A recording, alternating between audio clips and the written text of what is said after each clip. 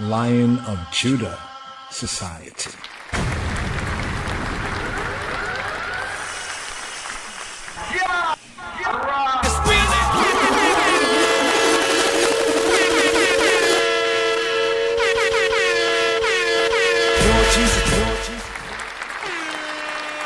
Lion of Judah Society.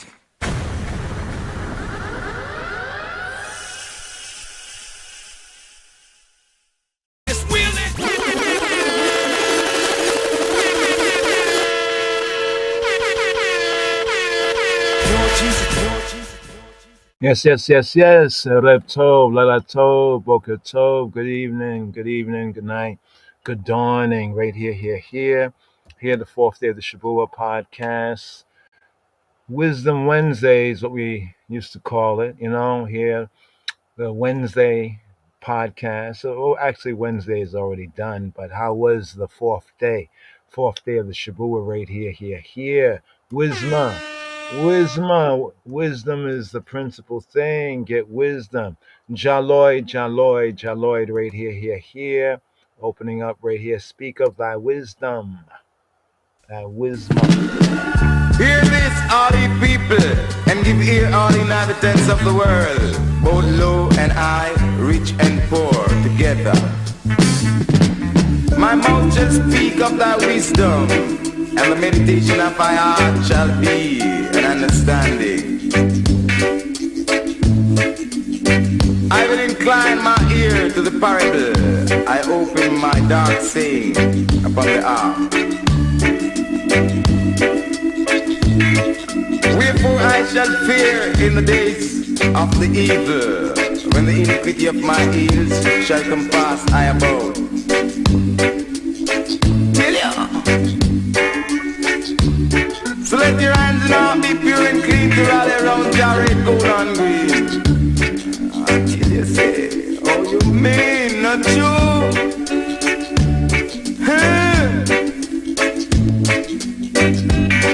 Good and naughty dread. Say you come on and sit dance and you should make war. Stay far.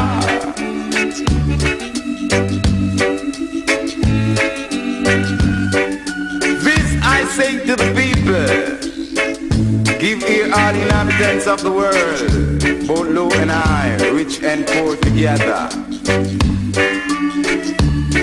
I man mouth shall speak of wisdom, and the meditation of my heart shall be an understanding. I will incline my ear to the parable. I will open my dark saying upon the arm. Wherefore shall I fear in the days of evil?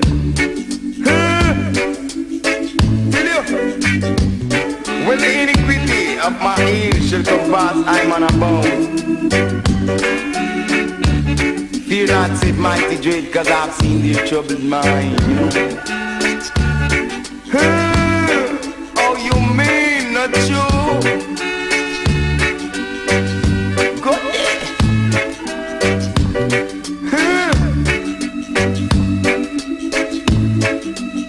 I'm not the path to room and him think to stone. I'm not the broke up the comb.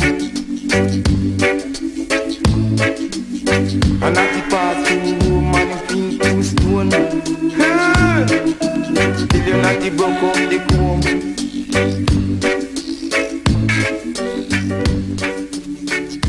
This I say to the people. Give ear all the inhabitants of the world, both low and high, rich and poor. Yeah, me I say now. You know the boss this man, I tell you say life is greatest.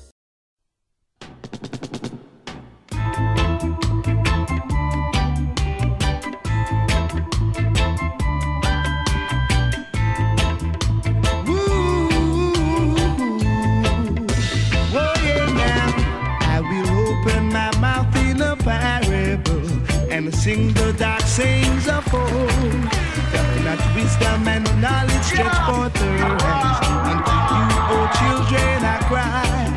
All the words of my mouth speak righteous righteousness, all the days of our life will tell. Take heed of the works of Jehovah, or man you will surely fail.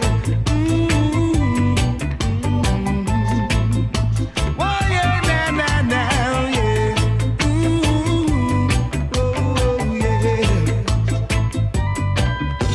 In laughter the heart is sorrowful, your folly is your reward. Better a dinner of herb where love is than feasting where there is wrath. All the words of our mouth speak righteousness, all the days of our life will tell.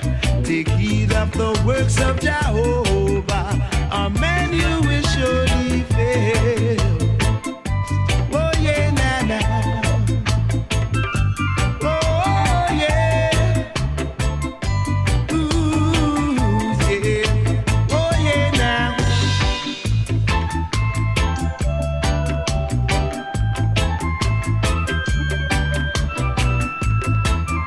Lion of Judah Society. So take heed, your people, and live upright, for this is the time that will tell, when the righteous ones shall stand up strong. Oh, why did the heathen rage? All the words of thy mouth speak righteousness, all the days of our life will tell. Take heed of the works of Jehovah, or man you will surely fail. Oh yeah, now. Oh yeah, said you will surely fail. Oh yeah, now. Oh yeah, now. Said I will open my mouth in a parable and sing the dark sayings of old. Not wisdom and knowledge stretch forth their hands. Unto you, O children, I cry. All the words of our mouth speak righteousness, all the days of our life will tell. Take heed of the works of Jehovah, or man you will surely fail. Ooh, oh yeah, now.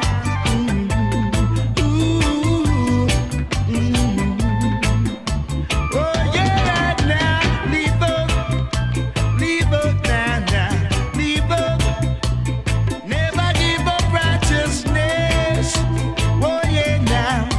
Keep it up, son. Follow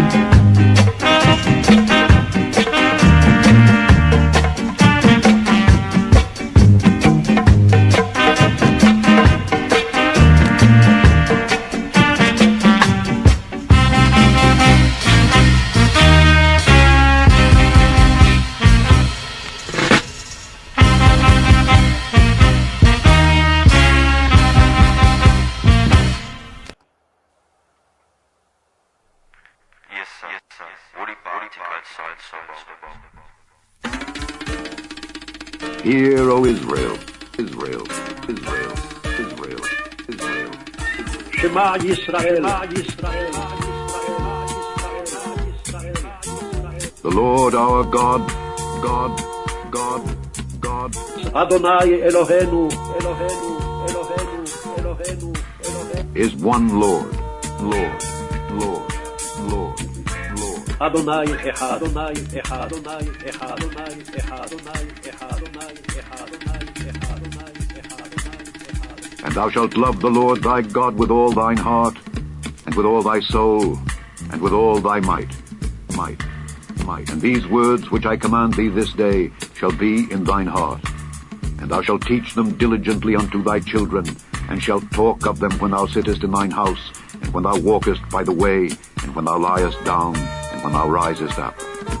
And thou shalt bind them for a sign upon thine hand, and they shall be as frontlets between thine eyes. And thou shalt write them upon the posts of thy house, and on thy gates, my gates, my gates, my gates, my gates, my gates, my gates, my gates, my gates. And it shall come to pass, if ye shall hearken diligently unto my commandments which I command you this day, to love the Lord your God, and to serve him with all your heart and with all your soul, that I will give you the rain of your land in his due season, the first rain and the latter rain, that thou mayest gather in thy corn and thy wine and thine oil. And I will send grass in thy fields for thy cattle, that thou mayest eat and be full.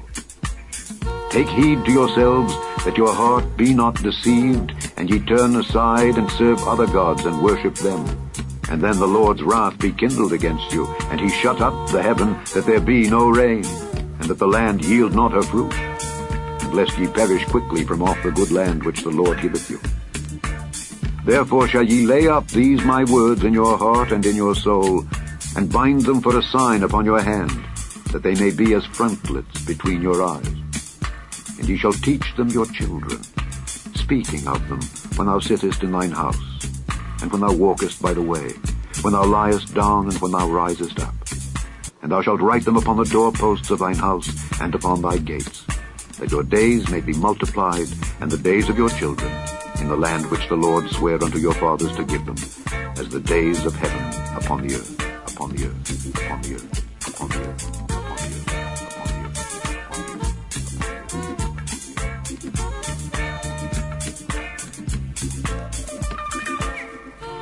And the Lord spake unto Moses, saying, Speak unto the children of Israel, and bid them that they make them fringes in the borders of their garments throughout their generations, and that they put upon the fringe of the borders a riband of blue.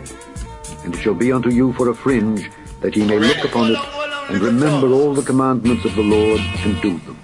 And that ye seek not after your own heart and your own eyes, after which ye used to go a-whoring, that ye may remember, and do all my commandments, and be holy unto your God.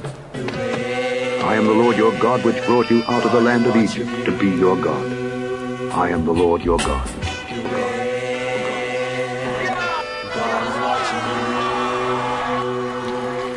Lion of Judah Society.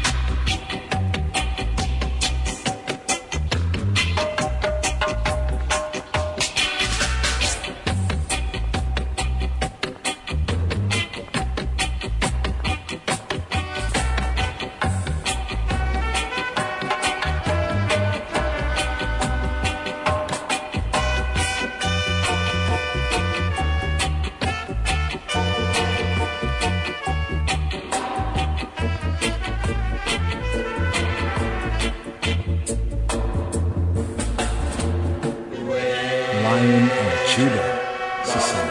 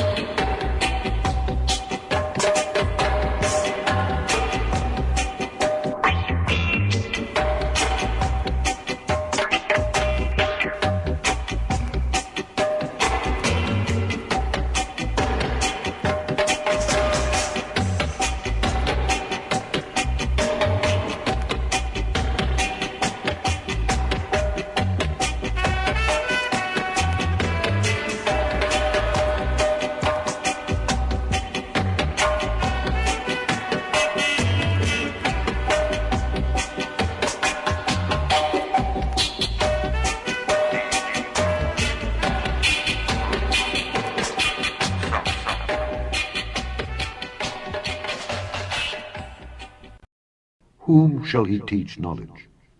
And whom shall he make to understand doctrine? Them that are weaned from the milk and drawn from the breasts. For precept must be upon precept, precept upon precept, line upon line, line upon line, here a little and there a little. For with stammering lips and another tongue will he speak to this people, to whom he said, This is the rest wherewith ye may cause the weary to rest, and this is the refreshing. Yet they would not hear. But the word of the Lord was unto them precept upon precept, precept upon precept, line upon line, line upon line, here a little and there a little, that they might go and fall backward and be broken and snared and taken. Wherefore hear the word of the Lord, hear the word of the Lord, hear the word of the Lord, hear the word of the Lord, hear the word of the Lord, hear the word of the Lord, hear the word of the Lord, hear the word of the Lord, hear the word of the Lord, hear the word of the Lord. Is prayer a form of sacrifice? Hear this, a little something.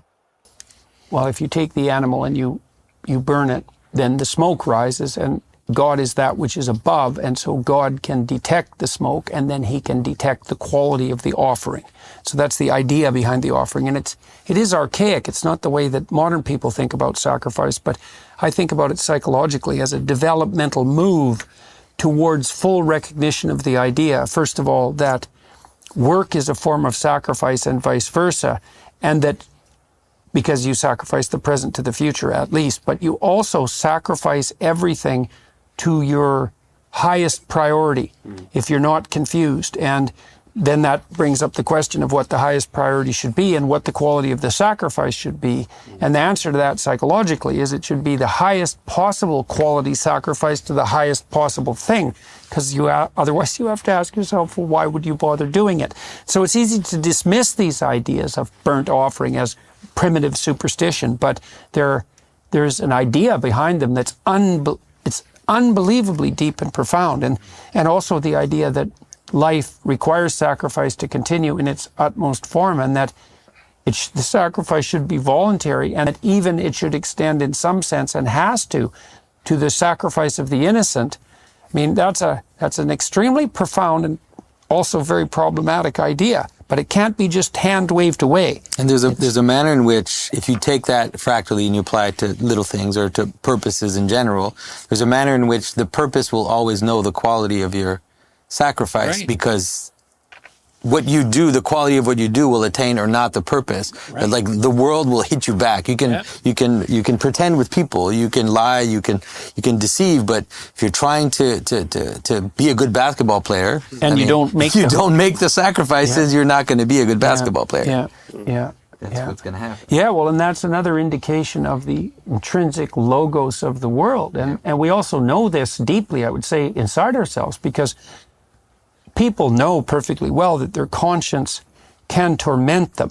And it is the case sometimes that people's conscience is overdeveloped and has this tyrannical superego element and will knock them down. But if your conscience is functioning well, basically what it does is indicate to you constantly that your sacrifices are either not of the right sort or they're not of the highest quality themselves. Because people know perfectly well that their conscience can torment them.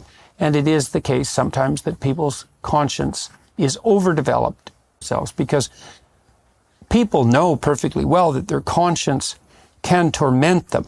And it is the case sometimes that people's conscience is overdeveloped and has this tyrannical superego element and will knock them down. But if your conscience is functioning well, basically what it does is indicate to you constantly that your sacrifices are either not of the right sort or they're not of the highest quality.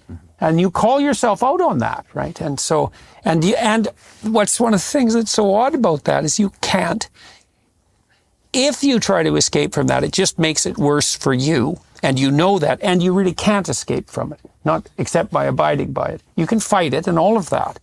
And you can harden your heart and become even more determined in your willingness to make improper sacrifices. But you know perfectly well, I've never seen anyone that in some fundamental sense was deluded on that account.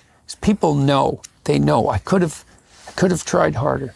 By the way, is it your theory then, in light of all these days and that subject of sacrifice, do you feel that we are net losers religiously, morally, theologically, net gainers, or neither, having no more sacrificial system? Well, I think we do still have a sacrificial system. I mean, I asked my students all the time in my Maps of Meaning class, a lot of them were children of first-generation immigrants, often Asian. I said, what did your parents sacrifice to come here? Well, it's like they knew exactly what that meant, and they knew exactly, generally, what they had sacrificed as well. And so we've spiritualized it in some sense, and partly what you see in the entire biblical corpus is the spiritualization, the psychologization of a sacrificial practice. But very specifically, and I don't have an answer. I mean, the fact that we don't act it out. The actual carnal representation of sacrifice, is that a loss that we don't have that? It's a very good question. I mean, part of the question that Jonathan and I have been debating back and forth constantly is, and part of the question that this book raises is, to what degree does what's become abstract still need to be represented in image and action, right? Right. How much does it have to be ritualized? Yeah. And but the answer is still, we don't in know. Jewish tradition, there is still, even though it's not a killing of an animal, there still is a ritualized aspect to the sacrifice. Is there some kind of giving, like giving money or giving something which becomes like a... Judaism, the Torah and Judaism later are very concrete religions. It was even dismissed by some Christians in the Middle Ages as a carnal religion. Some kind of giving, like giving money or giving something which becomes like a... Judaism, the Torah and Judaism later are very concrete religions. It was even dismissed by some Christians in the Middle Ages as a carnal religion, because it's so deeply embedded in life. Mm-hmm. The abstract is less important than the concrete in many ways in the Torah and in Judaism. But I'm asking this, I don't know if you know this, I'm sure Oz knows this, but many, many religious Jews still pray daily for the restoration of the sacrificial system, that the temple be rebuilt, and specifically so that we can sacrifice again. And there's no denying the drama of blood and death. Right. So you would not dismiss that prayer as odd. I tend not to dismiss anything that's extraordinarily peculiar out of hand, right? Because there's usually something lurking underneath it. But I mean, in Christianity, obviously, you still have a sacrificial... We believe we still have the sacrifice. We participate in the sacrifice of Christ. Right, it's not a... It's not a repeated sacrifice, though, isn't it? It is a participation, a perfect memory in the participation of the sacrifice of Christ. It is an unusual period. AD 70 is when it disappeared, isn't it? Right. Destruction of the temple.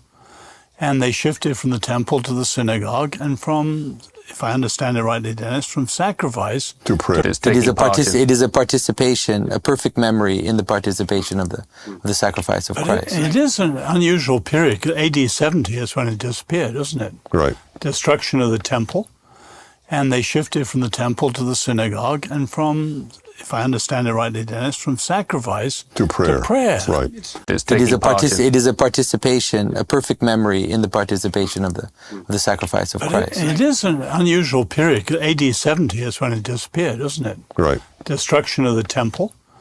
And they shifted from the temple to the synagogue, and from, if I understand it rightly, Dennis, from sacrifice to prayer. Right. And I always wonder, how does prayer fill in for sacrifice? Well, hopefully when you pray, you sacrifice your own for tyrant, atonement, right? Because that's it. Well, you sacrifice a lot of time partly to pray. what you're saying is, I think if the prayer is proper, is you're saying, there's part of me that needs to go. There's part of me that I need to let go. There's part of me that needs to die, and it has to be given up to something higher. What part of it is of me has to go?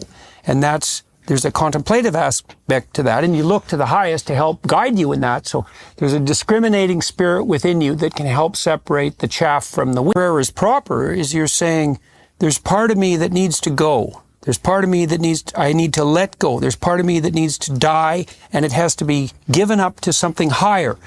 What part of it is of me has to go? And there's a contemplative aspect to that, and you look to the highest to help guide you in that. So there's a discriminating spirit within you that can help separate the chaff from the wheat, and the offering up of the chaff is the sacrificial gesture, and so that can be transformed into prayer. And one of the things that Jung would say about that, for example, is that if you give up enough psychologically, you don't have to. You'll cut your losses in actuality. Transformed into prayer. And one of the things that Jung would say about that, for example, is that if you give up enough psychologically, you don't have to. You'll cut your losses in actuality. And of course, that's sort of what thought's for, is right, so that you can get yourself straight. You can give it up in abstraction, so you don't act out the pathology, and then nothing dies in actuality. But that still means you have something to give up. And part of that repentance idea is a sacrificial notion. It's like, well, oh, that's what I did wrong. Oh, that's a big part of me. Oh, it's going to hurt when that goes. It's like, yeah, but maybe you won't die. And then you offer it up as a sacrifice to something higher, because otherwise, why would you improve? And that discriminating spirit inside that judges what's in you that should be sacrificed, that wouldn't even exist unless it was existing in relationship to something higher, because there'd be nothing to serve as transformed into prayer. And one of the things that Jung would say about that, for example, is that if you give up enough psychologically, you don't have to. You'll cut your losses in actuality. And of course, that's sort of what thought's for, is right, so that you can get yourself straight. You can give it up in abstraction, so you don't act out the pathology, and then nothing dies in actuality. But that still means you have something to give up. And part of that repentance idea is a sacrificial notion. It's like, well, oh, that's what I did wrong. Oh, that's a big part of me. Oh, it's going to hurt when that goes. It's like, yeah, but maybe you won't die. And then you offer it up as a sacrifice to something higher, because otherwise, why would you improve? And that discriminating spirit inside that judges what's in you that should be sacrificed, that wouldn't even exist unless it was existing in relationship to something higher, because there'd be nothing to serve as a judge. Yes. Prayer, sacrifice, also smoke. Very interesting. Prayer, sacrifice, and smoke. You know, popular saying, we say, yeah, give somebody that smoke. But then we see it's 180 degrees opposite, scripture-wise. Found this verse right here, Exodus 19 and 18. In fact, when it speaks about the presentment of the sacrifice, it speaks about it as becoming as incense. So even in the case of the animal offering, when it's offered, it's they often say like to be offered, but the actual word is caused to smoke, right? Make it smoke. You know what I mean? So when one say, oh, you want to get that smoke. But then even from the audible right there, it was the first part of it was going to pause it, but we're trying to find this verse to kind of go along with it right here. Let's see if we can hear the first part of it. There's some parts that we kind of spun around right there just to emphasize these are some key areas, we thinks. Yeah? Well, if you take the animal and you burn it, then the smoke rises, and God is that which is above, and so God can detect the smoke, and then he can detect the quality of the offering. So that's the idea behind the offering, and it is. That's a main idea behind the offering right there. The smoke, right? The smoke, and it's interesting. I'll find the verses right there, but just looking at this right here and looking up smoke, right? It's untranslated. Let me say it as that. It's kind of untranslated, right? When it says like to offer the offering, it's like it's untranslated. But in the translation, getting into the root, it says to cause the offering to smoke upon the altar. And then the rising up of the smoke. Like, so we have the flames ascending, the smoke ascending, but then we also have a transmutation. We have a science experiment actually within sacrifice. In other words, we take something that is physical, right? A physical, for example, the animal, looking at the pattern, right? So taking the animal, right, according to the pattern, right? And upon the altar with the fire and the smoke rising, there's a transmutation from one state of matter, from one state of being to another state of being. And in fact, in essence, it's the principle of what we say spiritual. So the physical cycle animal, for example, right, being burnt on the altar, is being transformed, right, into, it's being taken from the physical and actually sent into the spiritual, if you really think about it, right? So what is spirit, right? This is the air, the breath, the wind. In fact, the same word in Hebrew for wind, right, in translation, is the same word for spirit, the ruach, ruach, the ruach, ruach, spirit, wind. It's interesting in that psalm, I think Psalm 1, when it says that like the chaff before the wind. In the same way we read it in the translation, the chaff before the wind, right? It could have been translated if the translator so chose to, because the Hebrew roots, the root word in the Hebrew mind of the Yehudi basically states right there that it is spirit. So as the wicked, are like the chaff, right? Before the wind, but as the chaff before the spirit. So understand the transfiguration, right? When I say transfiguration, not transfiguration. Well, it's a transfiguration, but don't want to confuse that with the transfiguration as translated, But it's a transmutation. That's the word right there. It's a transmutation, right, from one state of matter, right? That's a seen, physical, touchable, you know what I mean? It's tangible, into the next state of matter. It's almost like, if you're boiling water, for example, you're boiling water, right? The water starts to bubble up, right? Then steam comes off it. But if the water keeps bubbling, right, and keeps boiling and bubbling, after a while you look, and where's the water? Where did the water go? Where did the water go? Right? The water, we can feel it, we can touch it. It's half physical. Yeah, actually, water is already half physical. Check it out. H2O. So the H2O, like the oxygen aspect. But the water, it has been transformed. So right there, and what we have right here, Exodus 19:18, and Har Sinai was all together on a smoke. Now, in studying the sacrifices and understanding what is pointed out, mainly the smoke, cause it to smoke, both the incense, but also causing the offering to be as incense, causing to smoke. And what are we offering? Just looking at the principle here, this is touching on prayer, a form of sacrifice right there. That was a little audible there, biblical series, Exodus. We link that with the 24th sabbatical study, in our presentment right there. Don't know the names of the ones and ones, but they are some well-known ones out there. And we caught this aspect and we said, there's some very true. There's a lot of really good points that we need to kind of unpack and elaborate, that actually brings out areas of scripture that we might just go over and read, but don't see within a fuller context. Once again, check this out. Opening part.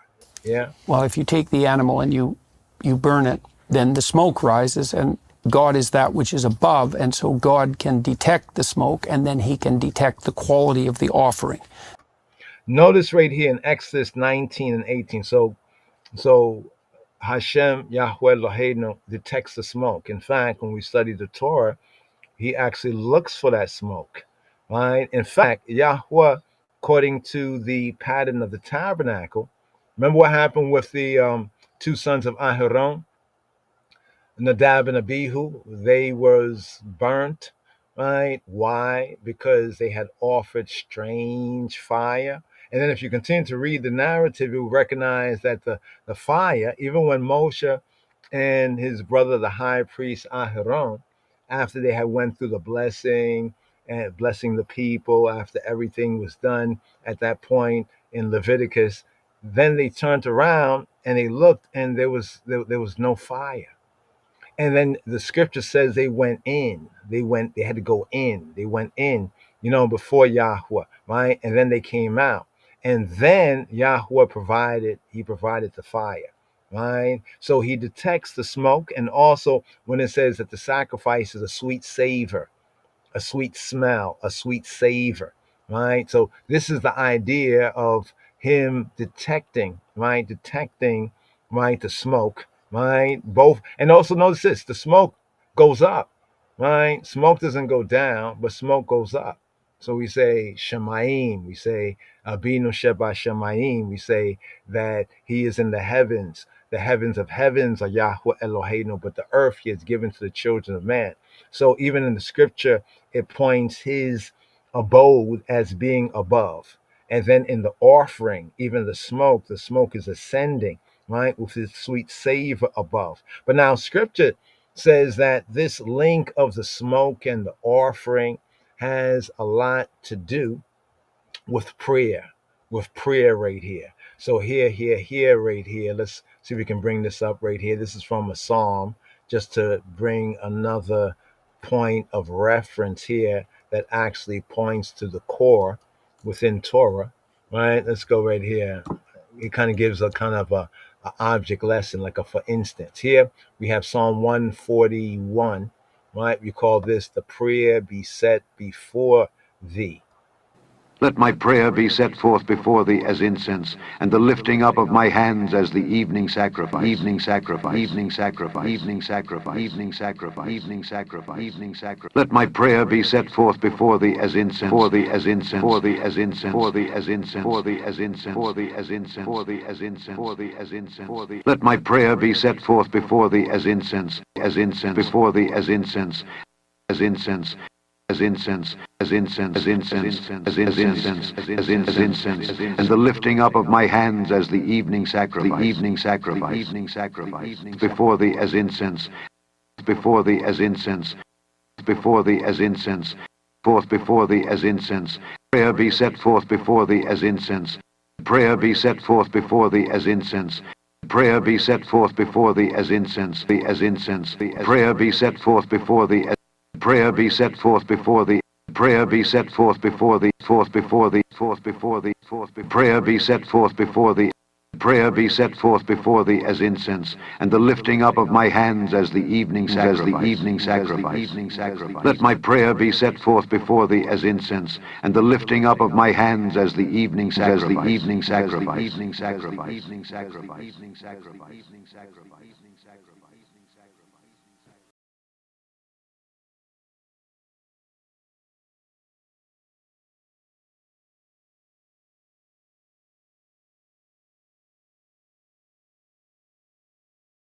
Apologies right there. Yes, give thanks, yes. We were saying that we was on mute right there, that prayer be set before thee as incense. That was Psalm 141, right? Opening portion of the psalm right there. And in Revelation, the Chazon, known as the Chazon Yohanan, the revelation, the vision, the Chazon of Yohanan, of John the Revelator, Yohanan. It speaks about the incense, the incense. And then it states that the prayers, right, or the incense rather, the incense is the prayers of the saints, linking the incense and the prayers. Right, so we see revelation, incense, incense, prayer. we see the sacrifice. Or here is what we can see in this verse, for example, Leviticus 3 and 5, to bring in the altar part that we said is untranslated, right? It's an untranslated portion. What says here, and Aaron or Aharon's sons. Now, Aaron's sons would be like the Christians. I just pause right there, just let it sink in for a moment. His Christians, what do you mean? Well, Yarden is off. He don't know. We're talking about them, the Christian. The Christians, New Testament. Well, what does Christian mean? Well, Christian come from Christ, yeah? Right? And Christ, according to the New Testament, it says we have found the Moshiach, right? Or in the Greek of the Hebrew, the Messias, the Moshiach.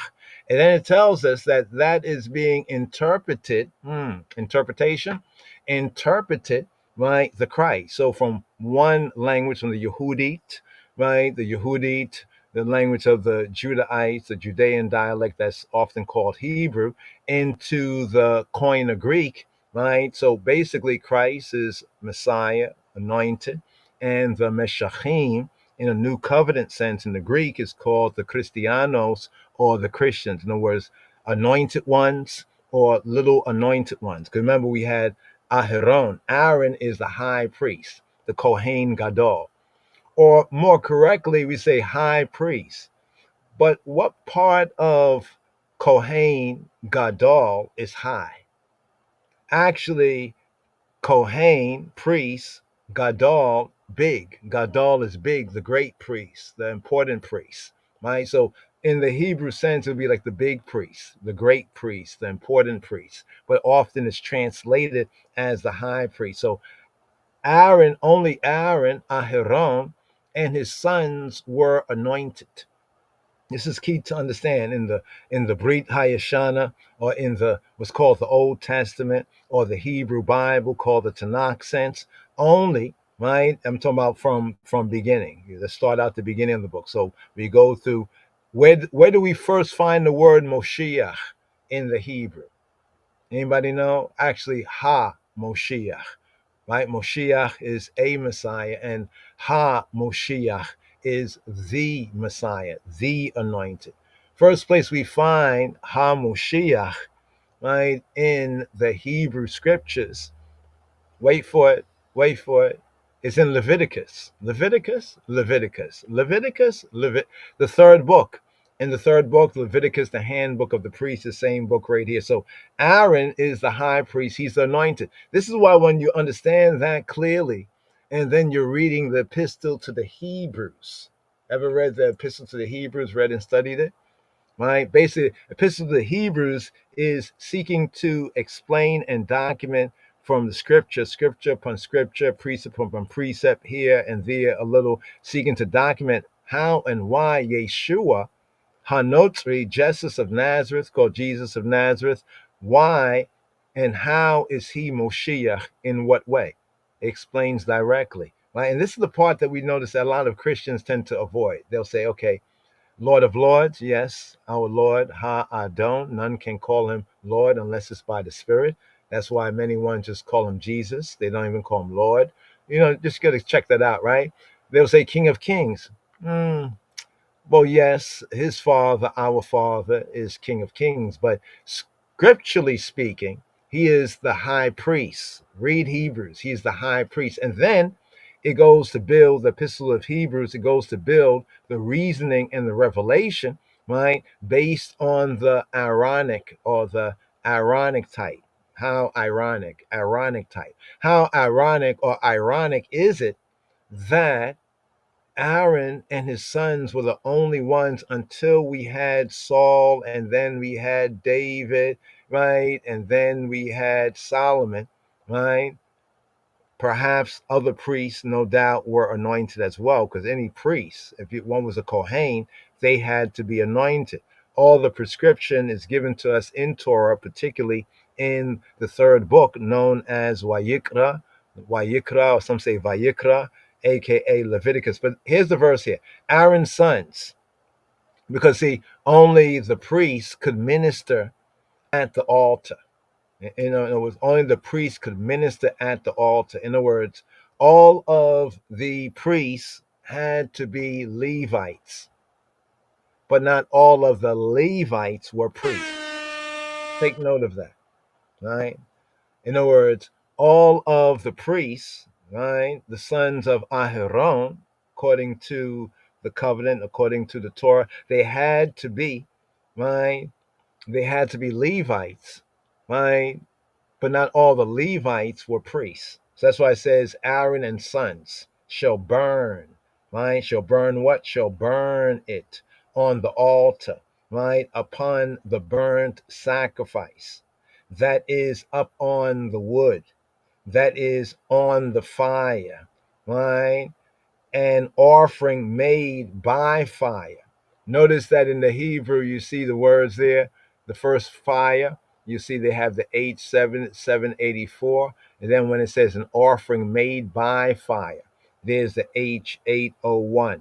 So what it's stipulating here is this kind of fire in two contexts. One is the fire, generally speaking, and then is the offering, the fire offering. So actually, what it says, it is an offering made by fire, more correctly understood from the Yehudit and in the Hebrew roots and culture, the context, this is a fire offering. So more better, that is upon the wood, that is on the fire, right? A fire offering. That's what we say in one of the prayers and the barakas. You know, may he accept, may he who he be accept our fire offering. Yes.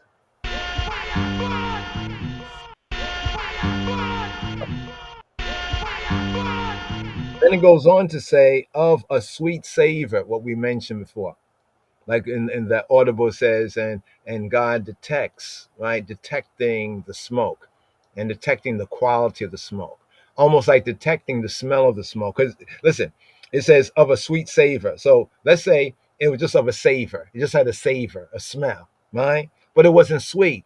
Would it be appropriate, according to what is written, right? It would not. It must qualify, right? The quality, detecting the quality, right? Now, let's remember that sacrifice here, the reasoning is sacrifice is a form of prayer, right? And even in the audible, it explained that after 70 AD, after temple times, now when he said that it shifted from the temple to the synagogue. Actually, the synagogue, right, was there, right? The synagogue was there even in pre-New Testament times, right? In fact, what we know as the synagogue comes into view more directly after the time of Ezra and Nehemiah and Zerubbabel, after the return from the Babylonian, captivity, right? Now, how do we prove this? Let's go over here. We was going to actually stay here and go into it a little bit more, but since we're speaking on this and we've encountered, all kind of talk, like when we say synagogue, we say, oh, synagogue of Satan, Jews say they're Jews, synagogue of Satan, da, da, da, da, da, right? But what is it in the scripture? Right. See, because of that association there, it's interesting because of the association there in Revelation 2:9 and 3:9, we dismiss it and we see others called synagogue and we say, oh, that must be a bad thing. Right. Is it? Is it really? It's like saying church. Right. There's the church of God in Christ, and then there's the church of Satan. Do you see the difference? Can you tell the difference? Can you discern? Right? Here we go over here. Look over here. Here we looked up synagogue, right? Notice the first place we find Psalm 74 and 8. Isn't this Old Testament? Right? This is Old Testament. It says, they said in their hearts. What did they say in their hearts? Let us destroy them together. So this means that, okay, the they is the enemy, right? And the ones that they want to destroy, right, is we, right? And those who are like we and of we, right? They ain't like us, right? They have burnt, them, right? Them have burnt up all the synagogues of El, right? Of the Almighty, El. Here is El, not Elohim in this context here, El, the Almighty in the land. You see the point? Wow. This is Old Testament. Wait, hold on for a moment. So they had synagogues in the Old Testament times, right? So that's what we wanted to correct that part of the audible. We get what one is saying from a kind of a Christian, right? Not having the Torah, not being under the Torah, as it were. So they didn't have the Torah. So they only understand those things from the New Testament times and moving forward, right? But they don't understand from before. 'Cause after all, they took out 400 years of history, right? And taking out the apocryphal books, right? Or in even trying to say that they were not inspired, as though they are the spiritual, right, inspirational detectives. They detect what is inspired. How do they detect what is inspired, right? But be that as it may, the apocryphal books are important because it fills in the 400-year gap between the book known as Malachi, right, and Matthew. Ain't that something? Malachi and Matthew, one of the chief books within the apocryphal books, at least as we, know it. Many of I and we is Maccabees, the three M's: Malachi, Maccabees, right, and Matthew. Just to the point there. Anyway, here it says all the synagogues of El in the land of God. This is Psalm 74. There are 150 Psalms, right? And not even to get all into this right here, get all into it. Let's go to the first verse. Wow. This is a maskil of Asaph. Now, Asaph was one of the choristers. Okay, let's let the notes tell it right here. Asaph. Asaph, right, means Asaph as a verb means to gather. But in this context, Asaph is a name. So Asaph both is a verb in Hebrew, right? And Asaph in this sense, speaking of Asaph, right, is a name, gather and gatherer, right? So notice right here, there's three of them here. Father of Hezekiah's secretary. Well, Hezekiah lived after David, King David, Dawid HaMelech, right? And then we have the second entry, the son of Berechiah, chief Levite, right? So remember the Levites. So we see the role of the Levites from the tabernacle of Moshe's time. That's what we have in the 5 books in the Torah, right? Where we was just at in, like, say, Leviticus, for example, the tabernacle, right? Within the time of Moshe, often referred to as the tabernacle of Moshe. Now here, when we get to Psalms, we come to the tabernacle of Dawid, right? And David had appointed, right, the Levites, right, to minister, right? We touched on that previously in Chronicles, points that out. This is why it identifies this Asaph as a son of Berechiah, right? Chief Lewi or chief Levite, right? Musician under David. That means in the time of David. And then we have another Asaph, a Persian officer over the royal forest. So the Asaph we're speaking about here is the second one, right? He was the chief Levite musician, as Dawid had appointed. When David brought the Ark of the Covenant, well, first of all, when Yahweh made that covenant, right, that Davidic covenant, right, of monarchy, with Dawid, right, and with his seed, right, till Moshiach, right. Notice something else right there, right. Then David brought the Ark of the Covenant to Zion. So first David had captured Jerusalem, and he captured a fortress, a castle. This fortress, this castle, is called in the scripture Zion, Zion. And prior to, it was under the occupation, right, of the Yabusi, right, or what's known as the Jebusites. The Jebusites are one of those 7 nations that the Beta Israelites, were told to evict from the land, to evict from the land. The landlord, Yahweh Eloheinu, told the Israelites to evict them. I know people have issues. Oh, that was their land. So, okay, I get what you're saying, but put it into this context. There's a landlord, right? The landlord put this one there. Does not the landlord have a right, right, if it's the landlord's property, right, to evict them? So this shows that going all the way down to the time of David, that there were still these 7 nations occupying the land. As we mentioned before, only Joshua, the main ones that did the most work according to what Yahweh had instructed the Israelites to do, was Joshua in the time of Yehoshua, and also in the time of Dawid. But yet between Yehoshua, Joshua, and David, we have hundreds of years, right? We have like hundreds of years. In fact, from Solomon's time, right, to the Exodus time is roughly 400 something years. Just to put these, because we need to have a timeline, context right there, right? So David is the one who appointed Asaph, right, to do what? To minister before the ark. Hmm. So David, in a sense, man after Yahweh's own heart, he how should we say this right here? Right?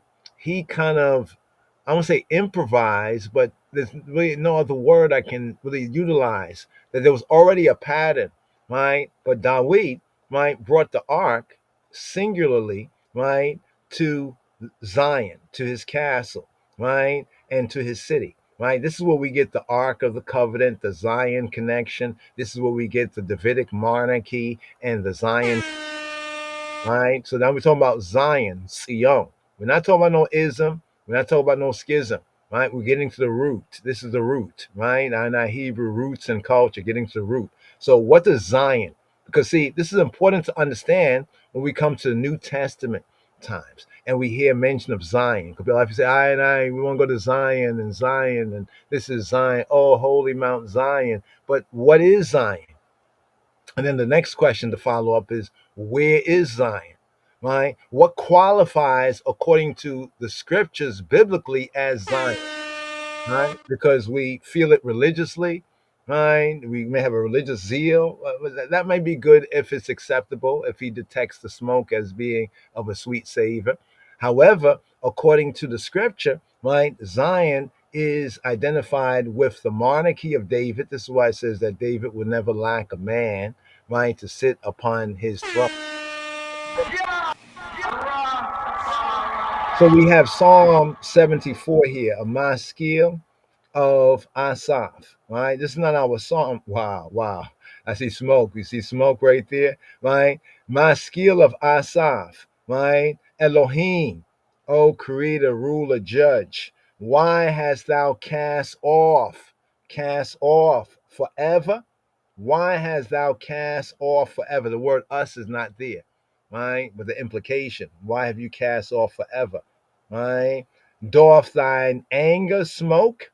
Right? So notice the context of smoke, right? You know what I mean? Can be you can say in the good sense and in the bad sense. After all, didn't man, right, and humanity, right, signified by Adam and Eve, so to speak, or Adam, right, and Hawa, right? Didn't they seek to know good and evil, right? They want to know good and evil, right? So therefore, when we even look at these words, we see smoke in the sense of the revelation. Remember in the Exodus verse, the Exodus verse. In the Exodus verse at Sinai, it has Yahweh and smoke 3 times, a trinity of times in that one verse, right? But over here, right, smoke is being used in a different connotation. Doth thine anger smoke against the sheep of thy pasture? You see the sacrifice sense right here? There's a sacrifice. Yeah. See, in other words, have we become as a sacrifice in a sense? We've been burned just as a sheep, right? In other words, we are his sheep and he is our shepherd, right? But this is even a kind of a sacrificial sense, right? Now it goes on, right? It says, remember thy congregation, right? Remember thy congregation that thou hast purchased. The sense of purchase here, kana, right? Kana. It's an interesting word, kana. Kana, right? Kana, not to be confused with kana. Kana is zealousy. Kana, right? Kana, the breath. Kana, the breath. Even the what? The breath of life. Kana. What does kana mean? Right? Here. Kana mean to get, to acquire, to create, to buy, to possess.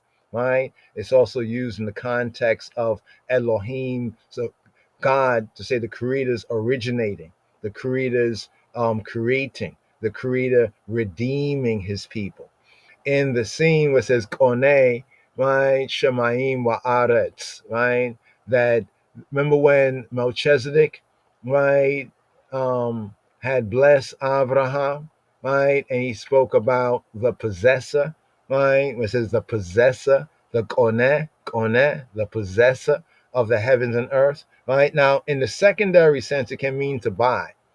This is where there's a lot of interesting reasoning about Deuteronomy chapter 28, verse in the KJV, verse 68, right? Where it says, there you shall be sold. Well, King James Version says, there you shall be sold to your enemies, right? And no man shall buy you, right? Ain koneh, right? In the Hebrew, ain koneh. There'll be no koneh. This is often interpreted as there'll be no buyer because the secondary sense of kana, right? So many Israelites will say there'll be no redeemer. Nobody will redeem you. That's interesting, right? But then when we look in the scene with Abraham and Melchizedek, right, and the blessing of Melchizedek, he speaks about the possessor, the Koneh, right, Koneh, right, of Shemaim and of Aretz, of the heavens and of the land, right? Also in wisdom, when we seek to point out the role of wisdom in creation and the role of wisdom as, for lack of a better word, we're speaking English, right? But so we're using similar words, but not with other people's intent, right? In this case, of the divine feminine.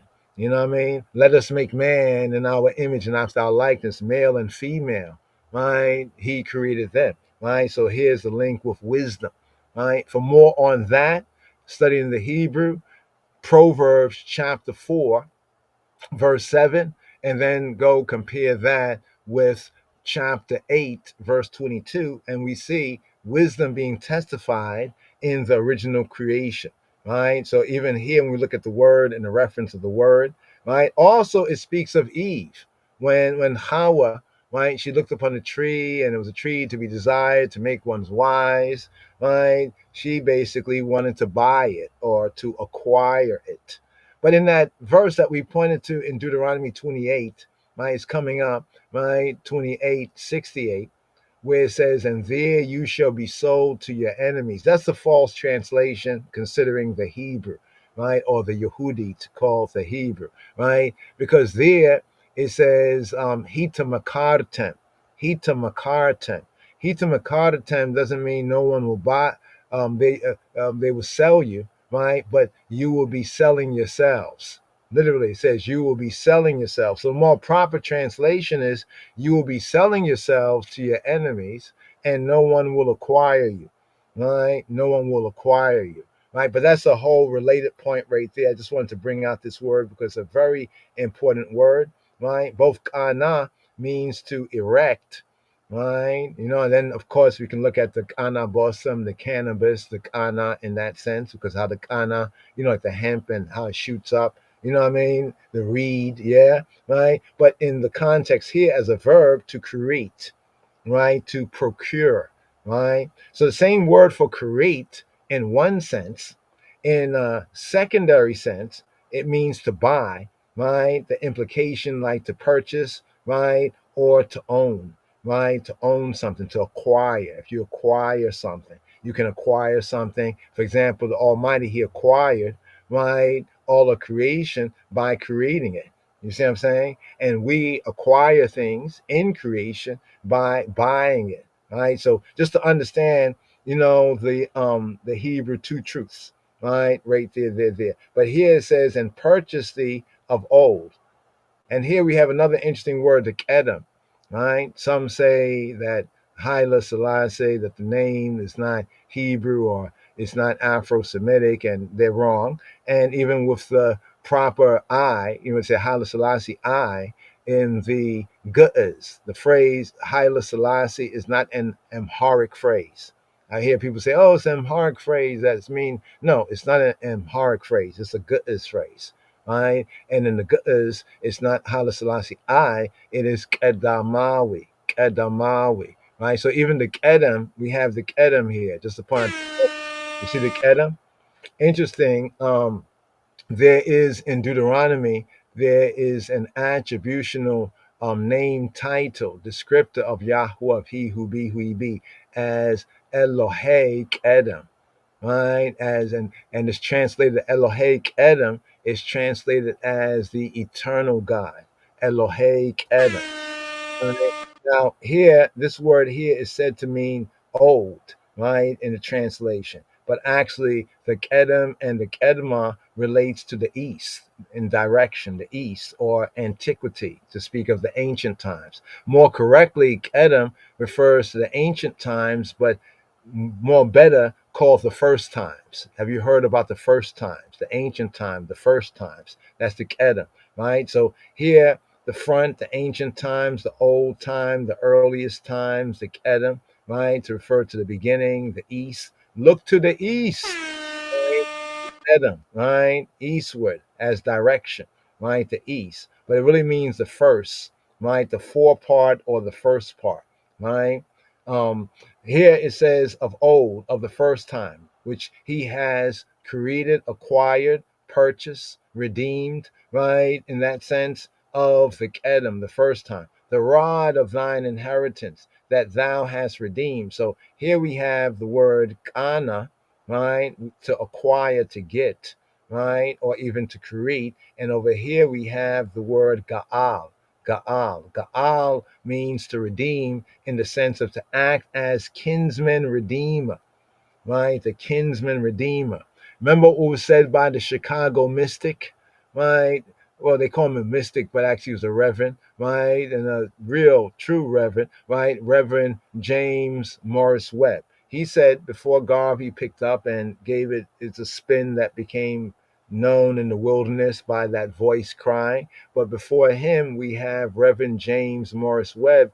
He said, look to Africa where a black man will be crowned king. In him, you will find the Redeemer. In him, you will find the Redeemer.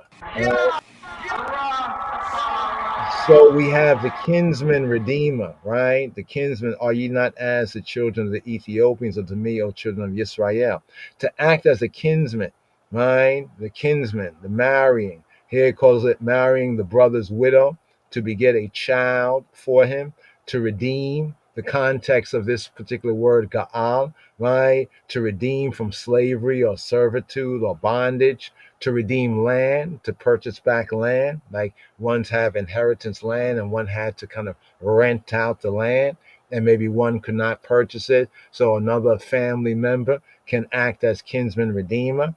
But it can also mean, in a context, ga'al, to exact revenge, right? Like the blood avenger, right? The next of kin who takes vengeance on that kin that was slain, right? To act as avenger. So when we speak about Messiah as the Redeemer, people forget that Messiah is also the avenger.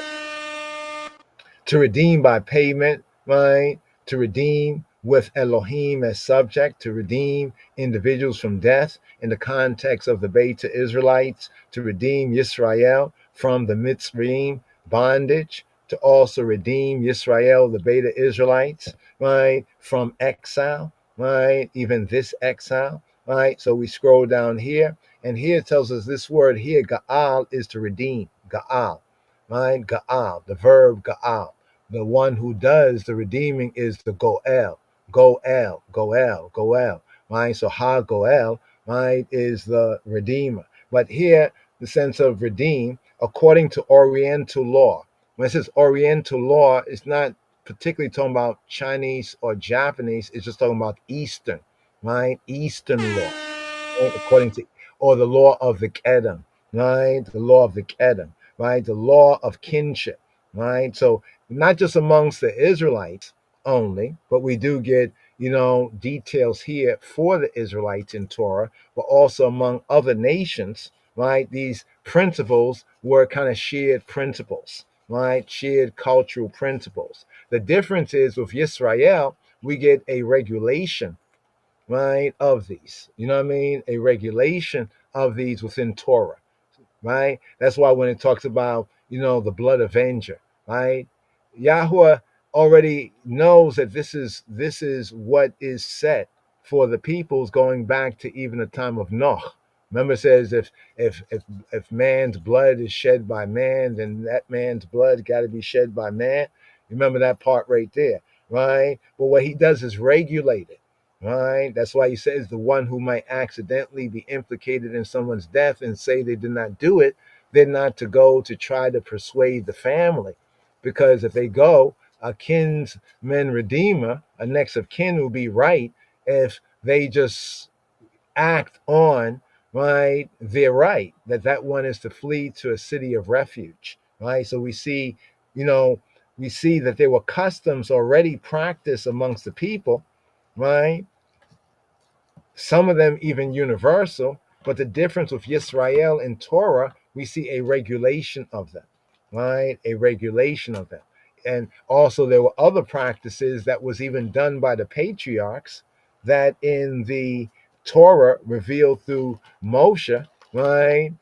That they are no longer permissible, right? For example, having a grove, right? A grove next to a worship place. Abraham did it, right? But in Torah, it's not to be done, right? Jacob built a obelisk or a howlet or a stela, right? Even he anointed the stela, right? That's interesting. He did anoint the stela. That's the point when we talk about anointing. An early scene of anointing is when, remember, Jacob, rock stone was his pillow too, so he took the rock stone because he said, wow, he saw the vision, of a ladder ascending from earth, right, connecting earth and heaven, right, from the earth to the heavens, and the Malakim, the angels ascending and descending upon the ladder, and at the top of the ladder was Yahweh Eloheinu, was Adonai, was at the top, and he woke up. And he said, what a dreadful place. He said he did not know, right, that Elohim was in this place. And then he built an altar. He took the stones and he raised up, you could say, a pillar, right? And then it said that at Bethel, right, then he anointed, right, this particular pillar, right? Just want to point that out as far as anointing. But here, looking at this point, to be next of kin, right? As such, to buy back a relative's property, or in other cases to marry his widow, right? Whether you have a brother, right, or near kin, and they owed a debt that they couldn't pay, so they had to be sold into employment. They had to work for someone, and say to pay off the debt meant that they may had to work for X amount of time, or maybe a long time, right? So a next of kin, could actually pay whatever the debt was, and therefore that relative would be free, right? Or if that brother, right, that near of kin, right, had passed away, right, and had a wife and did not have any children, right, or particularly any sons, right? But specifically any children, generally, specifically any sons. They would raise up seed. And this was all about the maintenance, right, of the land rights, right? Because that child would be accounted, right, as the child, right, of the dead, brother, right? But and that child therefore would be basically be able to, as they grow, this land would be their land, right, in the name of their father, right? Although their, you could say, uncle, right, is the literal father, right? But this is also to keep certain things in continuity, right? Like certain land rights, right? And also tribal inheritances. But he had redeemed, right? Then the inheritance rather, he had redeemed. And notice what it says when it speaks about thine inheritance, Nahala, right? Thy possession, thy property. So property and property rights matters to Yahweh Eloheinu, right? So you see this link between possession, property, inheritance, and even the idea of heritage, right? The inherited portions, the something inherited. Now this is a very interesting word, but we're going to get more into it. What's inherited? What's occupied? What's like an heirloom? Like, what looms for the heirs, right? Generally speaking, of an estate, right? Or a patrimony, right? According to the father, the patrimony or the portion, right? So here it says, thine inheritance, which thou hast redeemed. And then it says this Mount Zion, this Mount Zion. So here to the subject matter, Zion, this Mount Zion, wherein thou hast dwelt. So here you see the significant context. So this definitely tells us that this psalm must be a Davidic psalm, a psalm composed in the times of David, right? Composed in the times of David, the connection of Zion and the center place of Zion right here. But let's get back to this other verse right here. We're talking about synagogue for a moment, right? Because notice what it says. It says, and according to the translator, this is the only place. How many entries we have? There's 69 verses, right, in the Bible, Old Testament and New. Actually, one verse.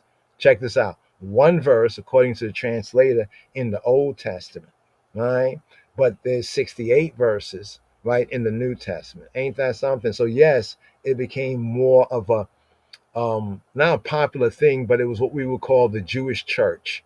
So the pattern of the church, if you study some of the early synagogues, right, you will see how the pattern of the original church, right, before it was kind of Romanized and Greekized and all of that, how it actually came about, because those first followers, right, and disciples, right, of Moshiach, they were Yehudim, they were Jews or Judahites, as David, right, was of the tribe of Judah, just to make that connection. So here the word for synagogues is moed, right? Moedeh, right? Moedeh el.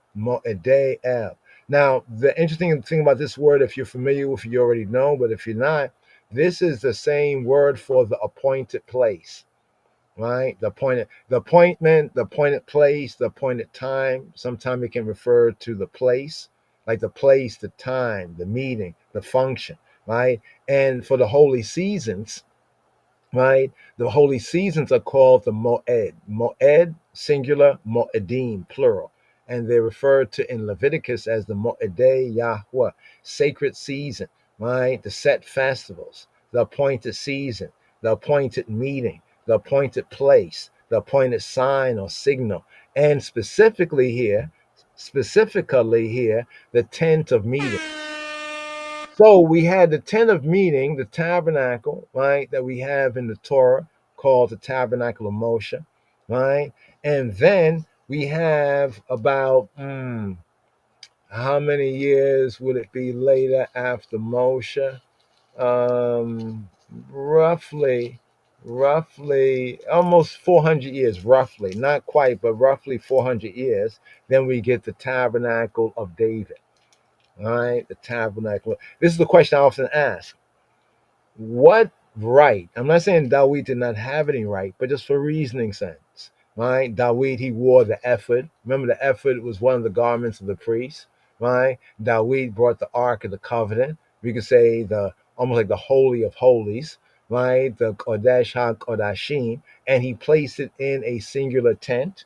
And then, right, he and the priest offered sacrifices there, right? And then he appointed the Levites in their course, and the appointment course of Dawid continued all the way to HaMoshiach Yeshua, continued all the way to New Testament times. Basically, continued all the way to 70 AD.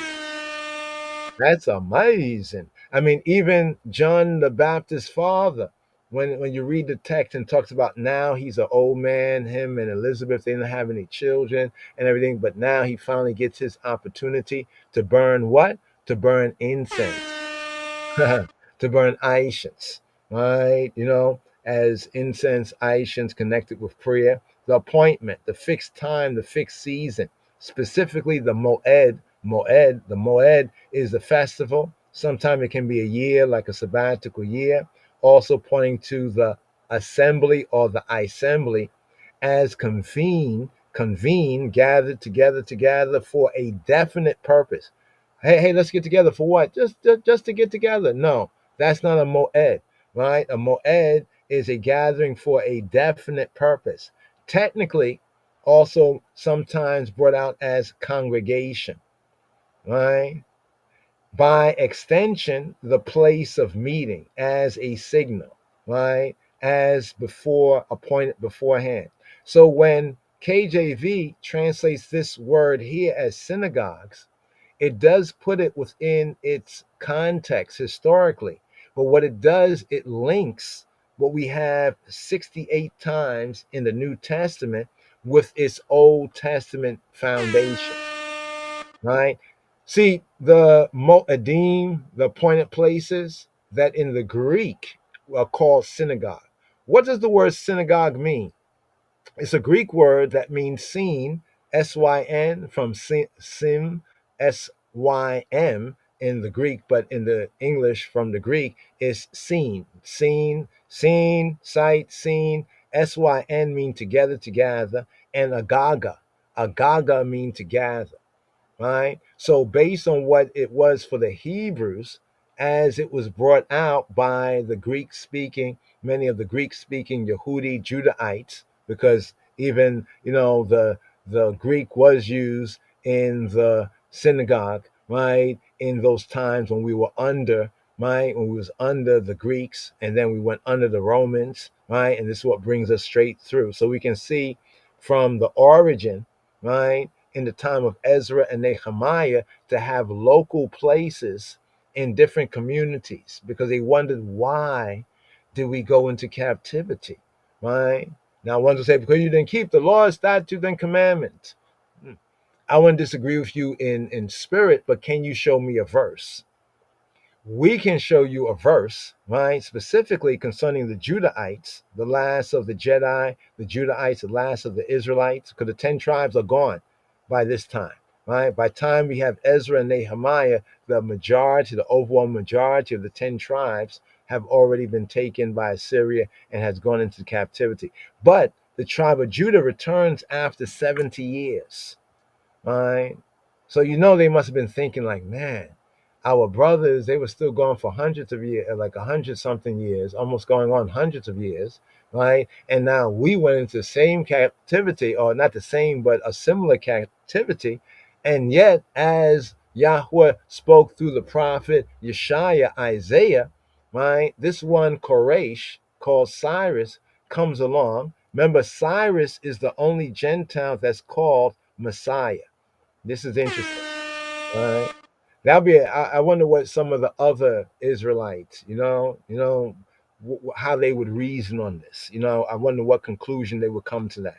That we do have one, right? Will they argue that maybe he was a Yehudi, maybe he was one of us? But the prophet Yeshaya actually calls him by name, and he's the one that paved the way, right? After he beat Nebuchadnezzar, after he beat Babylon, the Persian king, the Iranian king beat Babylon. Is that a handwriting on the wall? Who knows? Could be the first trump, might as well be the last. But afterwards, he made way for the Yehudi, for the tribe of Judah, those who were willing to return, right? A small remnant did, right? All of them could return, but some, got comfortable in Babylon, right? But there was those who did return.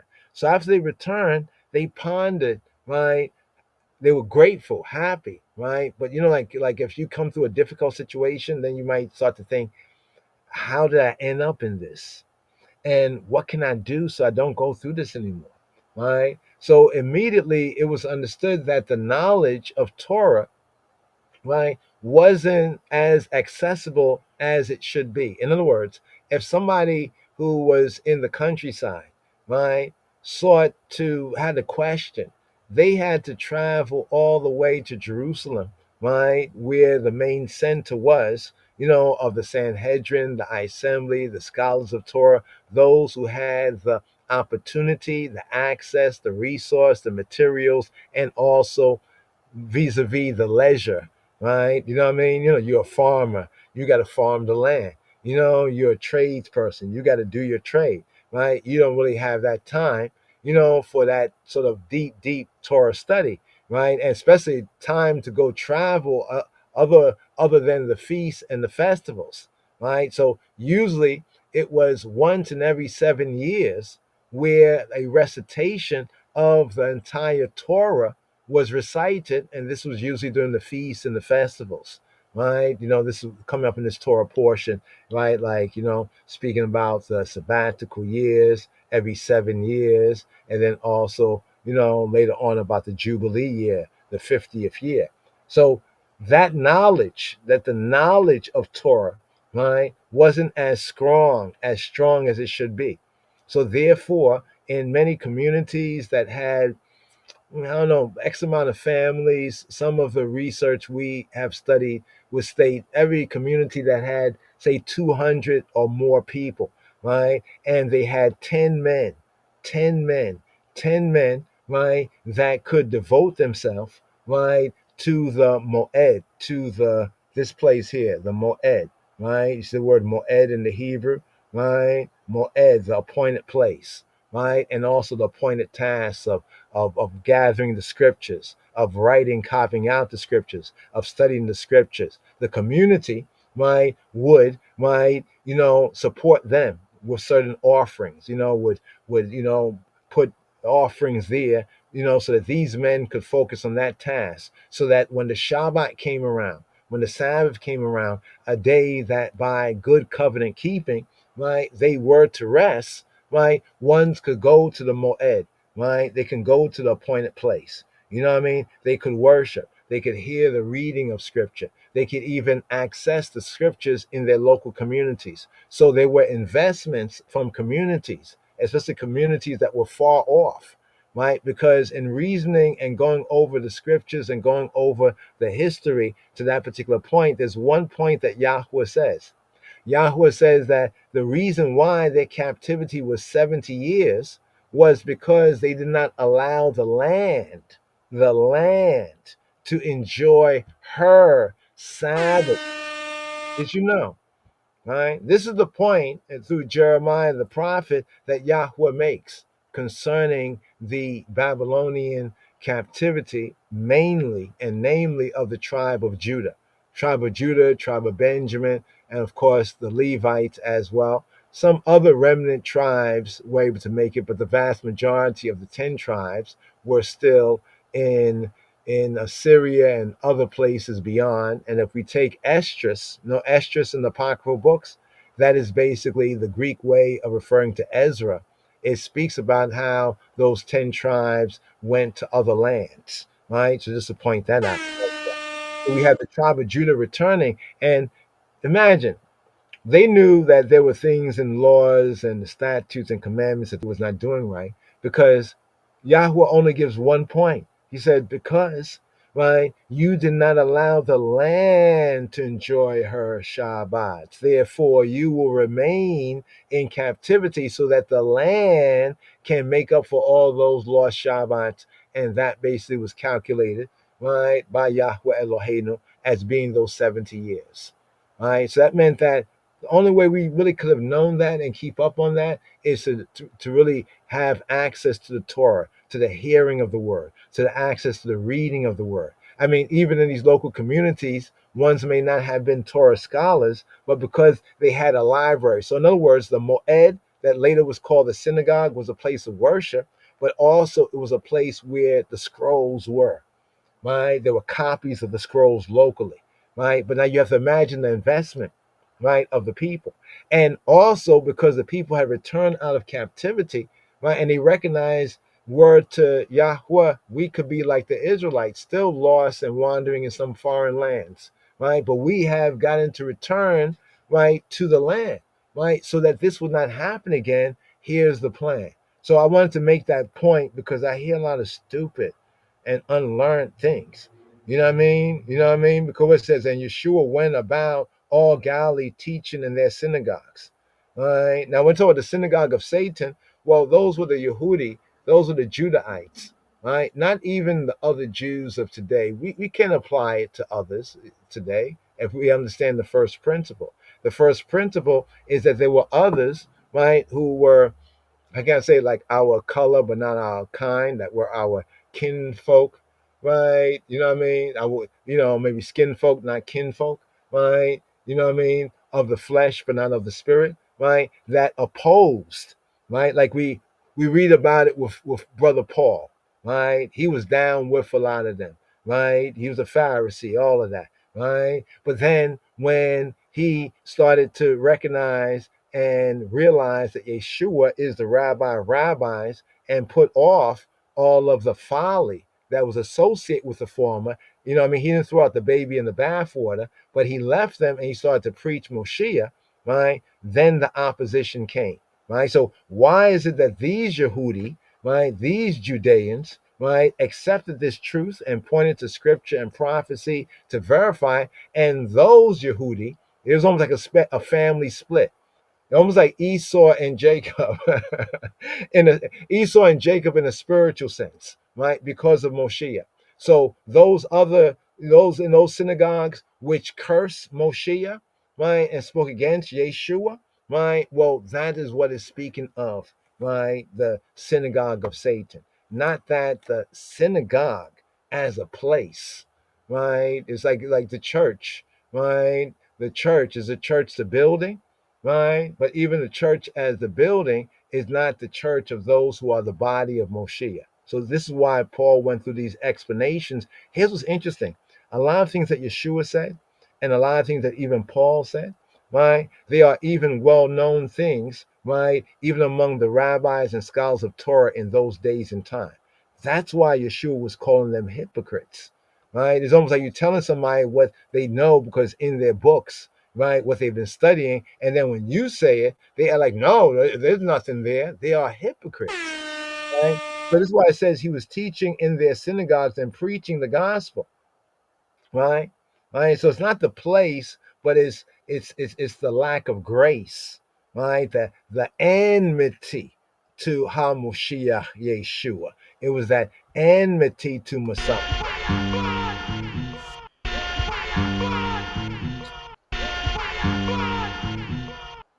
It's like when it said that Satan is like a roaring lion going about seeing who he may devour. Does this mean that all lions are bad or evil? And if you say so, then what about the Lion of Judah?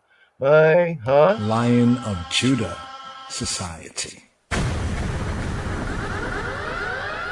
So it says that he was preaching, right? The gospel, the Besora, the gospel of the kingdom, right? But it didn't stop just there, right? You could preach, but then he also was preaching and healing, right? And healing all manner of sickness and all manner of dis-ease among the people.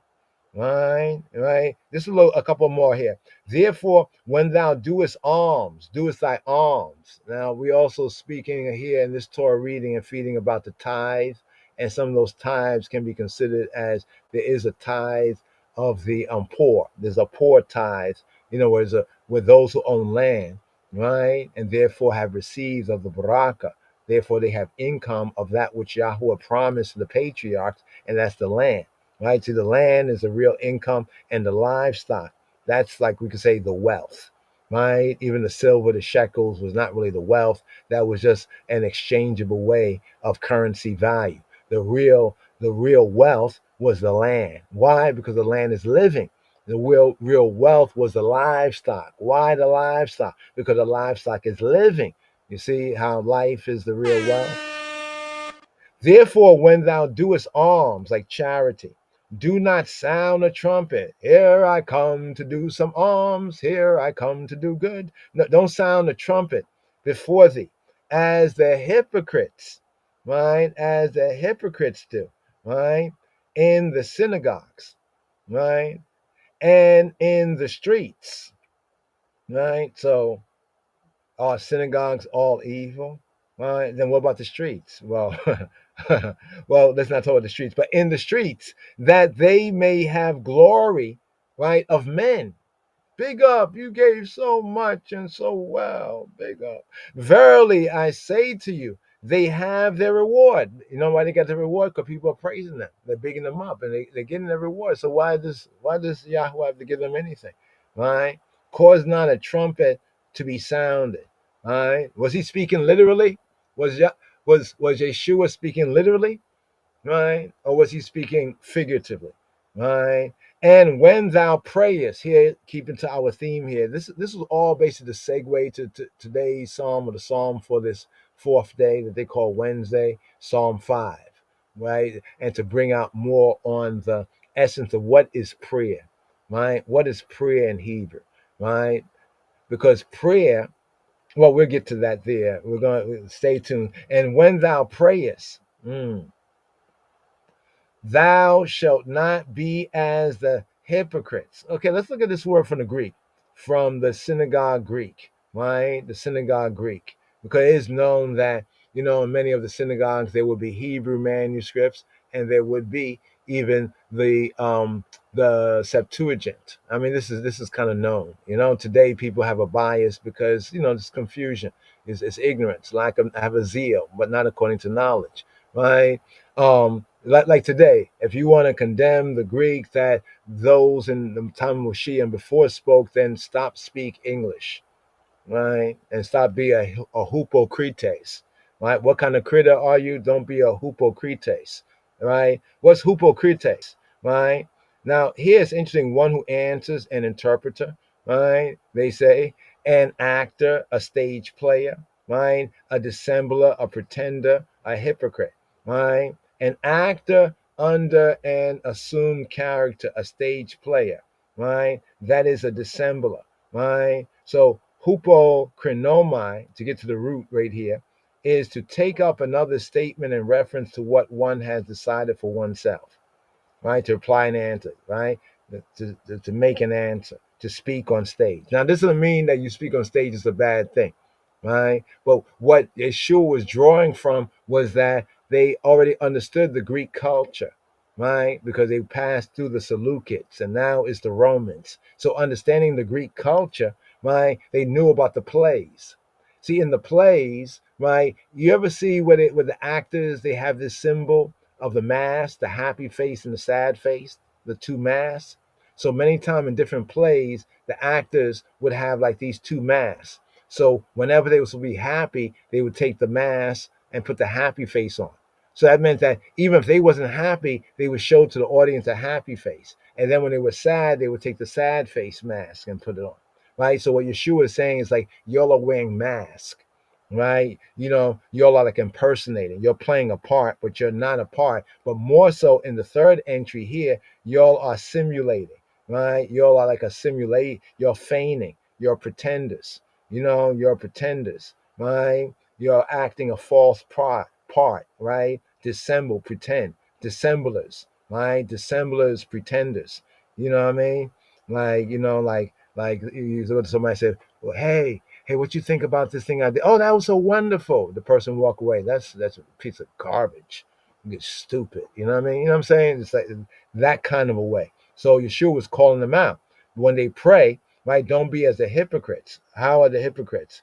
For they love to pray standing in the synagogues and in the corners of the streets, right? That they may be seen of men. Now, it's true that when we pray, we do pray. There is a form of prayer where it's a standing prayer, the Amidah.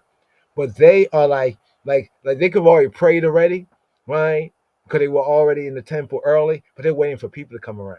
Right? They're waiting for people, so they're like standing around, and here come the crowd. All right, and then they'll go into their mode. You know what I mean? Or even worse yet, in the corners of the street. Like, why don't you go somewhere else? Why are you just on the street? You see walking down the street and see this person praying, like, oh man, they must be holy. No, they're wearing a mask. That's a mask there. Verily, I say to you, they have their reward because most people didn't really peep it. They didn't pre it. Yeshua already preed it, right? He already preed it. So here, right? And then Yeshua predicted what would happen, that they would drive you out of, notice what he says, their synagogues. Right? He didn't say the synagogue. He said their synagogue. Because the immediate thing that the father of Yeshua did, right? Later, when they were not able to attend in the temple, right, is form their own groups, right? Form their own groups, right? And because they were Yehudi, they practiced the principles of truth that was practiced in the former synagogues, but with Moshiach, right? Moshiach, right? In the head, right? As the headpiece. You know what I mean? And those who didn't want Yeshua as the headpiece, well, those, according to Revelation, are the synagogues of Satan. Like we say, the churches of Satan, right? They have a whole bunch of other stuff going on, right? Except the gospel of Yeshua, right? Speaking about sin and repentance. They're talking about all kind of circus and all kind of things. You know what I'm saying? Like, what? You know what I mean? So right here, right there. You notice over here, it says their synagogue, right, right here. So anyway, wanted to bring that part out, but yeah, they would persecute them, right, and therefore they would have to, separate. They would have to make that separation, right? But to show that it's from the same root. This is why we kind of brought this out right here to kind of show and prove that it's from the same root. There's a word here. I kind of segue there because I mentioned the whole altar, right? The altar call, so to speak, right? But let's go over here. And this word here, to burn, because I wanted to talk about the smoke, right? So prayer as a form of sacrifice, right? So the connection of prayer and sacrifice, and then looking at sacrifice, what really goes on in sacrifice, right? What goes on in sacrifice, by studying sacrifice and understanding what is revealed, even through the old covenant form of sacrifice, is that the animal is transmuting from one state of matter, a physical state of matter, we can say carnal, fleshy state of matter, to a spiritual state of matter through the means of the altar, the wood, and the fire, and that Yahweh, he is detecting the smoke. That's why he specifies that the smoke should have a sweet savor. So the word qatar, you see the word qatar, hikatir, hikatir, hikatir. When we look at it in the Hebrew, in the emphatic sense, in the he-fill sense, hikatir, from qatar, qatar, it's like the place over there in the so-called Middle East is called gata, right? Well, that actually is from the same root. It basically means to make as incense or to make smoke like incense, right? So hikatir is to make sacrifices smoke. See right there, right? So we read it where it says to burn it, right? But more emphatically is to cause it to smoke, right? So to give Yahweh all that smoke, the sweet savor, cause that to ascend, as what is being offered is leaving the physical, the 5 cycle state, in essence, and is being transmuted, right, into the spirit or the wind, the air, the ruach. Remember the word in Hebrew for spirit is ruach, and the word for wind is ruach. All right, get that right there. So the word for spirit and the word for wind. It's an interesting thing when you read some verses, even in, is that Ecclesiastes, Kohelet, when it says it's like chasing after the wind. It's like trying to grasp the wind, right? Trying to grasp the wind with your hand. It's like trying to grasp the spirit. You know what I mean? To cause incense, notice the second entry, to cause Aishans, right, to smoke, or for Aishans. So the word is both used when incense or Aishans is burnt, and also is used when the offering, right, is burnt. And then look at the third entry in the he-fill sense, right? Hikatir, right? To make smoke upon. So when it's saying over here, it's saying in Aaron's sons, who are the messiahs or the anointed ones, we say the Christians in the Old Testament camp, right, shall burn, shall cause it, shall make it to smoke, make smoke, in other words, upon the altar, right? So the point of the offering, right? Yes, the animal for whatever it was offered, but in the context is when it's done properly, there's enough smoke and there's a transmutation. That means that that animal, as we saw it as a flesh and blood thing, is gone. It's just ashes left, and there's enough smoke, right? Aaron's son shall burn it or cause it to smoke upon the altar, on the altar, upon the what? The olah. This is another interesting word here. Olah, olah, olah, la, la, la. No, olah. Olah here is the whole burnt offering, sometimes referred in translation as the Holocaust offering. It's interesting in the Dewey Reims and in the Vulgate Bibles, in the Latin Bible, they translate this burnt offering as Holocaust offering. It's kind of ironic and interesting, right? If you think about it. But the whole burnt offering, right? The secondary entry is to ascend, Olah. Could come from the word Allah, like we say the aliyah, to go up. Olah, to ascend, right? The stairway, the steps. So notice we have burn, shall burn it, And then it says over here on the altar upon the burnt sacrifice. But now, as we look at the sense, we see Aaron and his son shall cause it to smoke, make it smoke on the altar, the Mizbeach, right? Up on, right, the Olah, that which ascends. So you get the idea of the smoke going up, right? So in a sense, the smoke going up is like Jacob's ladder, according to the rite and the ritual, right? And understanding the pattern. And so Moshe, see that you do all things according to the pattern. So what is the pattern here? It's making a bridge, a connection, right, between us here on earth, right, and our Father in heaven. It's almost like Jacob's ladder.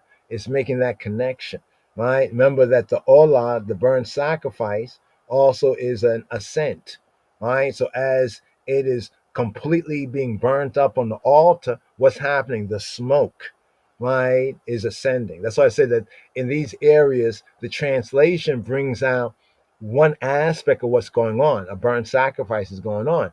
But from the language, right, what is really being pointed to is this spiritualizing process, right? Even in basic science, it's almost like a science experiment, where we're seeing something transfer from the physical state, right, to the matter state, from the matter state, let me put it like this, from the matter state to the antimatter state, all in the all in the all in the fire burning, right? That's why it goes on to say upon the wood, and we know wood is used as a catalyst that is on the fire, that is on the, notice the word here for fire is aish, right? That's on the fire, right? The aish.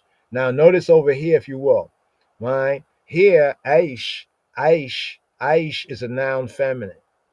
So that means in Hebrew, like the word for soul is a noun feminine, right? The word for breath, noun feminine. It's interesting right here, right? Let us make man in our image after our likeness, male and female, right? So it's a noun feminine, aish, fire, right? And then over here it says that is on the fire. It is an offering made by fire. We point out again, this more better would be a fire offering, right? This is Isha. And yes, it does sound a lot like the word for woman and wife. It's kind of interesting there.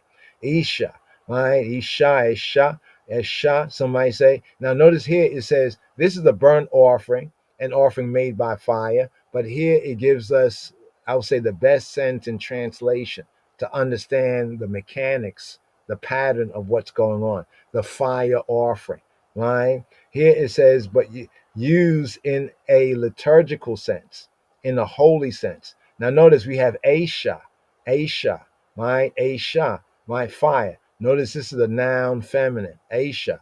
Now the word over here is a noun masculine. How is that? So fire, right, in its basic natural sense, right, according to the Hebrew, the mind of the Hebrews and in the Yehudi language, right, is what? Is a noun feminine, right? But now when it's being used in this way upon the altar, right, according to the rites and the ritual in the holy sense, the liturgical sense, right? Right? The burnt offering, the fire for the burnt offering is a noun masculine, right? So now, I know we got to get into that one a little bit right there, but it's an interesting braiding, ain't it? It's an interesting braiding. So it says that's upon the Aish, right? The natural fire, but as a fire offering, right? It too is transmuted, right? So fire in this verse here is both in the feminine sense, right? Not the female. We're not talking about a human being. We're talking about gender, not genital, right? It's in the feminine sense, right? And then the fire offering, right? The Isha, right, is a noun masculine of a sweet savor, of a reyach is a scent, reyach. Notice what it says here. A scent in the general sense, a fragrance, an aroma, an odor. a scent, an odor, right? But usually it's like a good odor. Right? Just to point that out. Usually it's used for a good odor, right? An odor of soothing. Look at that. An odor of soothing. And notice what it says here. Hebraically, it's a technical term, right? Notice it's a technical term for sacrifice. So notice that the sweet smell, the smell. Notice the senses here. The sweet smell, right? This word for savior or smell or the odor, reyach, right, is a technical term for sacrifice to Elohim, right, to the Creator. And notice it's the odor as if blown. Like remember, the altar is open. Remember, it's an open air. It's in the outer court, right? It's an open air, right? And then of course there's wind and the fragrance and the smoke, so we can get the idea, the smell, right? This is from. Notice where the word is from. It's from the word ruach, ruach. Right? Remember ruach? We're talking about ruach, wind, right? Right? As a chaff before the ruach, the wind, and also in the sense of ruach as the spirit. So here we have ruach, but here we have ruach in the verb sense. Ruach as a verb. So ruach can be spirit translated, can be wind translated as nouns, but as a verb, when it's used in the verb form, ruach is the smell, the scent, to smell something, to scent something, right? To perceive an odor. But notice the next entry right there, the hefil, is to accept, right? To accept, right? Let's scroll down here, right? Strong's bringing out, I think, even a little more better, a primitive root, an Afro-Semitic root, properly to blow, right? That is to breathe, right? Only literally, in the literal sense, to smell, right? But in the non-literal sense, in the figurative sense, is to perceive, right? The implication is when you smell something, you perceive. Like, you smell some food cooking and you're like, your perception is up. You smell that, you know what it is, right? No doubt. Oh, well, yeah. Oh, wow, that smell good. Can't wait, right? In the figurative sense, is to anticipate and to enjoy, right? To anticipate and to enjoy. Now, this is an interesting word just to point to a little more of the verb, right? The verb, spirit as a verb, right? To accept, to smell, right? But also to touch. Look at that. So this word touches on, get that. How ironic, right? To touch. So both to smell, which is one of the senses, and to touch, right, which is another of the senses. This is why we have the sense of this word brought out in some areas from the Hebrew manuscripts as make of quick understanding.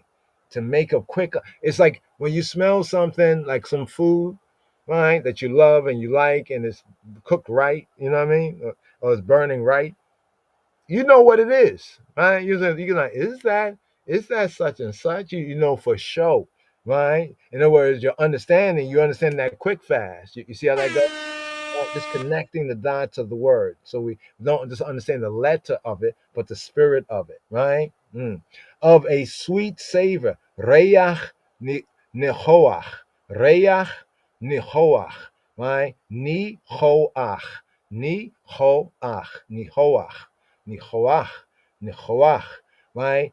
A scent, a smell that is soothing, that is quieting, that is tranquilizing, right? This is a noun masculine right here, that is restful, that is pleasant, that is delightful, right? And notice that in almost every area, right, where these offerings are mentioned, we see the mention, similar wise, of a sweet savor, la Yahweh, to Yahweh. This is why we say we give Yahweh all that smoke, right? We give enemy when necessary fire, right?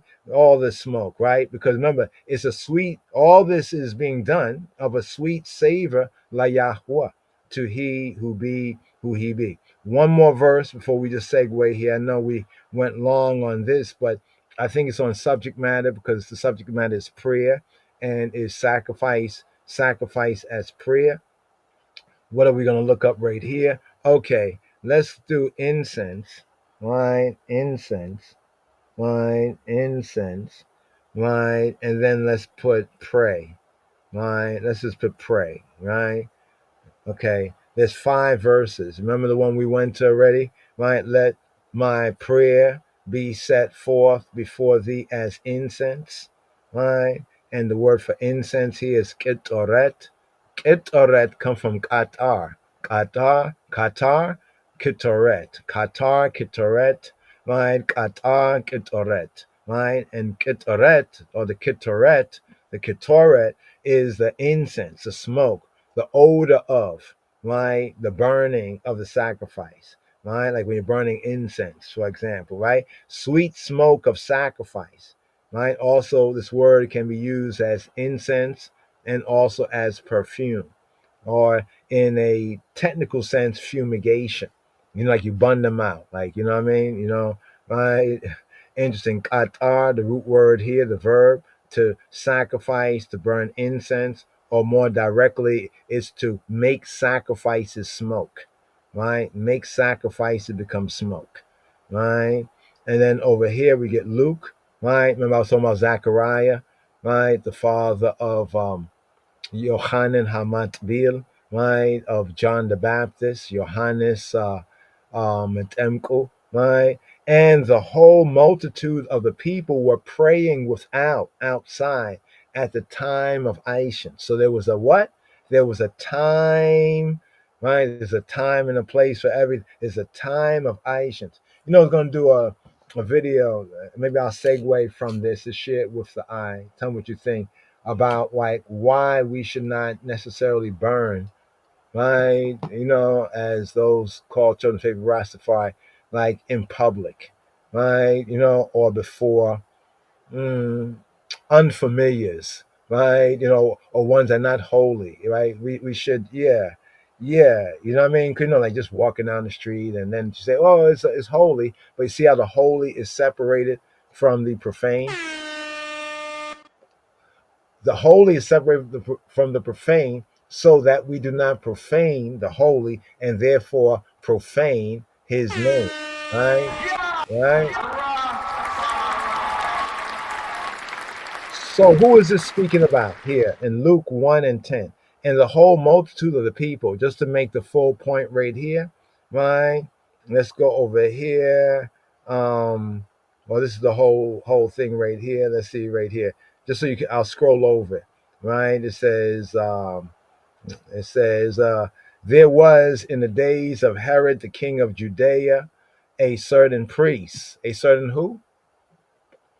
A certain priest, Kohen, right? So he was a Levite, but he was a Kohen, a priest, right? Because it was only the Levites who were Kohen, in other words, descendants of Aharon, who had that right of anointing, right? Being anointed, and also to serve in the tabernacle in those ways, at the altars, right? At the altar in the outer court, right? The brazen altar, and the altar in the tent, and the altar in the tabernacle, and that is the golden altar of Aishans. So here it says a certain priest named Zacharias or Zachariah, right? Of the course of Abia. Now, just to make these links here with the Old Covenant and with the Torah scriptures and the Hebrew Tanakh, Old Testament, here we have Abayal, or called Abaya, right? Abijah. My father is Yah. My father is Jah. Abaya. Right? So here he was a priest. Look what it says. A priest, the head of a priestly family, from whom, when David, you see what I was talking about David? When David divided the priests into 24 classes, 24 classes. Abia, right, or Abiyal, right, was the eighth order, right? The eighth order, right? Order, right? So you see what we were talking about David. So David. So notice David, he did something that affected the priestly order, right? But then of course we can reason and say, well, how could, isn't that what Yahweh set the priestly order, right? And Moshe regulated certain things, right? And then we get David. right? But remember, David, a man after Yahweh's own heart. In a sense, David prefigured, our Lord, right, springing from Yehuda, from Judah, the Lion of Lion Judah. of Judah Society. Just want to point that out. So it's significant. It's significant what David did right here, right? And then we have other ones right there in the Hebrew origin, Abiyah. Two ways of saying it. That's why I said Abiyah, Abiyah, and Abiyah. Abiyah is the usual speaking way of saying Abiyahu, Abiyahu, right? But Abiyahu, we say it as Abiyahu, Abiyah. In the normal sense of speaking, Abiyah, right? Abiyah, right? Zachariah, right? Here. So same meaning right there, right? Same meaning. Who's the head of the priestly house, one of the 24 Levite Levitical groups, right? So this is who Zechariah, the father of Yohanan Matabil, John the Matabil, the Baptist, the immerser, of the course of Abiyah, right? And his wife, Ishto, she was of the daughters. Notice that she was of the daughters of Aharon. She was of the daughters. So basically, what it's saying is that Zechariah, right? He was of Aaron, because the priest only could be of Aaron. And then we have his wife was one of the daughters of Aaron, and her name was Elizabeth or Elsabet, right? And it says, and they were both righteous. They were both righteous before Elohim, walking, it says, in all the commandments and ordinances of Yahweh, blameless. This is the important verse right here. All right, this is important because some people say, "Oh, you can't walk in," but it says all the commandments. So is this not true? That they would not walk in? There's a some of them. It says all the commandments. All mean all, right? And the ordinance of Yahweh, and they were blameless, right? So they were blameless then, but some people are going to try to make a blame today, right? And they wasn't even there then, right? Hypocrites, right? And they had no child. So they were blameless. They walked, right? They tried it. They lived it out, walked it out, right? Because that Elsabet was barren, right? And they both were, right, now well stricken in years. So they were not youngins, right? And it came to pass that while he executed the priest's office, so you see right here, he executed, Herateu, Herateuo, right? To be a priest, to discharge the office of priest, to be busied, right? To be busied in sacred and set apart in holy duties, right? To perform his function, right? What is your function? Conjunction. What is your function? He performed his function.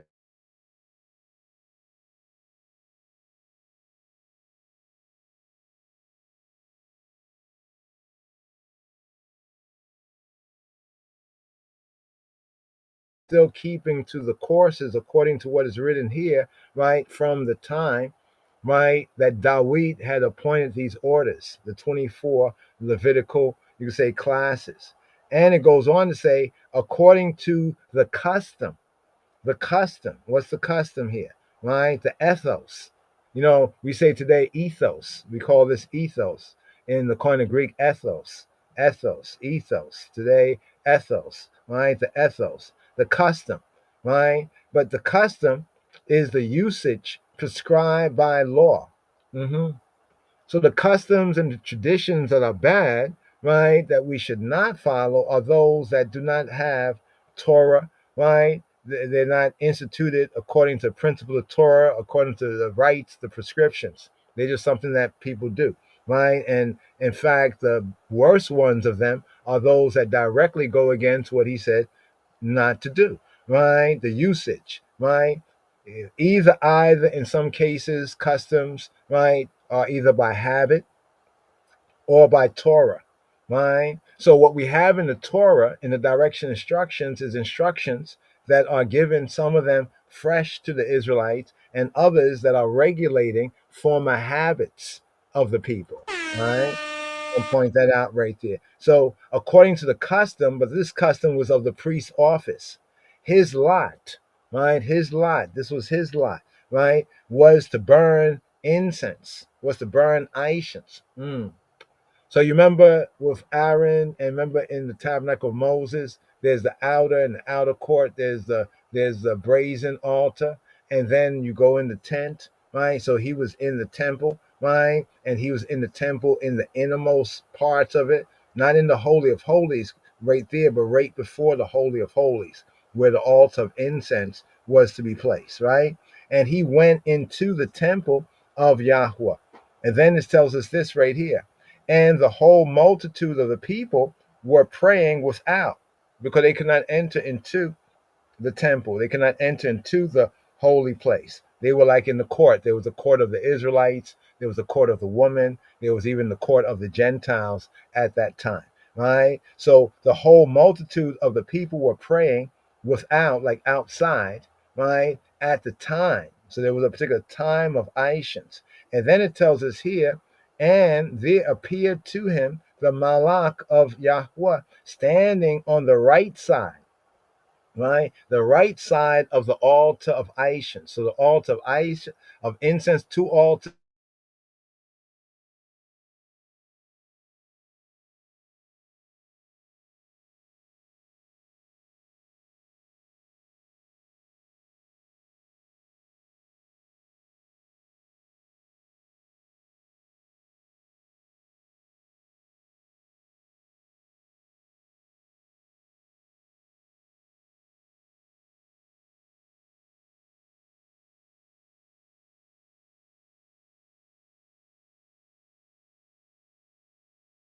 Hmm. All right. There was some syncing going on there. I don't think I was being heard at that time, right? So yeah. So and then we were talking about the tabernacle of man and the brazen altar corresponding with the feet of Moshiach. That's why we read in the Chazon the vision.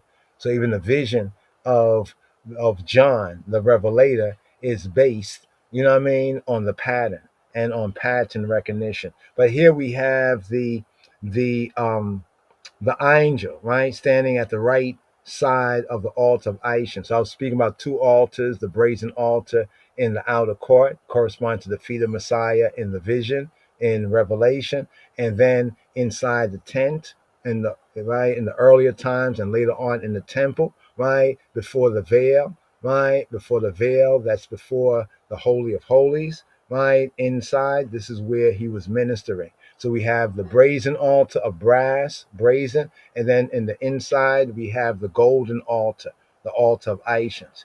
And then it says right here, right, this is where we see the whole revelation, right, to Zacharias, right, to Zechariah, right. So we just wanted to point out the connection even here of the people praying, right, the prayers of the people, right, and outside, right, and as it were, at the time. And then we see there's a time, there's a specific, a specified time for the burning of the Aishans, right, because everything is according to all order, right? So here, Revelation, just to sum it up here, and when he had taken the book, this is where we have 5 and 5. Weep not, behold, the Lion of the tribe of Judah, the root of David has prevailed.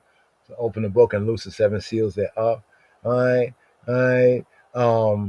It says, and when he had taken the book, the four beasts, more correctly, the four living creatures, right? Zoan, the four living beings, the four living creatures. Because there's the beast, right? There's the beast, in Revelation, and the four beasts, more correctly, are the living creatures. There's two different words, even in the Greek. And when he had taken the book, the four living creatures, right, and the 24 elders. Now, people talk about, the 24 elders.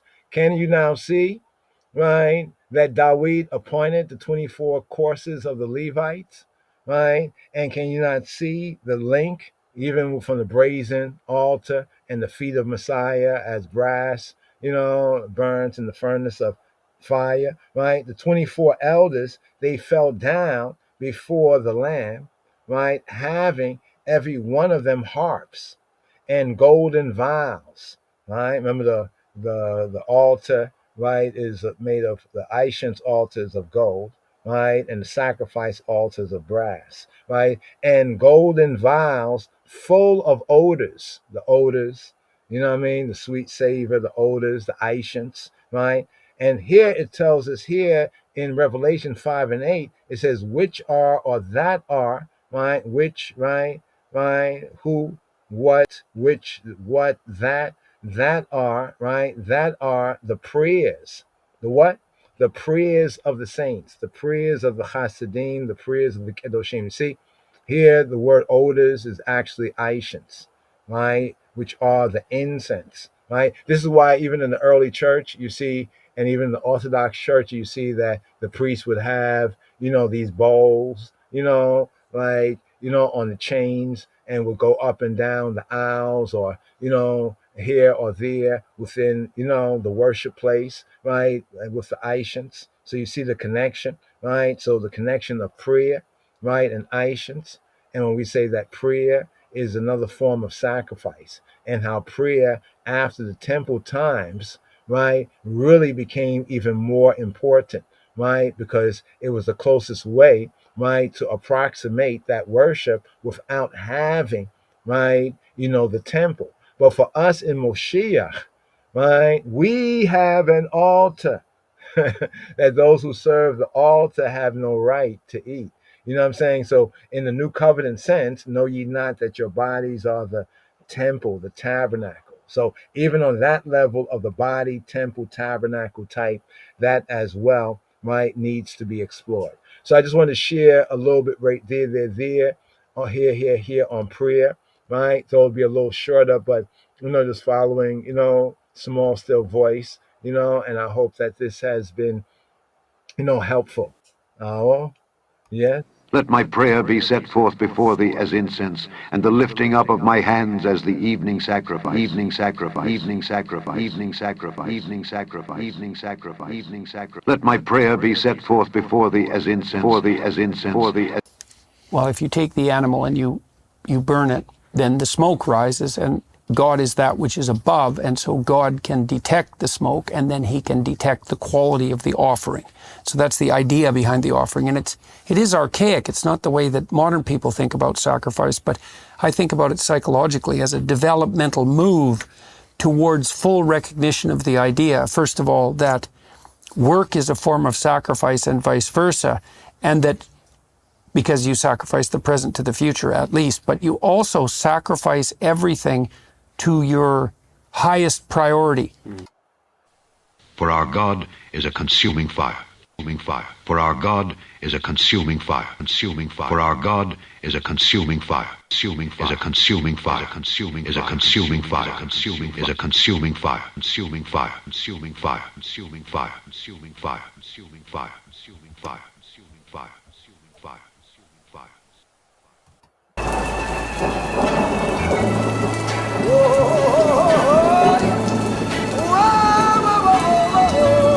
Bowling again, Shalom Chaverim. Here we have today's daily psalm. We have Psalm 5. מזמור למנצח אל הנחילות מזמור לדוד מזמור לדוד מזמור לדוד מזמור לדוד מזמור לדוד מזמור לדוד מזמור לדוד מזמור לדוד. Give ear to my words, O Lord. O Lord. אמרי האזינה אדוני אדוני אדוני אדוני אדוני. Consider my meditation, my meditation, my meditation, my meditation, my meditation. בינה הגיגי הגיגי הגיגי הגיגי הגיגי. Hearken unto the voice of my cry, my King and my God. My King and my God. My King and my God. מלכי ואלוהי ואלוהי ואלוהי ואלוהי ואלוהי. For unto thee will I pray, will I pray, will I pray. כי אליך אתפלל אתפלל אתפלל אתפלל אתפלל אתפלל אתפלל. My voice shalt thou hear in the morning, O Lord. In the morning will I direct my prayer unto thee, and will look up. For thou art not a God that hath pleasure in wickedness, neither shall evil dwell with thee. The foolish shall not stand in thy sight. Thou hatest all workers of iniquity. Thou shalt destroy them that speak leasing. The Lord will abhor the bloody and deceitful man. But as for me, I will come into thy house in the multitude of thy mercy, and in thy fear will I worship toward thy holy temple. Lead me, O Lord, in thy righteousness because of mine enemies. Make thy way straight before my face. For there is no faithfulness in their mouth. Their inward part is very wickedness. Their throat is an open sepulchre. They flatter with their tongue. Destroy thou them, O God. Let them fall by their own counsels. Cast them out in the multitude of their transgressions, for they have rebelled against thee. But let all those that put their trust in thee rejoice. Let them ever shout for joy, because thou defendest them. Let them also that love thy name be joyful in thee. For thou, Lord, wilt bless the righteous. With favor wilt thou compass him as with a shield, as with a shield, as with a shield, as with a shield, as with a shield, as with a shield, as with a shield, as with a shield, as with a shield, as with a shield, as with a So shield. right here, today's daily psalm, Mizmor, hey, fifth letter of the Hebrew alphabet, hey. Hey, Abba, God, right? Hey, right? So, hey, Psalm 5, Perek, hey, we say chapter 5 in the book of Psalter. Here is themed a morning prayer. Here today, the psalm for the day, right? The fourth day here of this Shabbat right here, Psalm 5, right? Themed a morning, right? A morning or a dawning song, a dawning song.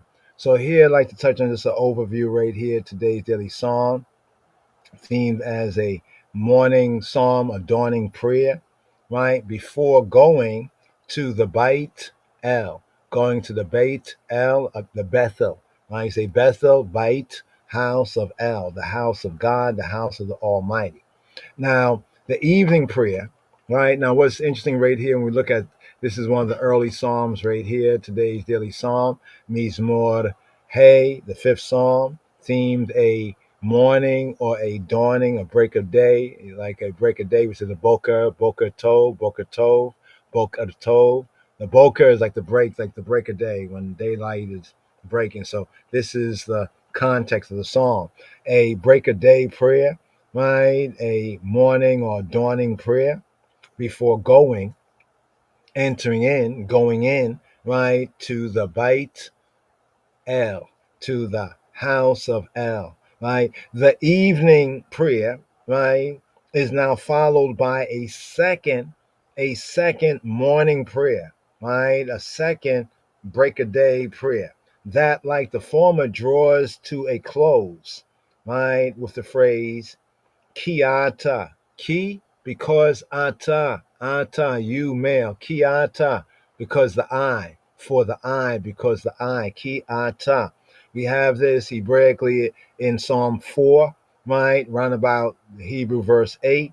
And here Hebraically in this Psalm, Psalm 5, Hebraically verse 12. The situation is different. It's a different situation than we have in Psalm 3, verses 1 to 8, in Psalm 3, verses 1 to 8. In that psalm, Psalm 3, the third psalm, Mizmor Gimel, right? In that psalm, David is fleeing. He is fleeing, right? Like it says, and David made haste, right? Barach. David brach. He made haste. So in Psalm 3, David is fleeing, right? But here, right, he is in Jerusalem. He is in Jerusalem. And he anticipates going up, making his aliyah, going up, like ascending, going up. It's interesting that even when the priests would perform the duties, it was like going up to the altar, right? Like ascending the altar, going up, right? And even in Zion and Jerusalem, the topography of the place, it was like making a physical ascent, but it's also going up in thought, going up in higher heights. He is in Jerusalem, anticipates going up to the Haykal, to the temple, right? To the temple Aboda, to the temple service. If this psalm also belongs to the time of the rebellion of Absalom, often is linked with the time of the rebellion of his son Absalom. If it is that link, then it must have been written when the fire fire, fire. The fire that afterward broke forth was already smoldering in secret. So if this is to be placed in the context, here we're in the earlier Psalms, like Psalm 5, these early Psalms here, right? And they do have to do with some of these periods in Dawid's life, like Absalom's rebellion, fleeing from Shaul, the persecution. But concerning the rebellion of his son Absalom, if it's connected with that time, then it must have been written when the fire that afterwards had broke out, there's a fire that broke out. Not a physical fire, but the whole rebellion was like a fire, figuratively speaking, right? Was already smoldering, right? The fire had kind of broke out, but like fire may break out, but one doesn't really know it. It's still smoldering, right? In secret, right? Right. So it has a theme here in the beginning of this psalm, this dawning prayer. And the theme is contained in the superscription, where it reads to chief musician upon the Nehilot, right? A psalm of David. La menatziach, right? Il ha nechilot, mizmor le David. So we have the nechilot, right? And now we can get into that. That's some of the musical directions that we have.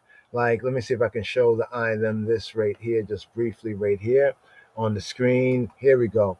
Right. This is Psalm 5 to chief musician, La Menatziach, Il 2 or 4 to Ha Nechilot. Here the KJV says up on. This is poor translation. That would have to be all, not il. There's il and there's all. Il is two, right? Like two in that sense, right? And all is up on. So here actually says il ha nechilot. Il ha nechilot. Upon the nechilot. What is the nechilot? So nechilot is the plural of nechila. Nechila. What is nechila? Now, many say the meaning is uncertain, right? But in the Midrash, we're going to kind of unpack that. And it's a very interesting connection with another word, right? That's from the same root, right? And they say it's found only here in the title of this psalm, right? Psalm 5, Mizmor He, right? Now, others say, right, that it's likely, probably like a flute. Some define it as flute, right? As flute, as wind instruments, right? More better as wind instruments, possibly on the flutes, right? Il ha nechilot, the nechilot, right? The flutes, in contrast to the string instruments, be a nigi note, the bingi note, the bingi note, the nigi note is like the harps, the string instruments that are mentioned in the heading, right? In the heading of the previous psalm, right? Psalm 4, right? The heading of Psalm 4, which it was themed an evening prayer. Psalm 4 is an evening prayer and relief. And here we have a dawning, a morning prayer. And here we have this particular word right here, the nechilot, right? Now, it's an interesting word, but we're going to break this down here from the Khalil. The word for Khalil is the proper word for flute.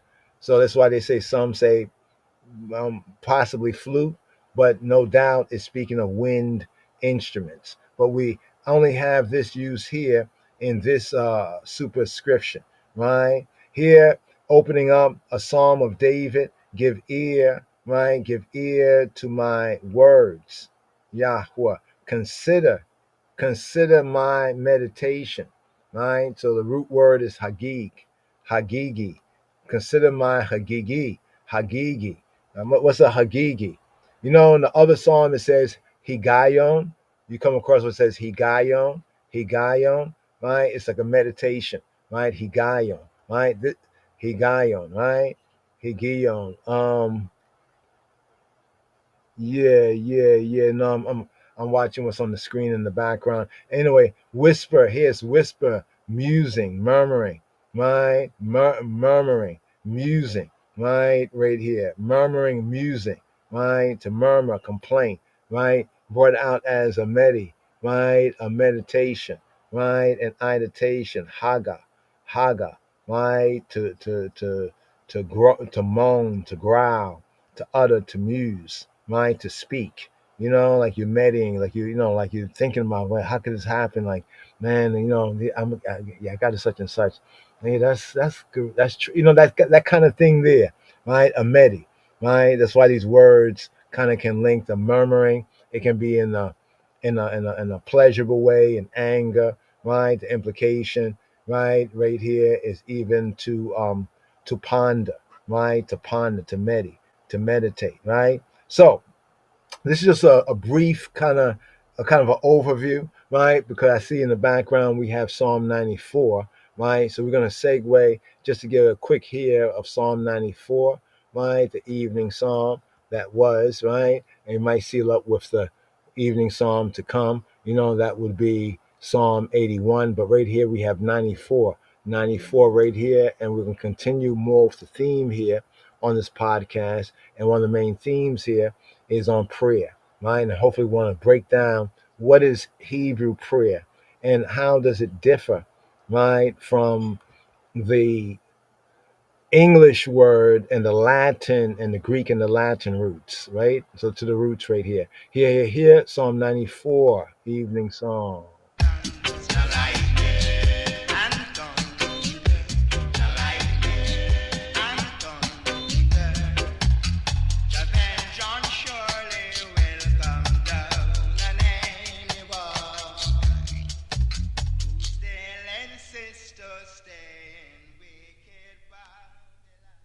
Psalm 94. מזמור צד ד'. O Lord God, to whom vengeance belongeth, vengeance belongeth, vengeance belongeth, vengeance belongeth. אל נקמות אדוני, אדוני, אדוני, אדוני. O God, to whom vengeance belongeth, show thyself, show thyself, show thyself, show thyself. אל נקמות הופיע, הופיע, הופיע, הופיע. Lift up thyself, thou judge of the earth, judge of the earth, judge of the earth. הנשא שופט הארץ, הארץ, הארץ, הארץ. Render a reward to the proud, to the proud, to the proud. השב גמול על גאים, על גאים, על גאים, על גאים. Lord, how long shall the wicked, shall the wicked, shall the wicked, shall the... עד מתי רשעים אדוני, אדוני, אדוני, אדוני. How long shall the wicked triumph, triumph, triumph? עד מתי רשעים יעלוזו, יעלוזו, יעלוזו, יעלוזו. How long shall they utter and speak hard things, hard things, hard things? יביעו ידברו עתק, עתק, עתק, עתק. And all the workers of iniquity boast themselves, boast themselves, boast themselves, boast themselves. יתאמרו כל פועלי אבי, אבי, אבי, אבי.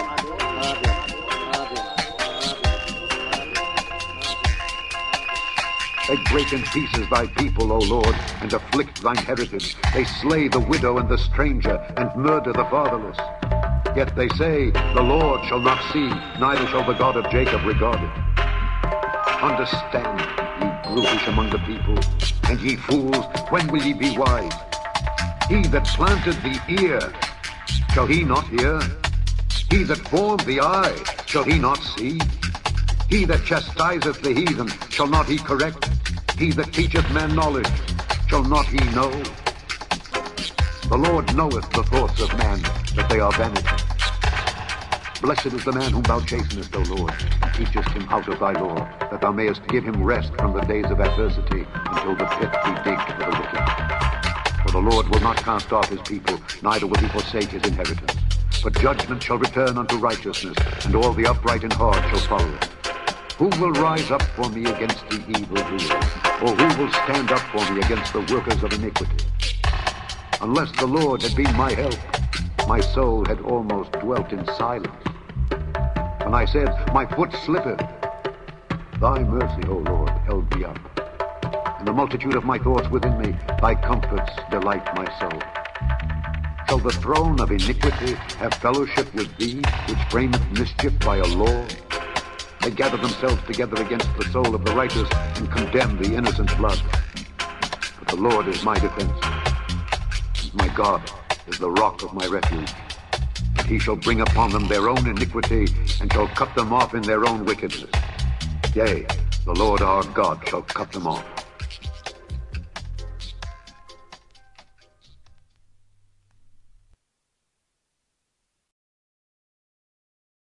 Yes, yes, yes, yes. So here. Let's segue quickly right here. Just to touch on the fourth. Here we're moving from the fourth day, middle of the week. They call Wednesday. Looking forward to new day right here. So here we have the fourth and the fifth readings right here. Deuteronomy chapter 14. Right. Pick up with verse 1 to verse 21. And then for the fifth reading for the day to come, we have Deuteronomy chapter 14, verse 22 to 29. So basically, we're going to go over this chapter right here and these two aliyahs, these two readings and feedings right here for this day of the Shabua right here. Here.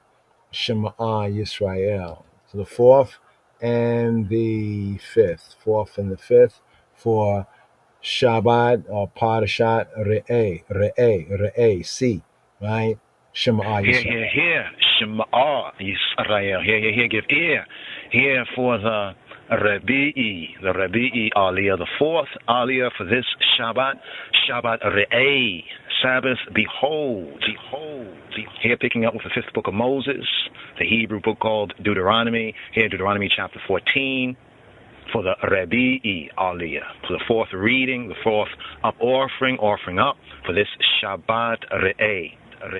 Banim atem la Yahuwah Eloheikem lo tita giddu lo tasimu arha bein ayaneikem lamet. Ye, y'all are the children of Yahweh Eloheikem, of Jehovah Yal Elohim. Banim atem la Yahuwah Eloheikem. Ye, y'all, shall not cut yourselves, lo tita giddu, nor make any baldness between your eyes for the dead. Lo ta simu arha bein ayinekem lamet. For thou art an holy people, a set apart people, la Yahweh Eloheka, to Jehovah the I Elohim. Yahweh, Jehovah, hath chosen thee, to be a peculiar treasure, the peculiar people to himself, above all the nations, the goyim, the nationalities that are upon the earthly plane. The dietary, the liberty laws, Torot, directions, instructions. Verse 3. Thou shalt not eat any abominable thing. These are the beasts which ye y'all shall eat, the ox, the sheep, and the goat, the hart and the roebuck, and the fallow deer, and the wild goat, and the pigarg, and the wild ox, and the chemois, and every beast that parteth the hoof, and cleaveth the cleft into two claws, and cheweth the cud among the beasts, that ye y'all shall eat. Nevertheless, these ye y'all shall not eat of them that chew the cud, or of them that divide the cloven hoof, as the camel, and the hare, and the coney. For they chew the cud, but divide not the hoof. Therefore, they are unclean to you. And the swine, because it divideth the hoof, yet cheweth not the cud, it is unclean to you. Ye, y'all shall not eat of their flesh, nor touch their dead carcass. These ye, y'all shall eat of all that are in the waters. All that have fins and scales shall ye eat. And whatsoever hath not fins and scales, ye, y'all may not eat. It is unclean to you. Of all clean birds, ye, y'all shall eat. But these are they, of which ye, y'all shall not eat: the eagle, and the ossifrage, and the osprey, and the glade, and the kite, and the vulture after his kind, and every raven after his kind, and the owl, and the nighthawk, and the cuckoo, and the hawk after his kind, the little owl, and the great owl, and the swan, and the pelican, and the gyre eagle, and the cormorant, and the stork, and the heron after her kind, and the lapwing, and the bat, and every creeping thing that flieth is unclean to you. They shall not be eaten. but of all clean fowls y'all may eat. Y'all shall not eat of anything that dieth of itself. Thou shalt give it to the stranger that is in thy gates, that he may eat it. Or thou mayest sell it to an alien, for thou art an holy people, a set apart people, la Yahuwah Eloheka, to Jehovah the I Elohim. Thou shalt not seize a kid in his mother's milk. And hear, Shema, give ear. Here for the Hamishi Aliyah, here for the fifth reading, the fifth Aliyah, the fifth offering up for this Shabbat Re'eh, Sabbath Behold. Here picking up with fifth book of Moses, Hebrew book called Deuteronomy chapter 14, here at verse 22. Aser et kol te buat zareka hayotzeya hasadeh shana. Thou shalt truly tithe all the increase of thy seed. Aser et kol te buata zareka. That the field bringeth forth year by year. Hayotzeya hasadeh shana. And thou shalt eat lifnei Yahuwah Eloheka, before Jehovah the I Elohim, in the place, the makom, which he shall choose to place Shemo, his name, there. The tithe of thy corn, and of thy wine, and of thine oil, and the firstlings of thy herds, and of thy flocks, that thou mayest learn to fear, to reverence, to respect Yahuwah Eloheka, Jehovah the I Elohim, always. And if the way be too long for thee, so that thou art not able to carry it, or if the place be too far from thee, which Yahweh Eloheka, Jehovah the I Elohim, shall choose to set Shemo, his name, there, when Yahweh Eloheka, Jehovah the I Elohim, hath blessed thee, then shalt thou turn it into money, and bind up the money in thine hand, and shalt go to the place, the makom, which Yahuwah Eloheka, Jehovah the I Elohim, shall choose. And thou shalt bestow that money for whatsoever thy soul lusteth after, for oxen, or for sheep, or for wine, or for strong drink, or for whatsoever thy soul, thy nefesh, thy psyche desireth. And thou shalt eat there, lifnei Yahuwah Eloheka, before Jehovah the I Elohim. And thou shalt rejoice, thou and thine household, and Halewi, and the Levite that is within thy gates. Thou shalt not forsake him, for he hath no part nor inheritance with thee. At the end of 3 years, thou shalt bring forth all the tithe of thine increase the same year, and shalt lay it up within thy gates. And Halewi, the Levite, because he hath no part nor inheritance with thee, and the stranger, and the fatherless, and the widow, which are within thy gates, shall come and shall eat and be satisfied, that Yahuwah Eloheka, Jehovah the I Elohim, may bless thee in all the work of thine hand, thine yad, which thou doest.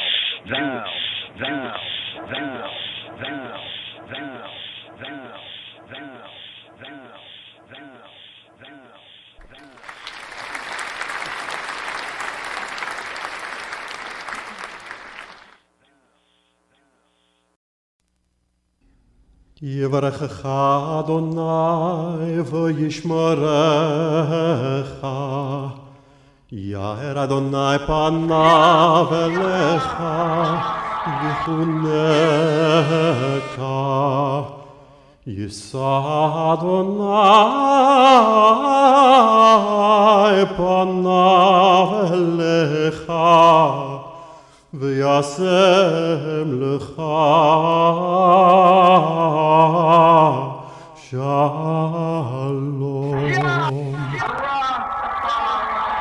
Yes, the priestly chant of the priestly blessing right there from Numbers chapter 6. Right, yeah, so right here, very interesting Torah reading and feeding right here. This Torah reading and feeding. And here concerning the tithe, like to get into the tithe. What are the various different tithes? Right? Are all the tithes the same tithe? Right? So what is the tithe? The tithe, the tenth part. But we hear a lot about the tithe right here, and some very interesting things that we read right here. In fact, on the tithe, that we didn't do what we usually would do. We usually would go over to, the notes over there. But let's just zoom in right here. Let's say right here. Let's see. It begins off at verse 22. Verse 22 right here. Just a zoom in, just take this as a Rhema word, a right now word. You just heard that right there. And then here we add Deuteronomy chapter 14. So here, Deuteronomy chapter 14. Now, some of these items have been already spoken of, right, in the earlier scrolls, right, and previously, right, some of these items here, right. But this is, once again, Deuteronomy is a repetition of the law, Deuteronomos, right, from the Hebrew Mishnah HaTorah, repetition of the law to this new generation of Israelites, the children, right, of the ones who Yahweh brought out, right?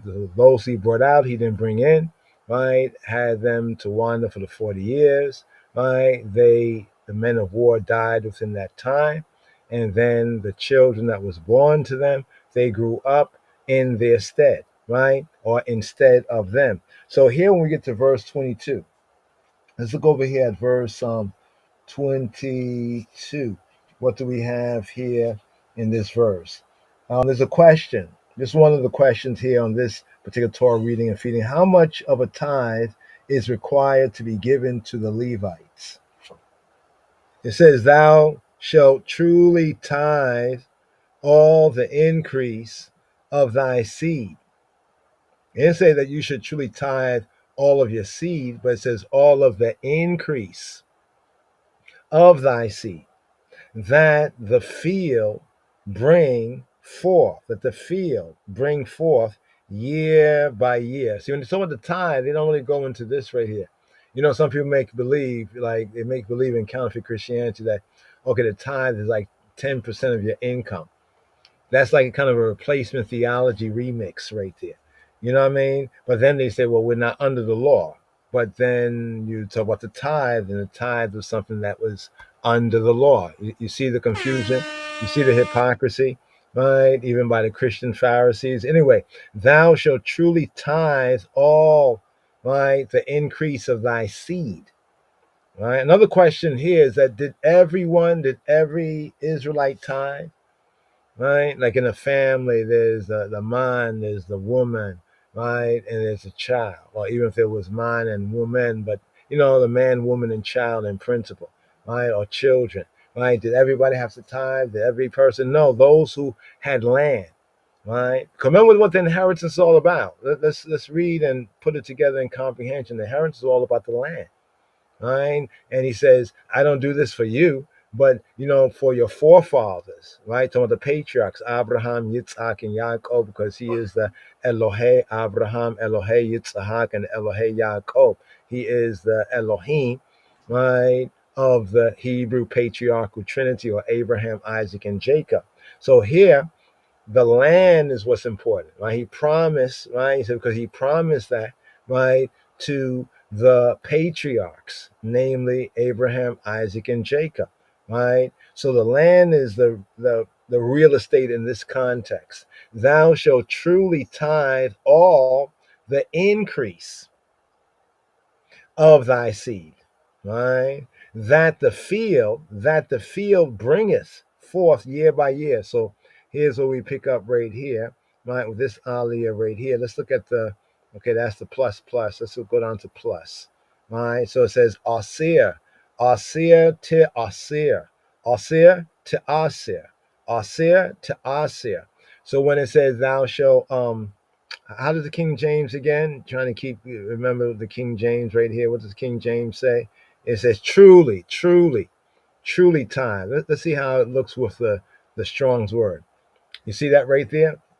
So the word truth in Hebrew is emet. Is it emet? No, it's asa.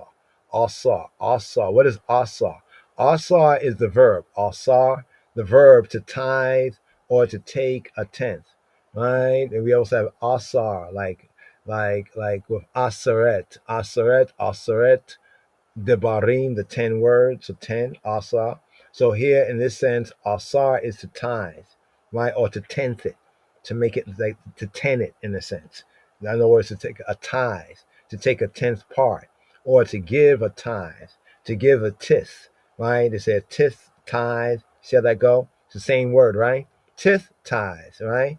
Give a tithe, take a tithe, right? The kal, the basic word, asar, right? To tithe in the PL sense, to give a tithe or to give a tithe, to give a tenth. The He-Phil sense is to take a tenth, right? So see how the different construct of the build and according to the vowel sounds brings out whether it's a give or a take. You see why vowels are important, right? To accumulate, another sense of it, to accumulate or to tithe. So we have ashar, right? Ashar is the verb to become rich. Ashar, right? Related to the ashar. Then we have Eser and Asara. This is the word for 10 as a number. The Eser, Eseret, Hadebarim, and Asar or Asara, right? 10, right? So what's really being said here is not truly tithe, it's Asir to Asir, right? Asir, tithing or tenthing to Asir. Asir, tenthing or tithing to Asir, speaking to a male. So what's interesting about this right here, when we look at this in the Ivri, in the Yehudit, here the Asir, here to Asir, right? This one right here. So one, it's almost like saying you will you will you will tithing, you will tithing, you male will tithe. So what's interesting about this right here is speaking to call Yisrael right here all as one corporate man, right? As one man.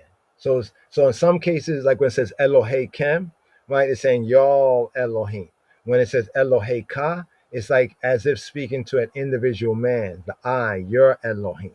So there are cases where all of Yisrael, when we look at the Yehudit, the language, is being spoken to as one man. And this brings out the new covenant sense, right? That we are members of one body and Moshiach is our head. Right? So Asir to Asir. Asir to Asir. Asir to Asir ret kol tibuat. Et, what will you, the et here is the verb object marker, right? The et, the aleph tav, right? The aleph tav, or some say the alpha and the tav, right? The aleph tav. So et, what will you tithe a tithe? In other words, you will tenth, tithing or tenthing, you will tenth. That means you're going to really tenth in that sense, but it's actually not the word true or truly. Asir to asir ret call. All, call, mind, all, the whole thing, mind, tibuat. So what is the tibua? Tibua is the produce, tibua.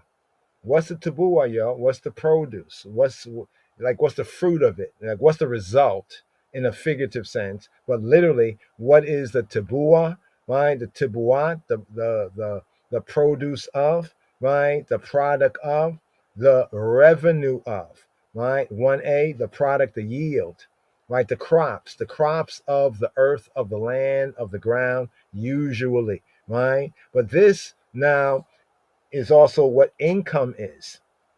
You see, there's a difference between making income properly in language and a wage.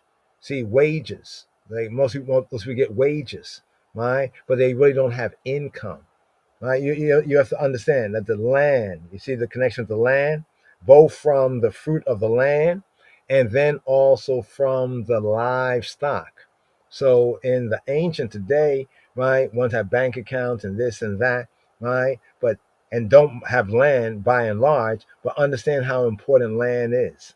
And the land is important for your stock or your livestock, right? And this is where scripturally and properly speaking in context of language, even in English, but they already fool people, so people are already fooled, right? But when we start to study this, we say, wait, income is not wage. That's why we ask the question of who should tithe. Who are the ones to tithe, right? In the community, who are the? It's those who had land, right? And because those who had land and therefore having livestock, because land and livestock kind of go together. You know what I mean? In creation, in reality, right? So the income is the revenue, right? So you have this land, right? You put seed in the ground, and then the crops grow. A tenth of that, right? You have animals, and from this season to that season, more animals are produced, and therefore there is that tithe. So it's the gain. This can be used in a figurative sense. The tibua can be in a figurative sense of the fruit. Like, what is the fruit of all you know, right? Wisdom, this is the gain, right? Then we have the fruit of the lips, or the product, the produce, the tibua of the lips, the fruit of the lips, right? So this is a noun feminine. Here Strong's break it down as income, the produce, right? Literally, or figuratively, or we can say literally and figuratively, the fruit, the gain, the increase, the revenue. So everyone did not tithe, right? Because everyone did not have land to go in or enter into, or have that which they put the seed into and the fruit came out of. Those who were farmers, those who were like shepherds and cow herds and cattle herds, right? They are the primary ones being spoken of here. Now, this doesn't mean that ones could not give a gift. One could give a gift to Yahweh, to the priest. One could give an offering. Of course, of course. But the tithe, we're talking about tithe now, right? So, because there were many people in Israel who were wage earners, right? They worked for somebody, or they worked on somebody's, land, right? And that one who owned the land, right, gave them a wage or paid them for their service, right? So whatever they got paid from their service, they were not obliged according to Torah to say, oh, I now have to give a tenth of this. Because if that is so, then show us in Torah. They can't, right? So notice when the churches talk about, they talk two things, right? They say, well, there's no more law, as though they're lawless, right? But then they say we're not done with the Old Testament. We talk about, look, you see the clean foods and unclean food. They'll twist up the verse where Yeshua and his disciples were accused of violating Torah because they were eating without washing their hands. The whole scene is not about eating unclean food. It was eating without washing their hands, right? You know what I mean? And they twist it and say, well, he says, therefore he called all things clean. No, he said that when you eat, right, you eat, it goes in, right, goes to the belly, and then it goes out. When it goes out into the draught. And that's what purifies all foods. Because you know what happens? To show science, even science backs this up today. If people eat food and yet they don't do the other thing, right? Put it in the draught, you know what I mean? You know what I mean? Or we say the toilet, or they, you know what I mean, exit it, then that's sickness. That's what happens, that they even say right now, health condition, most of the illnesses are caused in the belly, right? Or related to the belly. So what Yeshua was saying was something very, as they would say today, holistic, but people don't get it, right? Because, ones have been deceived. You know what I'm saying? So I just want to point that out right there, that because people say, oh, he said that we can eat anything. Really? Where did he say that? It says, those things that God created to be eaten by those who have knowledge, right? They give thanks, those who understand what the truth is, right, of the matter. So that whole scene, when they try to throw that scene at you, oh, he said, and the scene about what he said about, how it's purged. It's purged because the belly, right, taking, the body taken from food, that which you can use, and then the garbage part it pushing it out of the body is how the body purges it. That's what he's talking about. Right? You know what I mean? He's nothing in the whole scene. They were eating what corn? They was passing through the corn. They was eating corn. They was not eating pork chops or something like. And people, if one to one listen to this and you do that, we're telling you what thus saith. You know what I mean? And also showing you the holistic reason for it. Not saying that if you don't eat that, and you eat everything strictly according to what's said here, that doesn't make you holy as to spirit, right? But that does make the body according to what he says is for the holy people to be set apart. Because man is a tripartite being, spirit, soul, and body, right? So the body does matter, right? That's why it says, we can find that in the New Testament speaking about the body, right? But here it says, it's called tebuat zareka, right? All the produce of your seed. Right? And here it's not of your seeds, it's of your seed. It says of your seed, singular, not speaking of many, but speaking of one. You know how they try to run that one there, you know what I mean? And confuse the people even more so, right? Right? As though like Yisrael is not in the, still in existence. It's not still part of, Yahweh's word. You know what I mean? Even after the fullness of the church age. Here it says, call a tibuata zareka, right? Hotse, that which comes forward, right? Ha-sada, of the sada, right? So we have the sada. The sada is the field in the sense of cultivated land, right? Cultivated land, right? The context here, right? It says shana, shana, shana, shana. So the shana, shana, right, is year by year. Now, why does it say this here, right, with this concerning tithes? Let me just touch on this briefly. We want to return to this and go through this a little bit more, right? But just to give one the overview, right? Because it's interesting because the latter-day so-called Christian churches, many of them talk a lot about tithe. Sow a seed, sow a seed. You see you see how they're taking it so-called metaphysically, sow a seed, but where you sowing the seed? In the church? So wait, the church is the field? Is the church the field? The master, Jesus of Nazareth, Jesus Christ, Yeshua HaNotri. What does he say? What does he say? He said the field is the world. Uh-oh. Uh-oh. Oh, that means that a lot of those churches that teach that, they basically are worldly churches. Come out of her. They would do better if they didn't throw the law, the Torah away and misunderstand, what has been done away with, right? But it says, thou shalt truly tithe, right? All the increase of thy seed, the increase of the seed, right? That the field, in other words, you take the seed, you put the seed in the ground, something grow from it, right? And much might grow from that, and it's a tenth of that, right? So from everything that's grown from the seed, you take a tenth, right? The tenth of that which comes out the field, right? Year by year. Notice they say week by week that whenever you get paid, then you owe, a tenth of it to God, right? But then is it going into the barns? Right? Does anybody ever talk about the barns? They like to talk about Malachi. You have robbed me, right? But what about the barns? Where are the barns? The church is the barn. So we should be able to find some of that in the church somewhere, right? When we need it, right? The people are hungry. But anyway, here, let's look at this just briefly right here on the tithe, just to understand the tithe. The question was, how much of a tithe is required to be given to Levites? Check this out, right? Check this out right here. A tenth part. Note, however, that after harvesting, 1/50th of the yield, right, was separated for the Kohen, right? There's such a thing called the heave offering or the teruma, right? The teruma. After this, a tenth was given to the Levite. This is called the Ma'aser Rishon. What is the Ma'aser? Ma'aser Rishon? Ma'aser Rishon? The Ma'aser Rishon is the first time.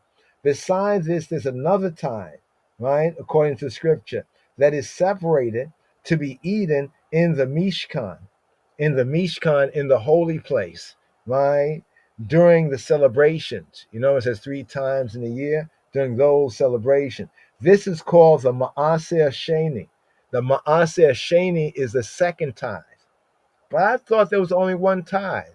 Well, those who are lawless is not going to tell you what the law says, right? But here, according to the law, it says, note that during the 3rd and the 6th years of the Shemitah cycle. Do they tell you about the Shemitah cycle? What is the Shemitah cycle? Right? That's the 6 to 7 year cycle, the 7-year cycle, the 6 to 7 year cycle, right? The Shemitah, right? The second tithe is given to the poor among us. How do we know this? Well, we know this right here from verse, here we go, 28. At the end of 3 years. I thought it's like, well, I get paid every 2 weeks, right? Well, you owe a tithe, right, when you get paid, right? Oh, because in the Bible, okay, but we free of the law. Oh, that means you could be lawless and tell me to give it to you every week. But the Torah says right here at the end of 3 years. Gotcha. At the end of 3 years, thou shalt bring forth all the tithe. That's what they said, bring it forth whenever you come to church. So that means the Israelites were basically going to the holy place, the tabernacle or the temple, right, in the times to worship, every Shabbat or even in the holy seasons as well. And they had to bring tithe. They didn't have to bring no tithe. Yeah, they could bring gifts, offerings, sacrifice, whatever they could bring free will offering, or if there was sin offering or other kind of offering. But here it says at the end, let me highlight this here, at the end of 3 years. You see what I'm saying? This means that when we're studying this and we see these here, we hear this, but we have to put it together. When we put it together, then we begin to see what we're sharing right here. Once again, the first tithe, right? First of all, 1/50th of the yield was separated for the priest, the Kohen. In the scripture, we have what is called the teruma. The teruma. In fact, there's a Torah portion, teruma, right? The up offering, teruma, right? And then after that, right, a tenth was given to the Levite, right? And that first one, the first tithe, was called the Maaser Rishon, right? And beside that, there was another tenth, another tithe that is separated to be eaten in the Mishkan, in the holy place during the celebrations, like the 3 times in a year, especially during the season that is coming up, the tabernacle season. Check right there, right, during the tabernacle season. So that's why they say, Jews or Yehudi, they don't just give a tithe, right? I've heard some people say they don't give a tithe. I heard they give 22.5%. Well, if one want to give more, they can give more. But basically, you see the second tithe, so there's 1/10, and there's another tenth. There's the first one, the first tithe, the Maaser Rishon, and then there is the second tithe, the Maaser Sheni, the second tithe.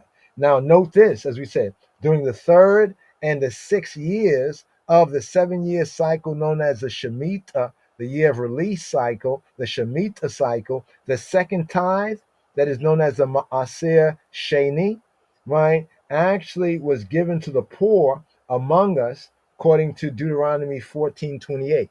Because it says, at the end of what? At the end of 3 years, thou shalt bring forth all the tithe of thine increase the same year, and shall lay it up. Look at that, look at that. Did they tell us? So we make the tithe, we don't bring it to the church. We lay it up in our gates. Wow.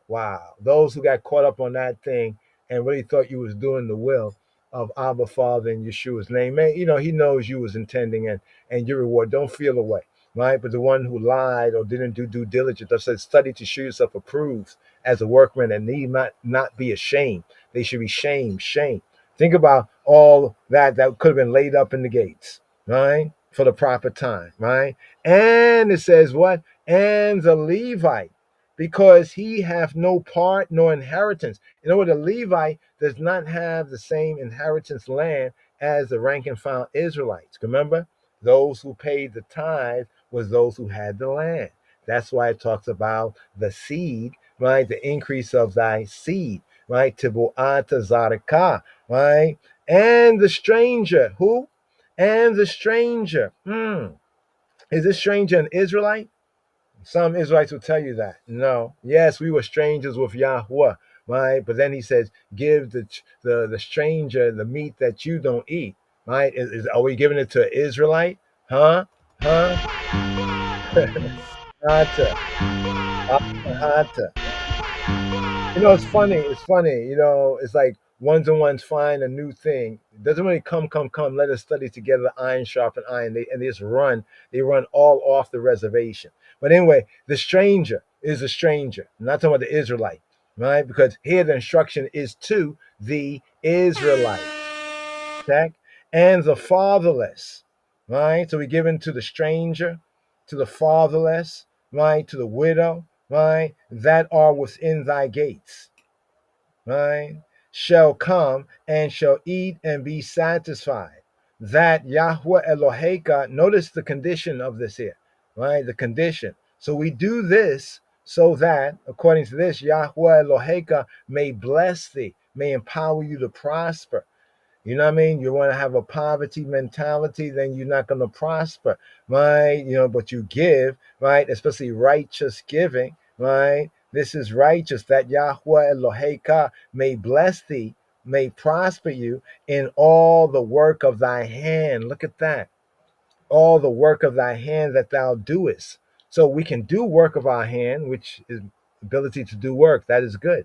But here in the covenant speaking, if we are, what is it, niggardly, right, or stingy, or we do not give, right, righteously, right, and we say, Lord, bless me, he blessed me, that's just hypocritical talk, right? Because notice right here. So there is this connection of doing for others in that sense, and Yahweh will do for you and will even bless the work. I've been working hard with my hand, can't get a blessing. Search this out, if you will. But let's go on right here, just to bring this out. So the second tithe was given to the poor. The Ma'aseh Sheni gives this is called the Ma'aseh Ani, the Ma'aseh Oni, the poor tithe, the tithe of the poor.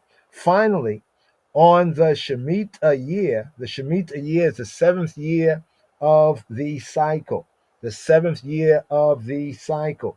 None of the tithing Torah, none of the tithing laws, direction, instruction are applicable during that year, right? That year is as like a Shabbat, right? This implies that we should donate what we learned from studying even the tithe and how it is ordered. And there's a little more detail, but we'll get into that as we move forward. What we learned from this is that we should donate or righteously, right choice, righteously donate or give 1/5, a fifth, right? This is pleading the fifth, right? A fifth of our resources to fulfill the mitzvah, the command, the mitzvah. What is the mitzvah? The mitzvah of charity, and in the Hebrew, charity is known as tzedakah.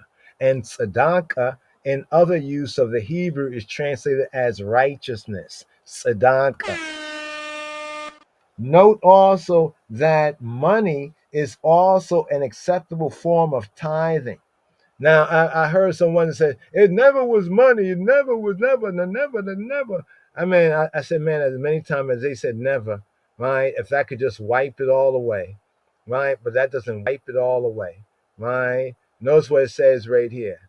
Notice what it says right here. I think you even said it earlier up there, right? Let's scroll up here, right? Right, here we go. Well, let's take it from right here. It says, let's do this. And if the way, this is the reason why sometimes, instead of bringing all the cattle, bringing all the what you call the cattle, the grain and everything a long distance, and you got your family, and you got the Levite, the stranger, the widow, and then you're gonna be bringing all, because you might have been very blessed and had a lot stored up in your gates. You know what I'm saying? So, and the way is long. It's a long trot. Got little children too. What you're gonna do? Carry the big weight, or you're gonna put it on the wagon and let the children and woman walk. So you have to decide. So Yahweh already knew we might have to make this decision. So he basically green lights it and says, and if the way be too long for thee, right, so that thou art not able to carry it. You see, earlier we were talking about the synagogue, right, and the local Moedim, right, after the return from the Babylonian captivity, the Judahite return during Ezra and Nehemiah, and how they had local areas where they can study and worship, right, and then still go up to Jerusalem during the 3 times in the year. Why? Because for some people where they lived, the way was too long, right? And it was hard to carry all of that, right? And or if the place be too far from thee, right? Just a long tride, right? That Yahweh Eloheka shall choose. Remember, at this time, the choice of Jerusalem, right, overtly was not made. And the choice of Zion and Jerusalem was not made, especially Jerusalem, since they both are, basically, Zion would be in the district we can call Jerusalem, right? The city of peace, right? The Zion that's not in Jerusalem is not Zion, right? It's not good, not good. It's not in peace with God and peace with man, right? That Yahweh Eloheka shall choose, right, to set his name there. So he had not Shemo Sham yet. He didn't do the Shemo. Shemo, his name Sham there. He didn't set his name there. When Yahweh, right, Eloheka, thine, speaking to all of Israel as one man, thine as his son, Yahweh Eloheka have blessed thee. So he has blessed you. You got a lot of crops over them years. You've been stacking up. And now you say family and the stranger, the Levite, the widow, the orphan. Okay, we all going to Jerusalem. Yay. And we have a lot of animals that have been tithed away, so to speak, and a lot of corn and grain. And, how are you going to carry that? It's a rocky, rocky road, right? So Yahweh said, then, then shalt thou turn it into money. I thought some people some of the ones that have been talking against what the prosperity pimps and bastards have been doing, right? Lying to the people and lying in Yahweh's name, right? Or in Jesus' name, right? Yes, they've been going after money, money, money, money, money, right? And that's why they don't go to the law, because they go to the law, people say, wait, hold on for a moment. This is crops from the ground. This is talking about crops, and it's talking about their land, right? Now, if I'm living in the projects, I don't got no land. How am I going to go to the store? It didn't say go to the store and buy something and pretend like a hypocrite that it came from the ground.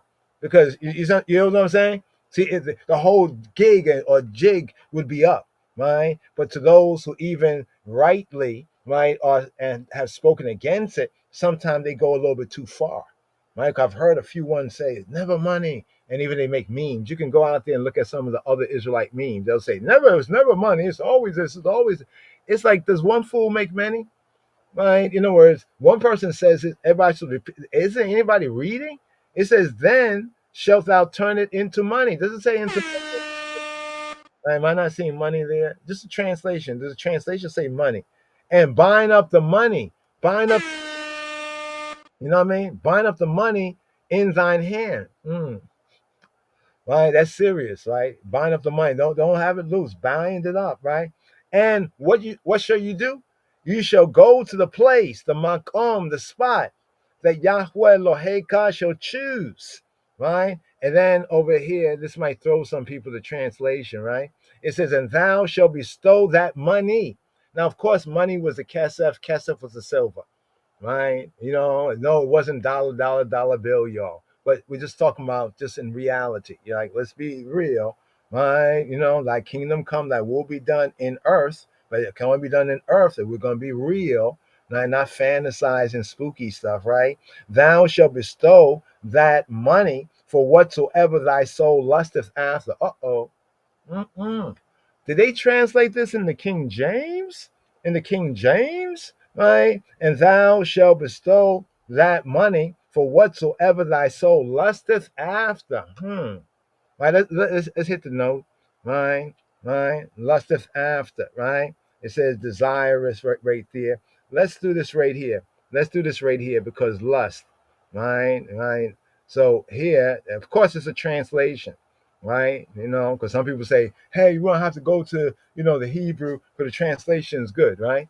And then they'll say, well, lust is always bad instead of teaching. Right? Instead of teaching, right? It says, don't lust after your neighbor's wife. Shouldn't you desire your own wife? Right? Shouldn't you? Awa, Ava, Ava, look, awa mean to desire, right? To incline, right? Incline, to covet, right? To wait longingly. I don't want to wait. Yeah. And wish, to sigh, to want, to be greedy, right? To prefer, even to prefer, it's awa, right? In the sense of bringing on the PL sense, to desire. You desire, you really desire something, man. I really want some of that.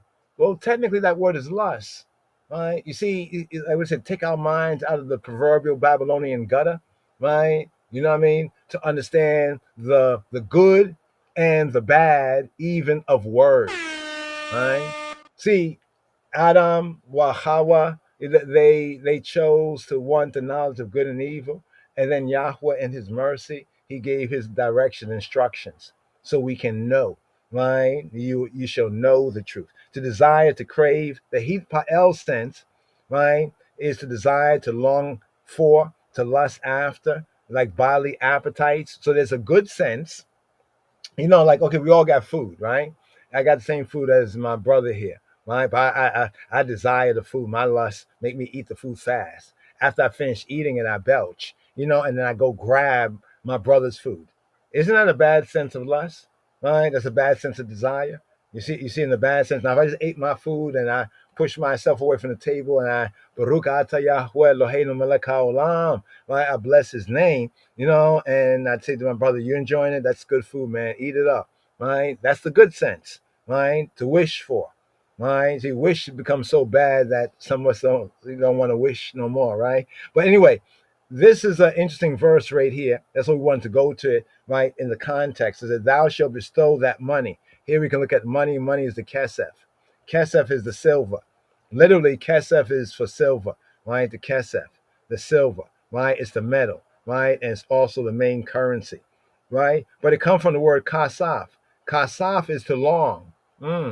Kasaf is to long, to yearn for, to long after, right? To long for deeply, right? To long for, right? Or in the sense of to pale, right? That is to pine, right? To pine. It can't have a sense of fear, but the point of it, just to connect it with the root of the word kesef, right? From silver, because silver has a pale color by comparison to other metals like gold and brass. You ever see silver compared to gold and brass? Well, the tone of the silver, it pales by comparison. The implication here is money, right? For whatsoever thy soul, right, lusteth or after, right? For oxen, right? For sheep. You ever went someplace and there's food to eat and you've been traveling. You ever travel someplace, to family or whatever, there could be some good food there. I mean, you're lusting for some food. You know what I mean? You're desiring, strongly desiring. I know people want to try to blot that word out, but notice it's here in the translation. Deal with it, right? For oxen or for sheep, right? Or for wine, or for strong drink, or for whatever thy soul, right? Thy soul, right? Give her what she desire, whatever thy soul desireth. Notice over here is sha'al and sha'el. What is sha'al? Sha'el is to ask for. Like sometimes you're like, man, you know what I really want to eat right now? And it's like your soul is saying, eat this, is desiring this. And it says, and thou shalt eat there lifnei Yahweh Eloheka, right? And thou shalt rejoice, thou and thine household. So we see that this next tithe right here, right? That this right here, which is brought forward, is brought forward. This is a tithe that you put up, right? Right? You put away, and then you spend it on your family. That's in your family circle, right? When has the church, not the church, I won't say the church, but counterfeit, right? The counterfeit ones amongst the true ones taught this, right? When have they taught this, right? When they talk about tithes, right? You have robbed the Lord, da, da, da, da, da, da, da, right? But I think we're free of, right? We're free of the law, right? So you just want to take, notice how they just take the tithe out of they pick and choose. Okay, let's take the tithe out of here. And notice that the tithe is in the very same chapter as the kashrut, the clean and unclean foods. You notice that? You notice that right there. It's in the very same chapter, right? And then it gives us the warning here, and the Levite that is within thy gates. So here it gives us the idea that ones and ones who had a piece of land and had gates should make room for a Levite, right? That was one way, right, that one should have access to the word of God, right? If it's a Levite that's really on their duty, right? Thou shalt not forsake him, right? Don't forsake him, for he hath no part nor inheritance with thee. Now think about this in the real context. That the Levite only has Yahweh. He only has Yahweh, the word, the way, his will, the scripture, the scrolls. You know what I'm saying? That's all he has. Right? You know what I mean? Not like the Israelite that has inheritance land that's passed on from generation to generation, crops, cattle, all of that. Right? So you forget about the Levite. Right? You know, and in a sense, that's how ones would be cursed with a curse also. At the end of 3 years, so it tells us when this thing will be done. Notice that. Notice it tells us when this thing. So it's not like every year we do this, right? Because even if we take a tenth, sometimes we have much crop, sometimes many cattle or sheep would multiply, sometimes not. But at the end of 3 years, so notice the 3 years, the Trinity of years cycle, right? Thou shalt bring forth all the tithes of thy increase to Buat, right? Right, right, of thine increase, the tithes of thine increase. There we go, right there. There we go. The tabuah, right? The produce, the revenue, right? The tabuah, the income, right? What comes in from the land and what comes in from the increase of cattle. Although here it's speaking strictly about the land, right? Elsewhere it will speak about the cattle, right? And the livestock. And the Levite, because he have no part nor inheritance with thee. Notice how he keeps reminding the Israelite that the Levite, remember the Levite. The Levite is different than the other Israelites. In fact, the Levite is not even in the number of the 12, which tells us that there were 13 tribes, right? Right, but the Levite is with Yah, right? You know, his inheritance with Yah, so he's not accounted in the number. And the stranger and the fatherless and the widow that are within thy gates. So think about this here. This instruction, who is it speaking to? Is speaking to a male, is speaking to the mandem to whom more is given, and is speaking particularly to the men who have land, right? The men who have inheritance land, right? Because if you don't have any cattle and if you don't have any land, how in the world are you going to give tithes according to the mitzvah, right? Or the mitzvah according to the commandment here? You see what I'm saying? Right? See, this is the context that needs to be taught, right? They shall come, right? So when one went up, one can be like, yeah, you know, I'm ready to go up. This is the third year. I'm going up by myself and I'm going to just enjoy all by myself. All right. No, it says, and the stranger, don't forget the Levite, right? The stranger and the fatherless, right? And the widow, right, that are in your gates, right, that are on your property, your compound, your gates, your estates, you know, right, shall come. They shall come. So when you're ready, like, I'm ready to go. And they're like, wait, are we coming too? Right? And like, no, no, no, no, no, you can't come. You're violating the command, right? And shall eat. They shall eat, right? They shall eat that which the tithe that you stored up for those 3 years. They shall eat and be satisfied. It's not like, oh, I'll give you a little something. No, they're going to eat till satisfaction, right? So that what? So that Yahweh Eloheka may bless thee in all the work. Remember this Torah portion is re. Before thee I set a what? Right? A baraka and a kalala, a blessing and a curse. And this is a consequence based on our action or inaction, right? That Yahweh Eloheka may bless thee in all the work of thy hand, of thy yad, right? All the work of thy yad, of thy hand that thou doest.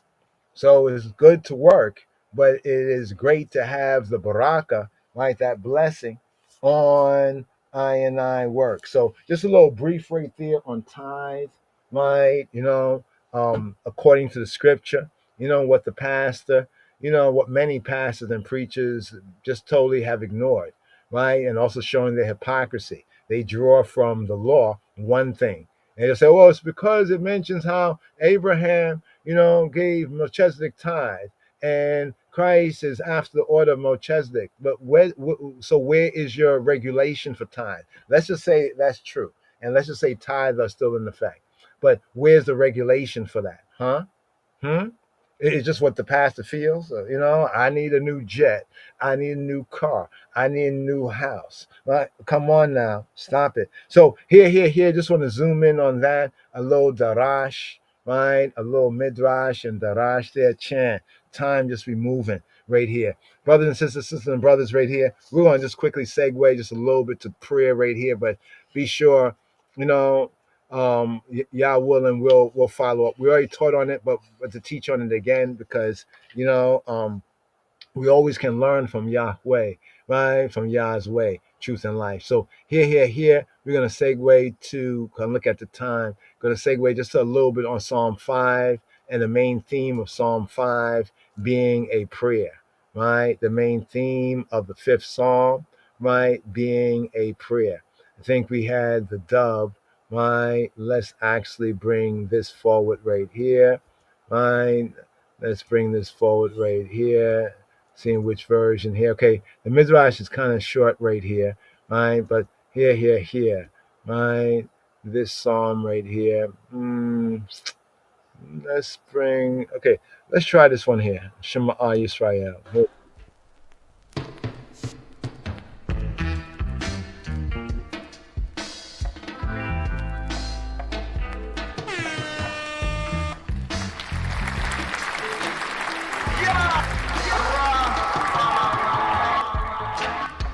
Psalm 5. מזמור למנצח אל הנחילות מזמור לדוד.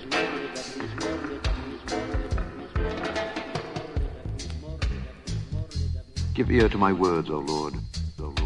אמרי האזינה אדוני, אדוני, אדוני, אדוני, אדוני. Consider my meditation. בינה הגידי. Hearken unto the voice of my cry, my King and my God. מלכי ואלוהי, ואלוהי, ואלוהי, ואלוהי. For unto thee will I pray. כי אליך אתפלל, אתפלל, אתפלל, אתפלל, אתפלל. My voice shalt thou hear in the morning, O Lord. In the morning will I direct my prayer unto thee, and will look up. For thou art not a God that hath pleasure in wickedness, neither shall evil dwell with thee. The foolish shall not stand in thy sight. Thou hatest all workers of iniquity. Thou shalt destroy them that speak leasing. The Lord will abhor the bloody and deceitful man. But as for me, I will come into thy house in the multitude of thy mercy, and in thy fear will I worship toward thy holy temple. Lead me, O Lord, in thy righteousness because of mine enemies. Make thy way straight before my face. For there is no faithfulness in their mouth. Their inward part is very wickedness. Their throat is an open sepulchre. They flatter with their tongue. Destroy thou them, O God. Let them fall by their own counsels. Cast them out in the multitude of their transgressions, for they have rebelled against thee. But let all those that put their trust in thee rejoice. Let them ever shout for joy, because thou defendest them. Let them also that love thy name be joyful in thee. For thou, Lord, wilt bless the righteous.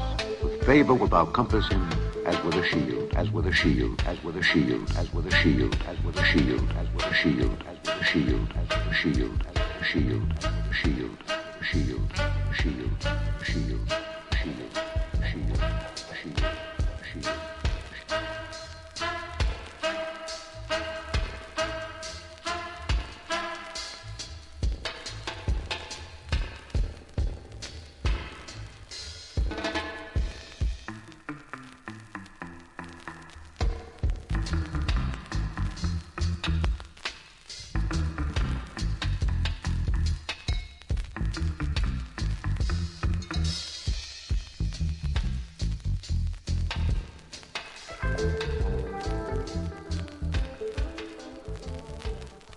Lion of Judah Society.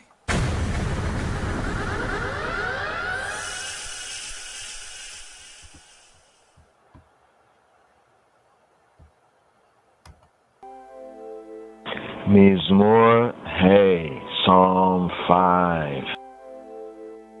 Mizmor Hey, Psalm 5.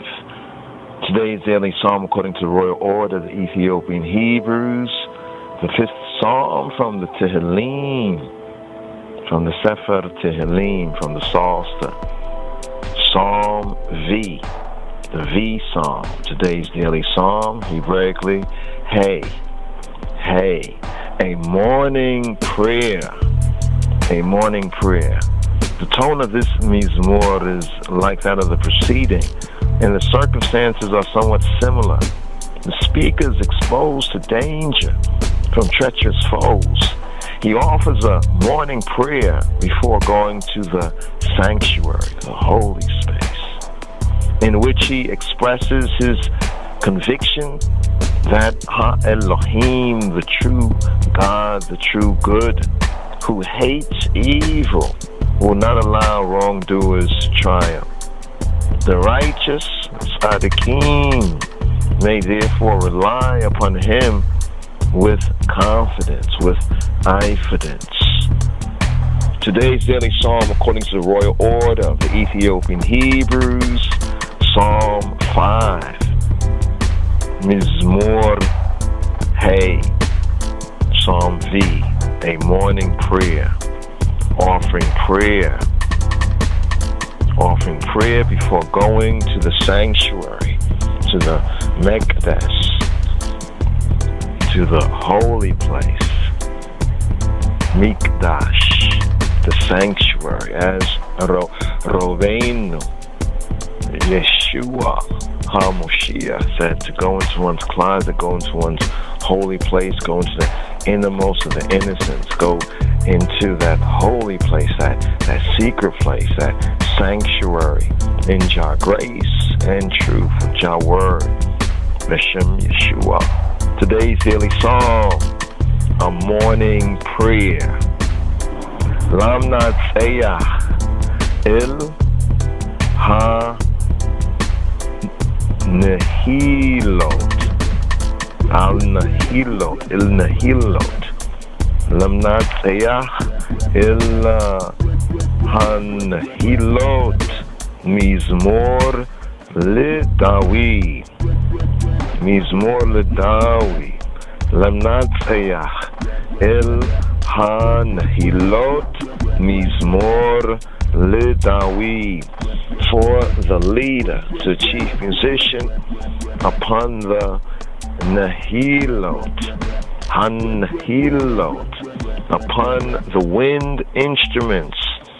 Some say possibly flutes, in contrast to the string instruments mentioned in the heading of Psalm, the previous preceding Psalm, Psalm IV, Psalm 4. The superscription has stringed instruments, strings instruments, benigi note, the benigi note, or upon the nigi note in Psalm Dalet, Psalm IV, an evening prayer and relief, the previous psalm. But today's daily psalm, according to the royal order of the Ethiopian Hebrews, Mizmor Hey, the 5th psalm, Lam Natseyah El Ha Nehilot Mizmor LeDavid.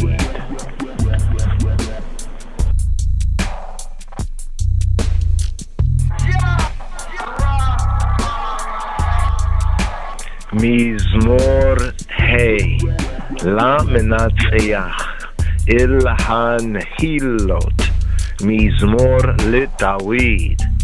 Emai Ha'azina Yahuwah, Bina Hagigi, Ha'ashra, Likol Shari, Malkia Welohai, Kia Eleka, Eta Palal.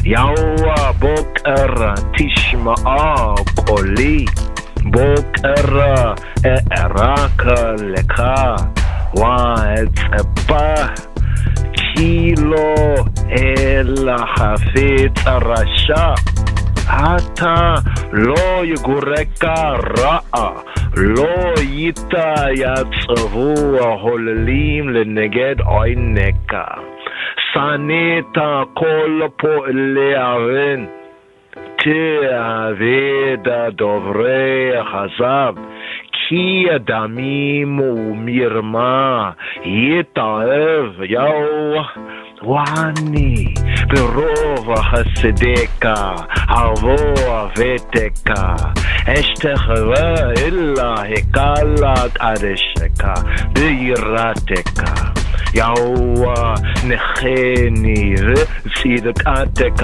لما أنا شوراي خوشار لباناي داركك كينا بفيه نخونا كربام هوتك أبر بطوح قرونام لشونام يا خليكون هاشميم إلهيم يبلو ميا مو صوتهم بروفا بيشيهم هادي خيمو كي مروباخ يسمخوا خلا خطيرك לעולם ירננו ותעשיק עלימו ויעל צורק אוהב שמך כי אתה תברק צדיק יהוה כצעינה רצון אתה אתערנו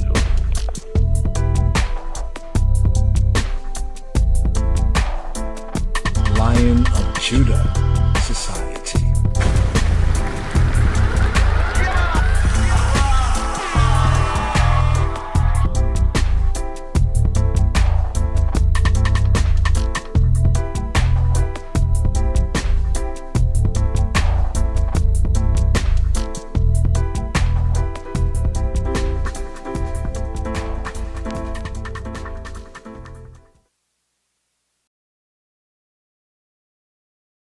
Yes. Morning prayer. Just a little bit here on prayer.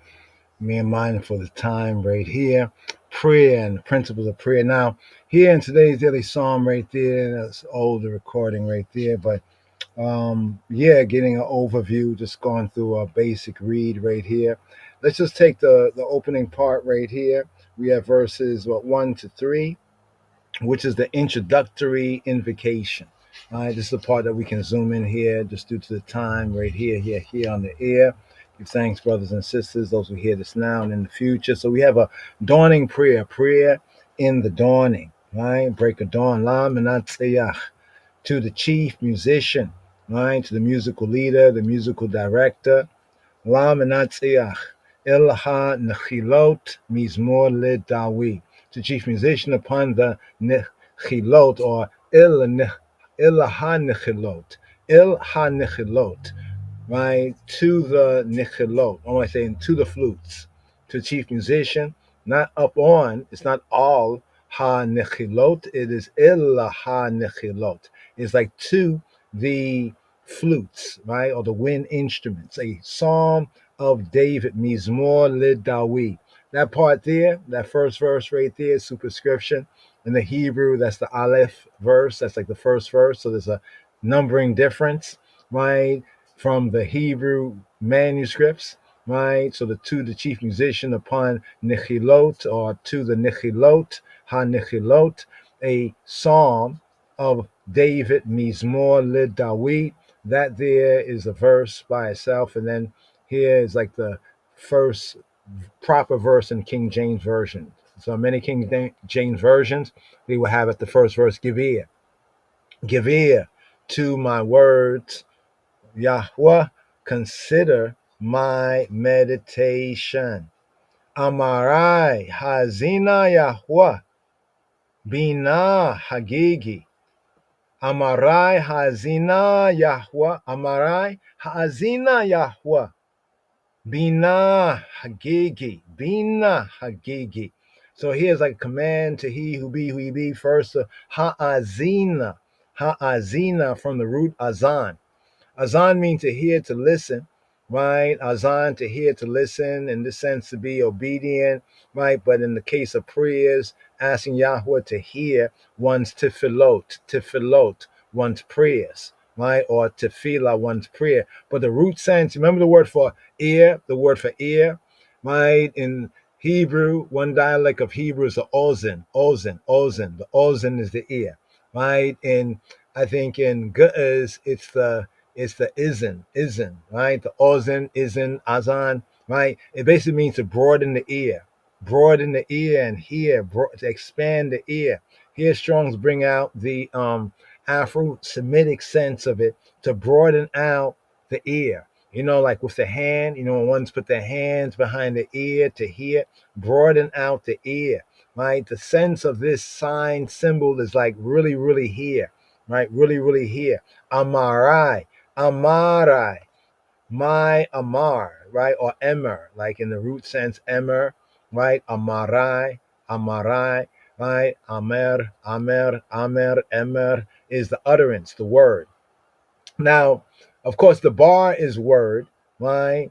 This here is brought out as almost like my sayings, like what I'm saying, right? Amarai, my saying. Ha'azina, brought out the ear. Yahweh, oh he who be. Bina, right? Bina, consider being, right? Bean, right? Yo, I keep it a bean, right? We're saying to Yahweh, Bina, Hagigi. Bina, consider, or in the sense of being, getting to the root here, to discern. This is the verb, right? Bina. So saying Bina is like a command, right? It's like command, do this, like discern this, discern, Bina, right? Bina Hagigi. Discern my Hagig.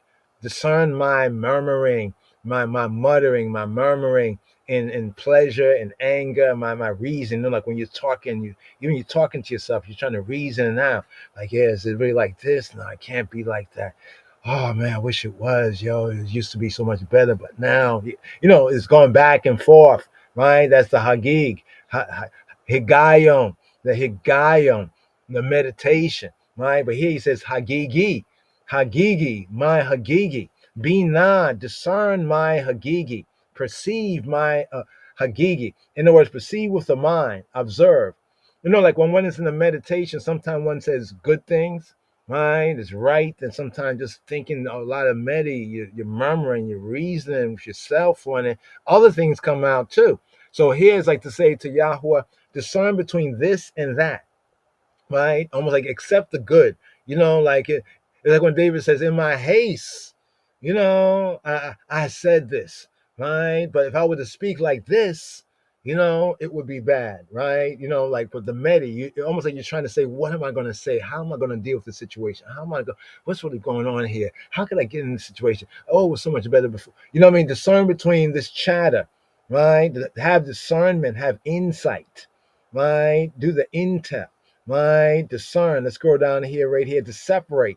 This is the true sense here, bringing out the Hebrew, the Hebraic sense, the inner sense right here, the inner sense, even in the innermost, mentally, right? To being, right? Keeping it a being, right? Bina Hagigi, right? So the first part, Amarai, my sayings, what I've been saying, Amarai, my words, to say like my sayings, Amarai, Ha'azina, broaden the ear, Ha'azina, Yahuwah, Bina, consider, translation says consider, we bring out separate mentally, distinguish, in a general sense to understand or consider, but in the detail is separate, right? What is going on in my Hagig? What is Hagig? It's a whisper, my musing, my murmuring. You know, sometimes you can't help yourself. Sometimes, well, not that you can't help yourself, but sometimes it just happens. You find yourself just talking, you're like, was I talking to myself? You know, like you're trying to, you know, you're musing, right? You're musing, you're meditating out loud, right? You know, you're musing. They say from Haga. This is the root of Hagig. Haga, right? You're moaning. Oh, why am I always going to this? You're growling. You're uttering. You're musing. You're muttering. You're meditating. You're devising, plotting, speaking. Right? There's a lot of chatter, chit chat, chatter. right? Sometimes it's hard for even ourselves to really discern between this and that. We be like, I know I said some good things, but I said a lot of stuff right there because we're murmuring, right? We're medi. It's a medi, right? Whether it's in pleasure or in anger, the implication that you're pondering, right? Pondering, right? It's kind of interesting because the same word haga is translated in some places in KJV as imagine. Right? You imagine, think about, oh man, if it's like this, then right? You're meditating. You could be mourning. Oh man, why does this always happen to me? Right? You're muttering, right? You're roaring. It's sore, right? You're speaking. But notice one form of it right here is studying. Sometimes study is like that. I'm trying to figure this out. How in the world they get to this? Like, how did they get to this point right here? Oh, if you did this, nah. Oh man, I can't get this. Yeah, yeah, right. This talk, this utterance, right? But I'm trying to give you the context here, right? Because here the murmur, and sometimes this murmuring actually comes out as a complaint, right? He's meditating, that chatter right there. So here he's asking Yahweh to discern, right? The unspoken prayer, or it's not unspoken, but it's not formed up as a prayer. Before you actually open your mouth, right? You might be thinking. You don't have to be speaking it out in your mind, in your heart, your mind. You're thinking this and that, trying to form the words, right? That which is not spoken, or that which is not intended to be spoken. You know what I'm saying? In the recesses, right, of the heart and the mind, right, within, to oneself. Like, let me speak to myself and say, okay, what am I going to ask Yahweh right here? I don't know. Okay, can I ask him this? Of course I can ask him anything, but do I have standing to ask? What I'm saying? This is some bringing this out as the whispering, the utterance that is inaudible, that's not audible, right, to anybody else. Give you an example, right? It's inaudible to anyone except to Yahweh Eloheinu. You remember the action of Hannah? Remember Hannah? Remember Hannah, the mother of Shemuel? Remember Hannah? The mother of Shemuel, yeah. That Hannah, right? Hannah in First Samuel chapter 1, verse 13. Quickly, let's go here. First Samuel chapter 1, right? Verse 13. Verse 13. Now Hannah, she spake in her heart, like in her mind, yeah? Only her lips moved. You know what I mean? That ever happened?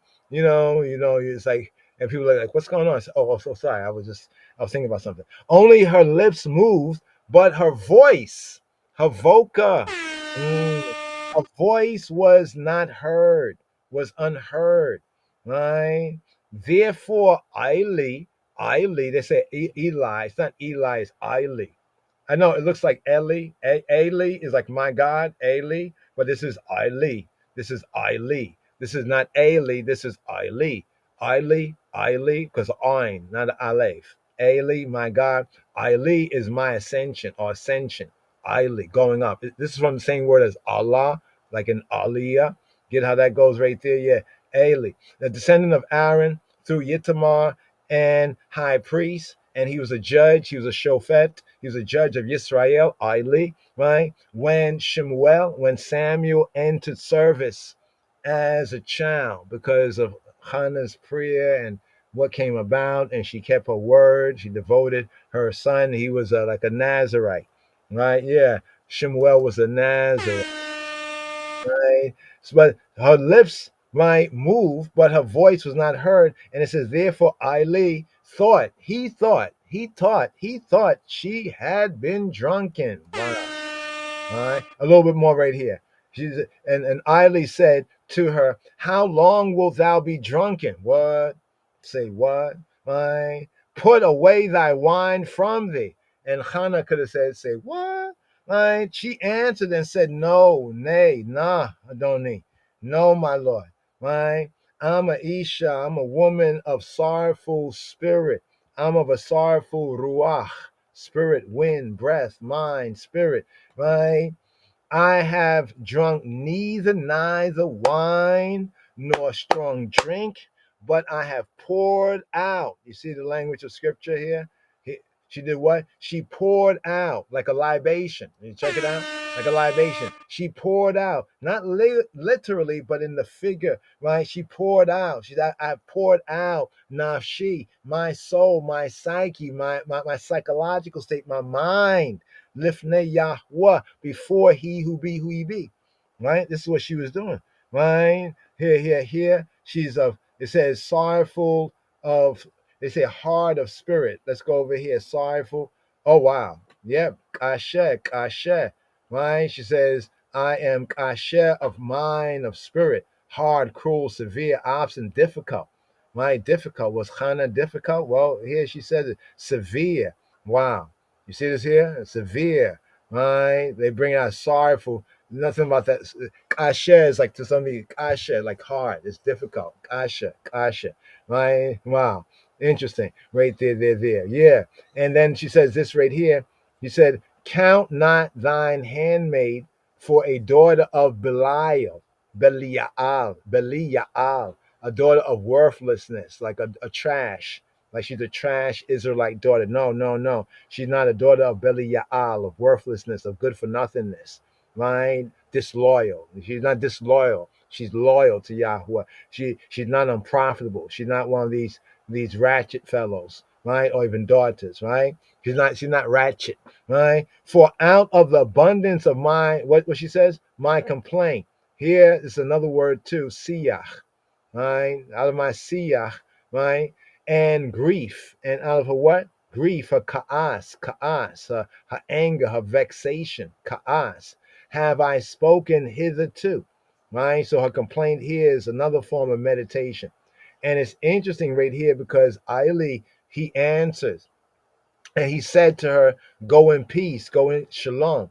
And he also says, may the Elohei Yisrael, may the God, the creator, the power, right, of Israel grant thy petition, right? Thy petition, thy she'elah, she'elah, thy ask, what you're asking, your she'elah, right, that thou hast asked, right? Now it's interesting because, and she said, may thy handmaid find grace. Now remember, her name is Hannah, and she says, connecting with the root of her name, may thy handmaid, Hannah said, find chen.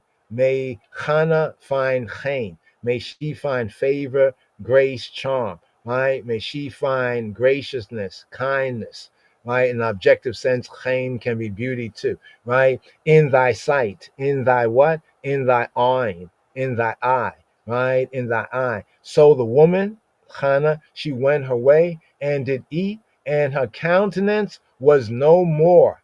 Right, her countenance, like her face was no more. It's not saying that she didn't have no more face. Countenance is face, panim. Right, but it's the context is sad, but the word sad is not. It's an old Hebraic idiom. Right, he was angry. Yeah, but his countenance was no more. Was not like he's not angry no more. It's like it's not sad no more.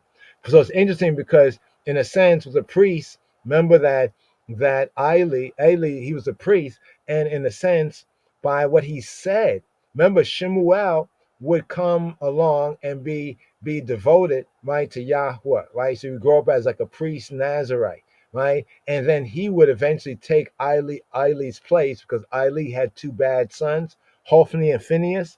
I think Vaughn Benjamin touches on them, Hophni and Phinehas, and also check out that tune, Belial, right? Be loyal. But I just want to go there just to bring out this sense right there. So I was going to go through these three verses right here, right? To the next verse right here, right? So this is the introductory invocation. This is how did the prayer begin right here? He says, hearken to the voice of my cry, right? My King and my God, for to thee will I pray, right? So early in this podcast, right, brought to you by prayer, right? So in other words, it's on the subject matter of prayer, right here. And this psalm, right, prompted it, right? But yet we went into kind of a deeper connection with prayer, sacrifice, the smoke, the ancients, the prayer, the connection, giving scripture here and there, right? But here we have hearken to the voice of my cry. Take the first part first, right? Hak Shiva, Hak Shiba, Hak Shiba, Hak Shiba, Likola Shawi, Lekol shawi malki welohai ki eleka etapalel ki for eleka to the I male and none other, O Yahuwah. Etapalel etapalal, I will palal. I will palal. Here's the word palal. Palal is an interesting word. It's at the root of palal, falal, tefillah. Tefillah is prayer as a noun. Palal or falal, see here, palal or falal is to pray, the verb. But notice what the word pray, right? Right? And this is different than when we look at pray in the English. If you look up pray into the etymology of pray in English, it's like beggy, beggy, beggy, beggy, beggy, beggy. But here it's more like to intervene, to interpose. But it's also to meditate and judge. It's really meditating judgment. See, the Hebrew sense of prayer is more like, what right do I have based on your word? Right? That's why it says, he who turned his ear from hearing Torah, right? Even his prayer is abomination. Because that means he don't really understand what tefillah, right? Well, Hebrew prayer is, and not understanding what palal is. And if he do understand that, then one is really ratchet, knowing what they know and doing what they do. So this word actually means to judge. So in a sense, prayer in the Hebrew sense is an aspect of self-judgment, right? In other words, between myself and Yahweh, I am here and he is there. He is holy, holy, set apart. I am here, right? How can I bridge this gap, right, between like me and thee, right, to intercede, right? So in a sense, prayer is actually an intercession for yourself. Right? But here, Strong's bringing out best. A primitive root, what does it say? To judge. Look at that. That's our point right there, to judge.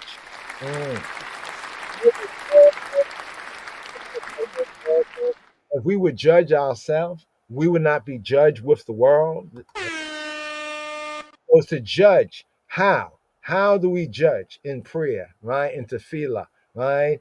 Officially, what does official mean? According to law. So this means according to Torah. Why, when it says in Proverbs, he who turns his ear from hearing Torah, hearing the law, even his prayer shall be an abomination.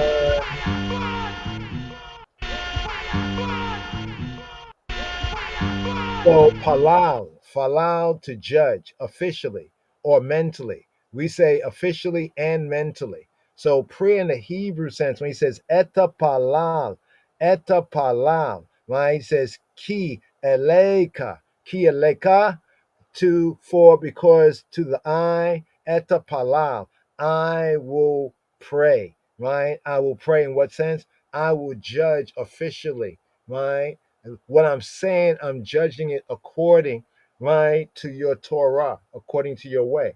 Even if I've fallen short, I'm going to acknowledge this and plead for mercy according to your Torah, according to your way. You see what I'm saying? So prayer in the Hebrew sense is there's an aspect of self weighing, right? This is why David's Psalms are so beautiful to study. A man after Yahweh's own heart.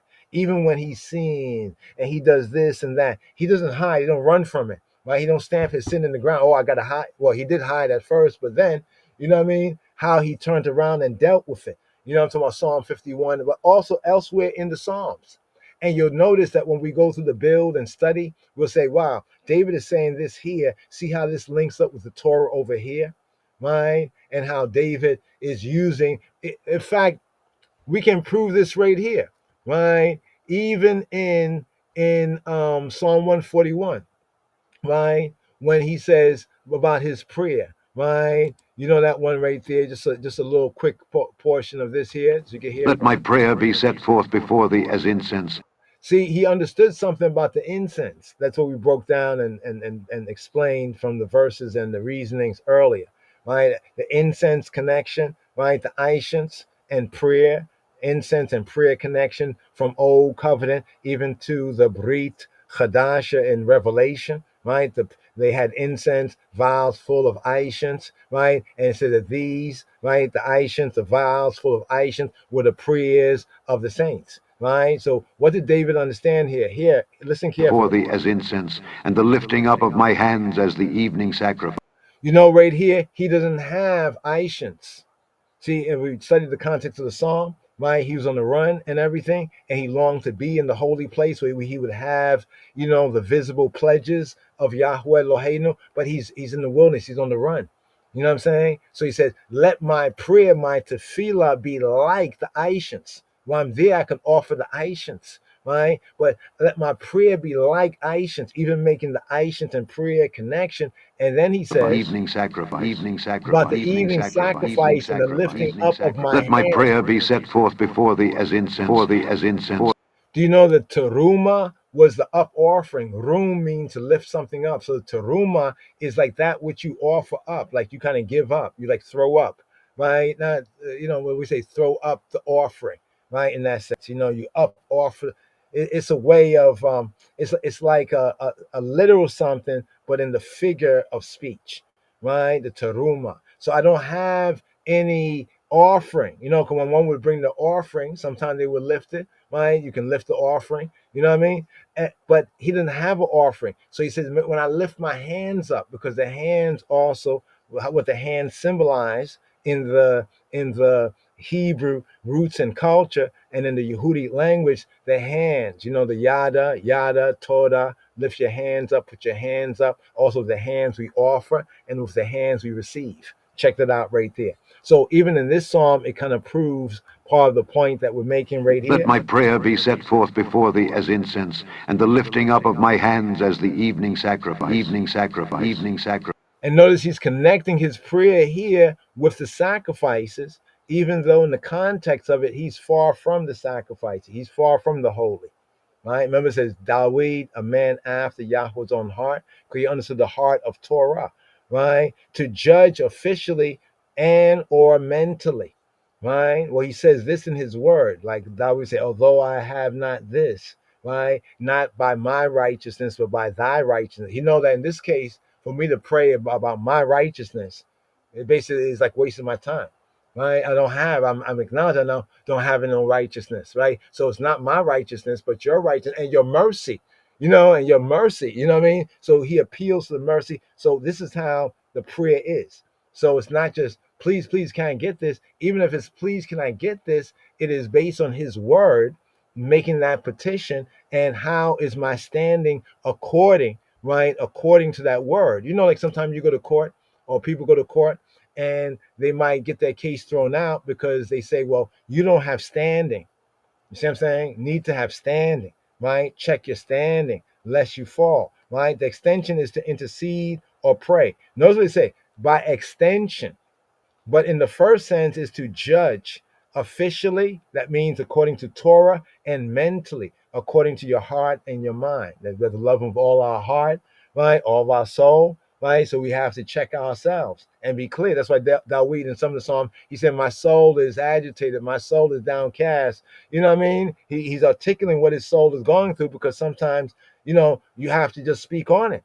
You have to just admit the obvious, right? And then fall on the mercy of the court, right? In Yeshua's name. So right here, where it says, hearken to the voice of my cry, right? So the first part, hak sheba, here kasha, prick up your ears, right? It's like to prick up your ears. The sense is like to prick up the ears. Hak sheba, prick up the ears, right? Really like tune in. Likal, to the call. Here's the call. The call is the sound, the word sound and power. Hak sheba, likal shawi. Likal shawi. Now, in modern Hebrew, they might say shavi, but the ancient pointing is shawi. Here they say shava, but actually it's shawa. It's shawa, right? Shawa, right? Shawi. You know, it sounds just like it sounds. Shawi. What's a shawi? Shout. My shout. My cry. It's not boo hoo hoo. It is shout. My hallelujah. Yeah. Hallelujah. And my shout out. My shawi from shawa. Shawa is to cry out for help. Yeah. Right? Shout. Like somebody say, help, right? Our way as Israelites, according to Torah, say help was like, yeah, right? And calling upon the name, Shawa'i, right? And we're calling, we're crying, shouting, right, to be free or to have some burden or some obstacle, right, taken from off us. It's a shout. Oh, boom. There we go right there. You see down there? There we go. You see what it says shout, right? So the fuller verse, Hakshava, Likol Shawi, Likol to the voice, Shawi, to the voice of Shawi, Shawi, Shawi, the voice of my shouting, my shouting, right? My calling out, right? Malki, my king, my Malki, my Melech king, Malki, my king, my we and Elohai, Welohai, Haliai, Welohai. Here in the verse it's not Elohim but Elohai, and my Elohim, Malki, my king, Welohai, Malki, Velohai, Malki, Welohai, Malki, we Elohai, Malki, Welohai, my king and my God, my creator, my power, my ruler, my judge, also in that sense. My king and my judge, Malkia Welohai, Highly. So my king, Malki, my Melech, my Neguse, my Negus, my Melech, Malki, as a subject. So here Dawid is teaching something about prayer, right? In his prayer, right? And then even later, Judaically, Hebraically, we can see that this pattern is kept. When we come before Yahweh Eloheinu, it's as coming before like we are subjects. Like it's a kingdom. Remember, it's always about the kingdom, right? That's what it's be the work about the kingdom. So that means we're the king's men. So we come before him, he is our king, and we are subjects, right? So as a subject appeals to his monarch or to his king, right? To his king to right his cause, appealing to the king and the judge, because usually the king is the Supreme Court judge, and Yahweh, right? He is the supreme of the supremes, the king of kings, right? The God of gods here, right? To right his cause, as we have in Psalm, right? And other Psalms as well. So in this context, he says, as a subject appeals to his monarch, right? Like today, we will go to court and we take it to the higher court, right? In the ancient pattern, one would go to the king, right? And here, Dawid, right? Here, I who be a king. Remember, Dawid who be a king.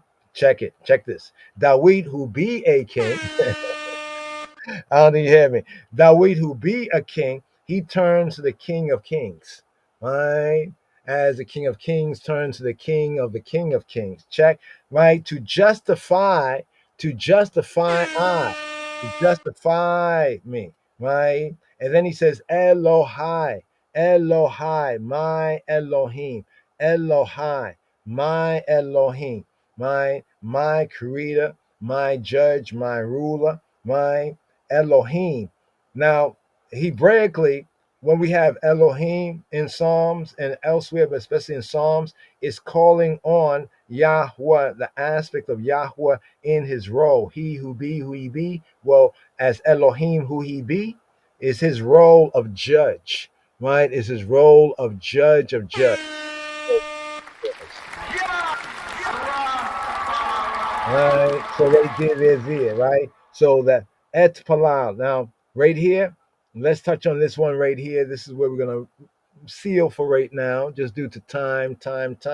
He says, my voice, right? My voca, my voice, Oli, my voice, right? Ki aleka et palal. For to the I pray, mine, I weigh myself, right? According to your Torah, right? What right do I have, right? According to your Torah, right?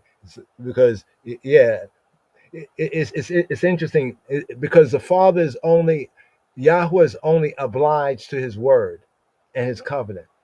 You see what I'm saying? He's only obliged his word, and this is when you understand what Moshe did, Robeno, and Dawid no doubt studied this and learned this, and he knew this, right?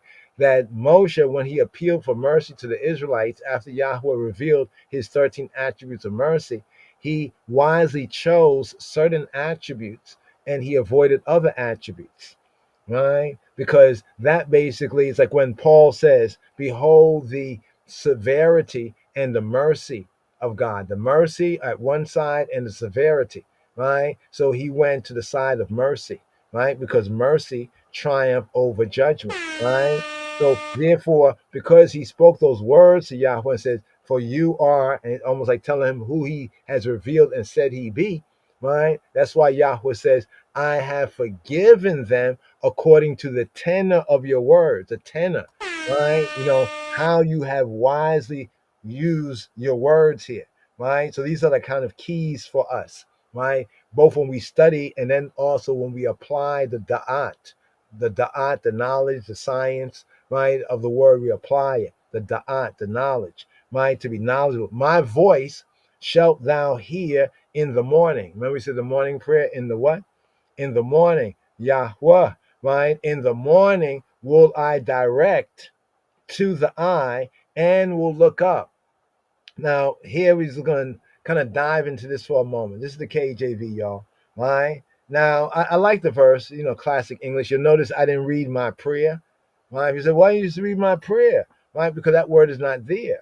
It's not there. Right? The word my prayer is not there. Right? It's not there. Right? Let's go over here. Right? So we can show and prove. But this part is important really to bring out.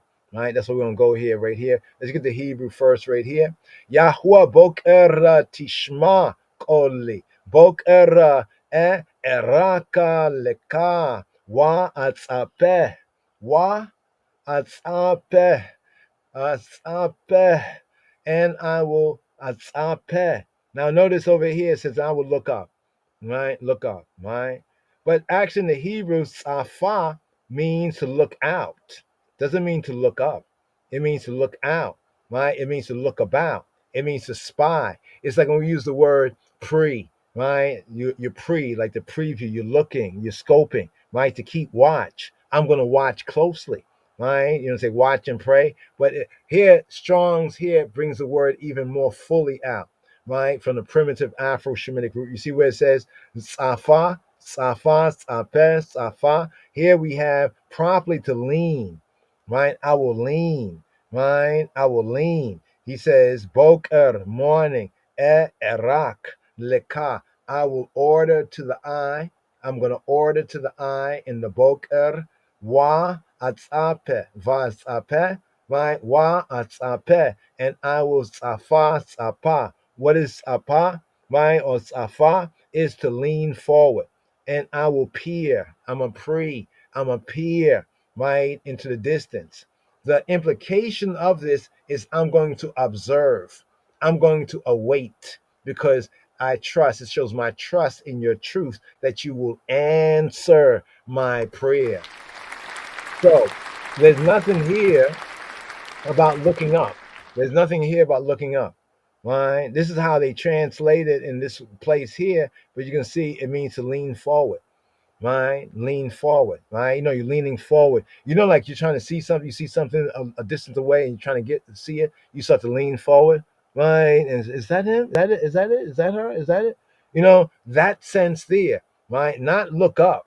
Right? So it's kind of a miss. Look forward would be better, right? And I will look forward, right? Asape, asafe, asape, right? I will look forward, forward, forward, forward. So let's break down and build this verse. First of all, it occurs when, right? In the Boker, right? So we say Boker Tov, Boker Tov, Boker Tov, Boker Tov, right? The morning, the dawning, the break of day, right? The end of the night, the Lila, the coming of the daylight, the coming of, they say, sunlight rise, the rise of the light, right? Of the day, the beginning of the day, of bright joy after night of distress, right? So he's looking forward, right, to the next day, right? Looking forward to the dawn, right? To the dawn, right? The word morning is dubious, right? You mean morning or you mean morning? You see? So we prefer the word dawn or the dawning, which is the break of day, right? So we have right here, he says, Yahweh, oh, he who be, who he be. So the first word here is not my voice. The first word is Yahweh. Oh, he who be, who he be. Boker, morning, in the dawning, right? In the morning. Yahweh, Boker tishma, Oli, Tishma, Oli. In the morning or the dawn, Tishma, Tishma, Shama, right? Shama, listen, hear, obey, right? You don't have the power to hear with attention, and it's the implication that he will hear and he will do according to what I'm asking. Yahweh Boker Tishma Koli. He will hear Koli, my word sound, my voice, my call, Koli, Koli, Koli, right? And then he says the next line, the second line, where it says in the morning, Boker, Boker, right? The dawn, the break of day, Erak. Boker Eraklika. Boker Eraklika. Eraklika. Erak. Erak is interesting. Here is the word direct, right? From Arak. So here we have Arak, right? Like Arak. Yeah, I know it sounds like Iraq, but no, Arak. Arak here means to arrange, means to set, to put, or to lay in order, to arrange. So here in the second part of this verse here, it says, Boker, the break of day, Erak, I will arrange, Erak, I myself, first person, Erak, right? I will arrange, I will set, I will put in order, Erak, I will set an array, Erak, I will prepare, Erak, I will order, Erak, I will ordain, I will handle, furnish, Erak, esteem, equal, equalize, level vibes, direct, I will compare. So you can see the general sense. Now, notice in this context here, Erak. So he says, Boker is in the dawning, the break of day, Erak leka. Erak le for ka, for the eye male. Erak leka. I will arrange for the eye, to the eye, right? Set, lay in order, arrange. I will state, like almost like stating a case, right? State in order, like court in the dawn, like you have to get to court early in the day. Well, his prayer here is that sense here. I'm going to set forth a legal case. Torah wise, this will be a Torah worthy case. The legal, according to his instruction, his direction, set forth, set in place. But there's a secondary sense that's interesting, right? Boker Erak leka, right? Erak, I will compare, right? To the eye, I will arrange. It's an interesting sense. We can get into the minutia, but the basic here, I'm going to set in a row. I'm going to arrange. I'm going to put in order. And see what it says, put in order. This can be applied in a very wide variety of apps. How it's applied, applying the da'at, applying the knowledge, the gnosis, the science, right? What we know right here. So the word that's missing is Iraq. You don't say tefillati Iraq leka. I said tefillati, my prayer, because the word tefillati is not there. That's why it's italicized there. I'm going to direct to the eye. I'm going to set in order.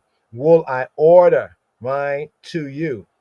What's implied here is the tefillah, but prayer is not said. It carries on from the theme of the preceding, right? The preceding verse. Remember the preceding verse where he says, for to thee, ki eleka, for to the eye male, eta palal, right? I am going to judge according to the Torah, mentally, officially, what to bridge that gap between me and thee, right? According to your instruction.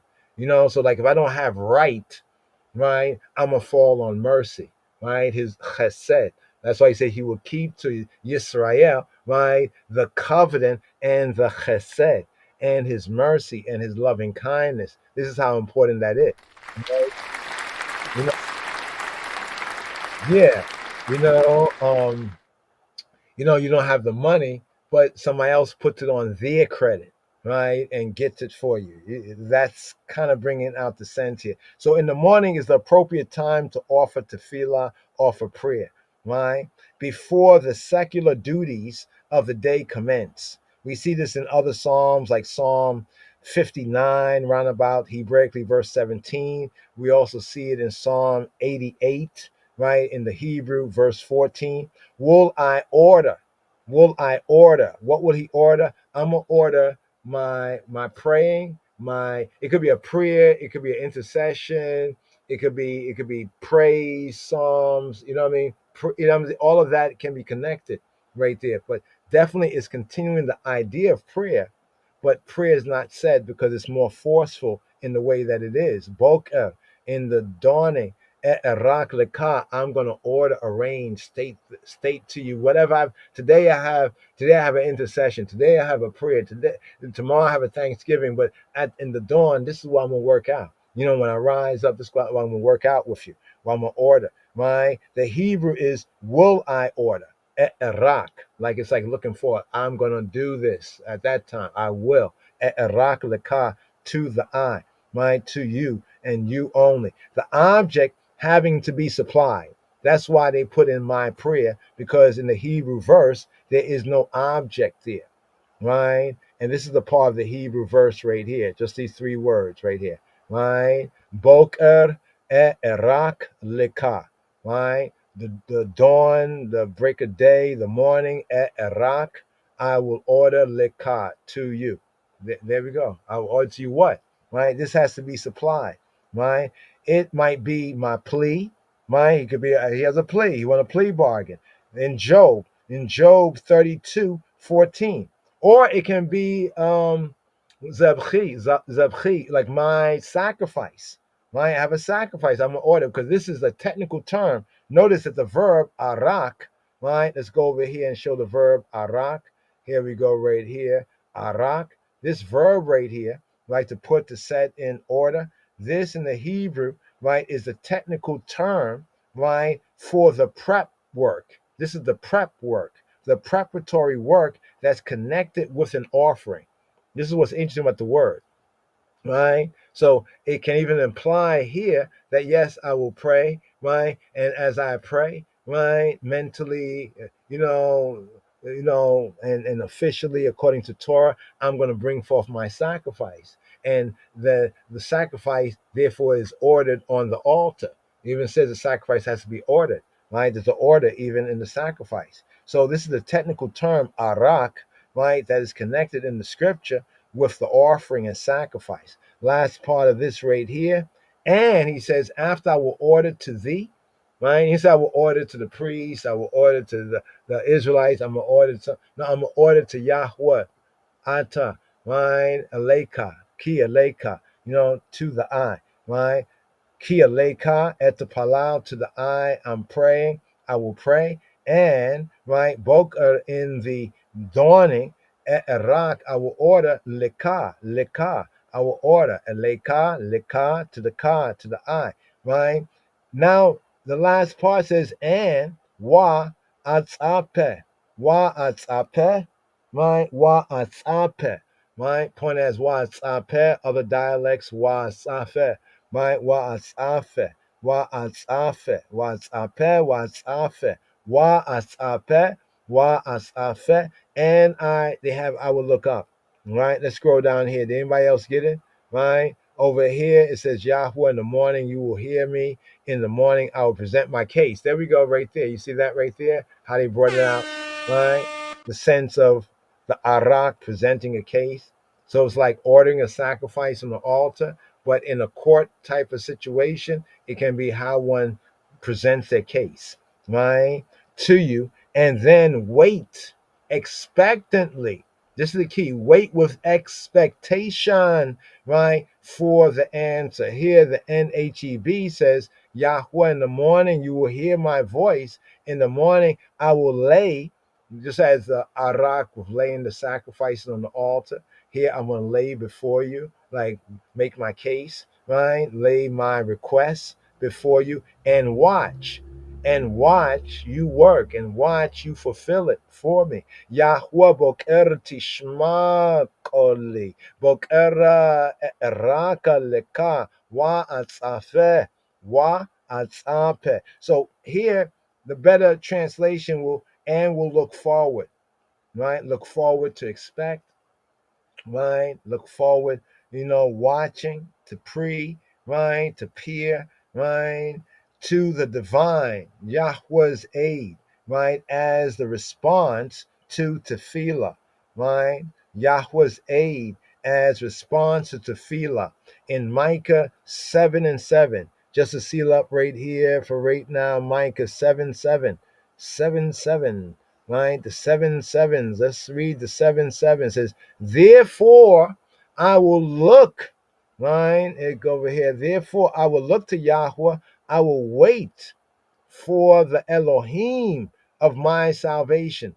Elohai, right? Elohai, my Elohim, my God will hear me. My God will hear me. Remember when Rabbeinu Yeshua said that when you pray, know that we receive the things that we pray. Remember how he taught us the same principles?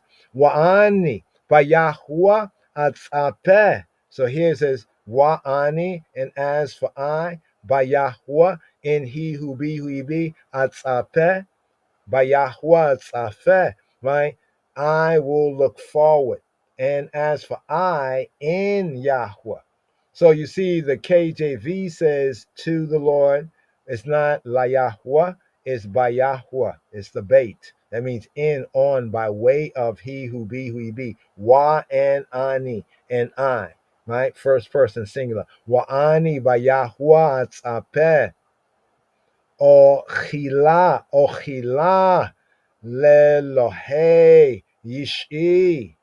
Yishma'eni Elohai, Yishma'eni, and he will shama ani, Yishma'eni Elohai, and Elohai, and my Elohim, Haliyah Elohai, he will hear, right? And in a sense, remember that hear shama also mean to obey, right? It's like when Yeshua prayed during the time of the Lazarus time, and he says, that you hear me always, but then he implies that I'm saying this for the benefit of the people.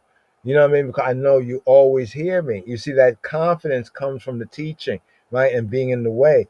Wani, as for I, by Yahweh, in he who be, atzapeh.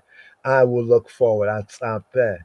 Ochila, right? Ochila, right? And here I will yachal. Ochila, I will wait, I will expect. You see, even the Hebrew sense of the words that seem to say wait, the real sense is like expectance, right? Right? Being patient, hope, but expectant, right? Right? This one can also mean ochila, taking, even if it's taking pains, right? Right? But lelohe, I will wait, even if it pains, because I know he may not come when I want him to come or to manifest, but he will, right? Ochila, right? Ochila. So here it says, I will wait, Ochila lelohe, to the Elohim of. So in this verse, we have Elohe, the Elohim of, and we have Elohai. Elohai is my Elohim. Elohe is the Elohim of. That means something else has to come after. We can say Elohe Yisrael, right? Elohe Yaakov, Elohe Abraham, Elohe Yitzhak, you know what I mean? The Elohim of. Here's Lelohe, Le for Elohe, Lelohe Yish'i, Yish'i, the Elohim of my Yesha, my salvation, my deliverance, my victory. So the Hebrew word for salvation also has the implication of victory. Victory. You know what I'm saying? He is the God of my victory, the God of my salvation, the God of my Yeshua. Ochila. Ochila lelohe. Ochila lelohe yish'i.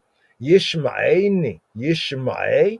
He will hear Ani. He will hear I. Yishma'eni. Yishma'e. Ani. He will hear me. Right? Elohai. Elohai. Right? My Elohim, my God, my true good will hear me. You hear? You heard? So right here. Brothers and sisters and brothers, give thanks for your time. Right here, hope and pray, that ones and ones receive a bracha, right? From this right here. Let's bring this out right here. We have one dub, right? Let's bring this out right here.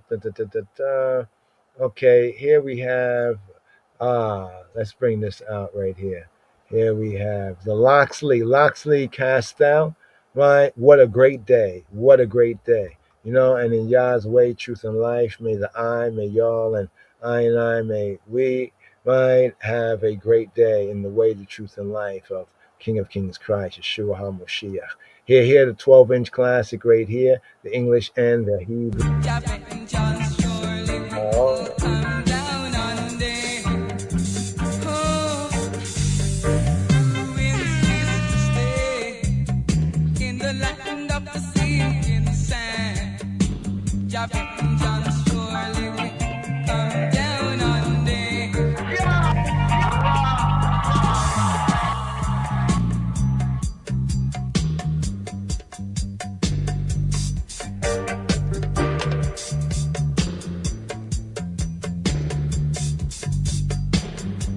Lion of Judah Society.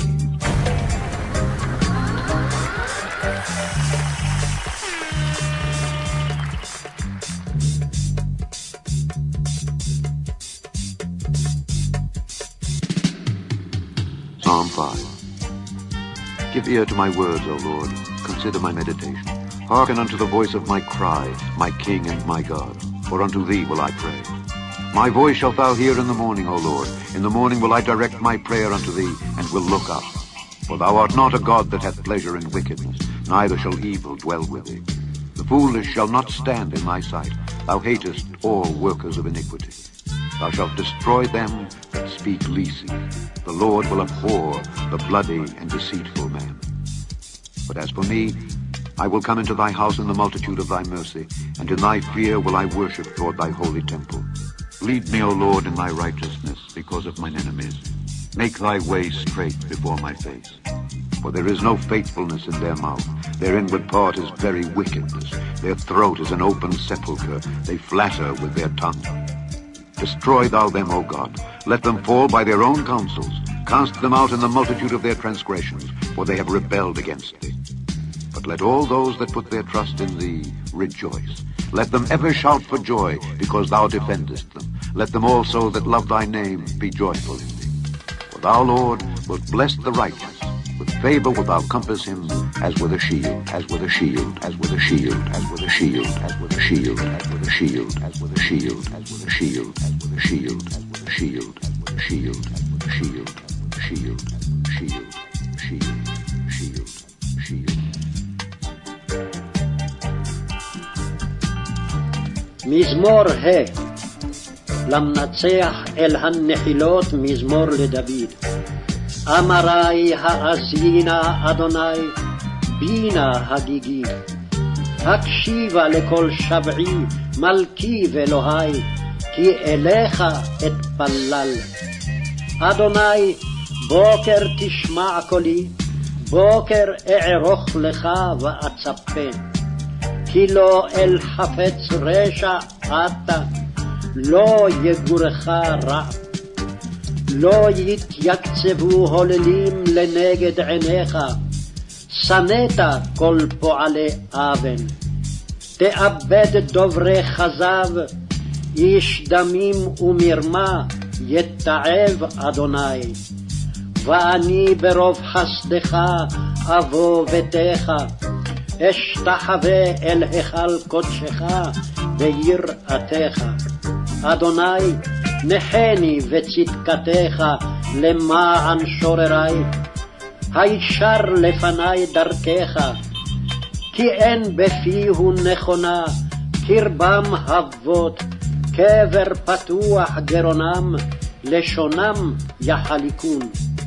האשימם אלוהים יפלו ממועצותיהם, ברוב פשעיהם הדיחהו, כי מרו בך. וישמחו כל חוסבך, לעולם ירמננו, ותסך עלימו, ויעלצו בך אוהבי שמך. כי אתה תברך צדיק אדוני, קצינה רצון תעתרנו.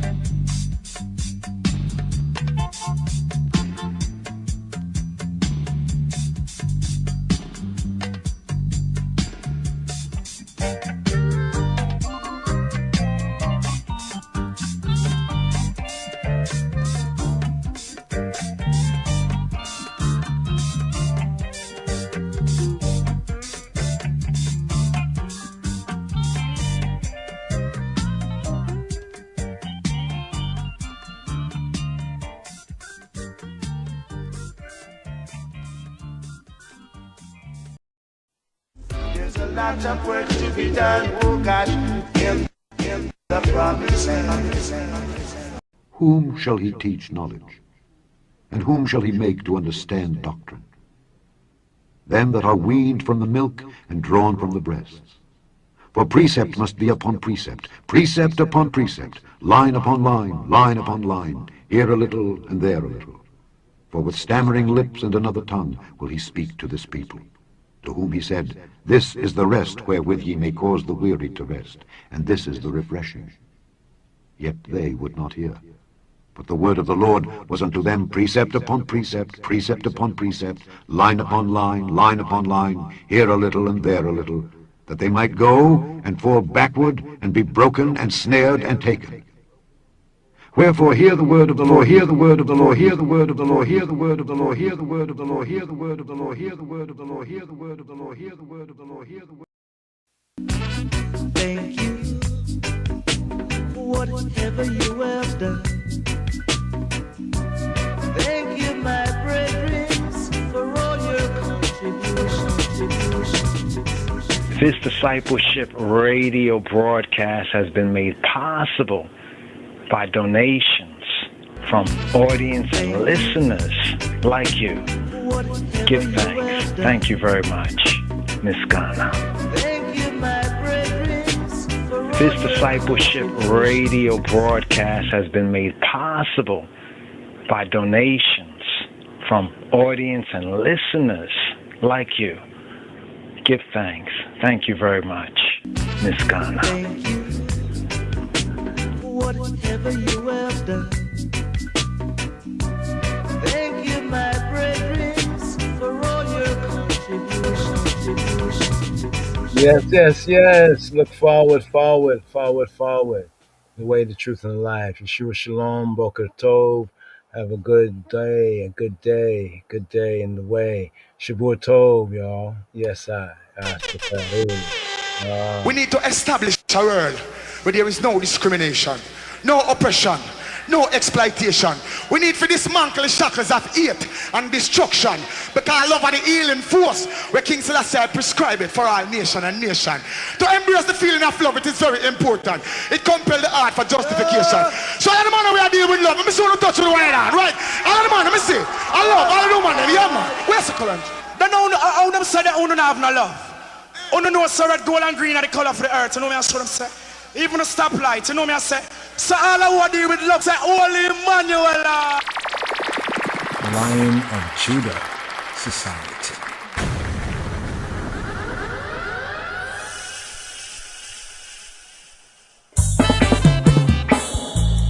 Lion of Judah shall break every chain.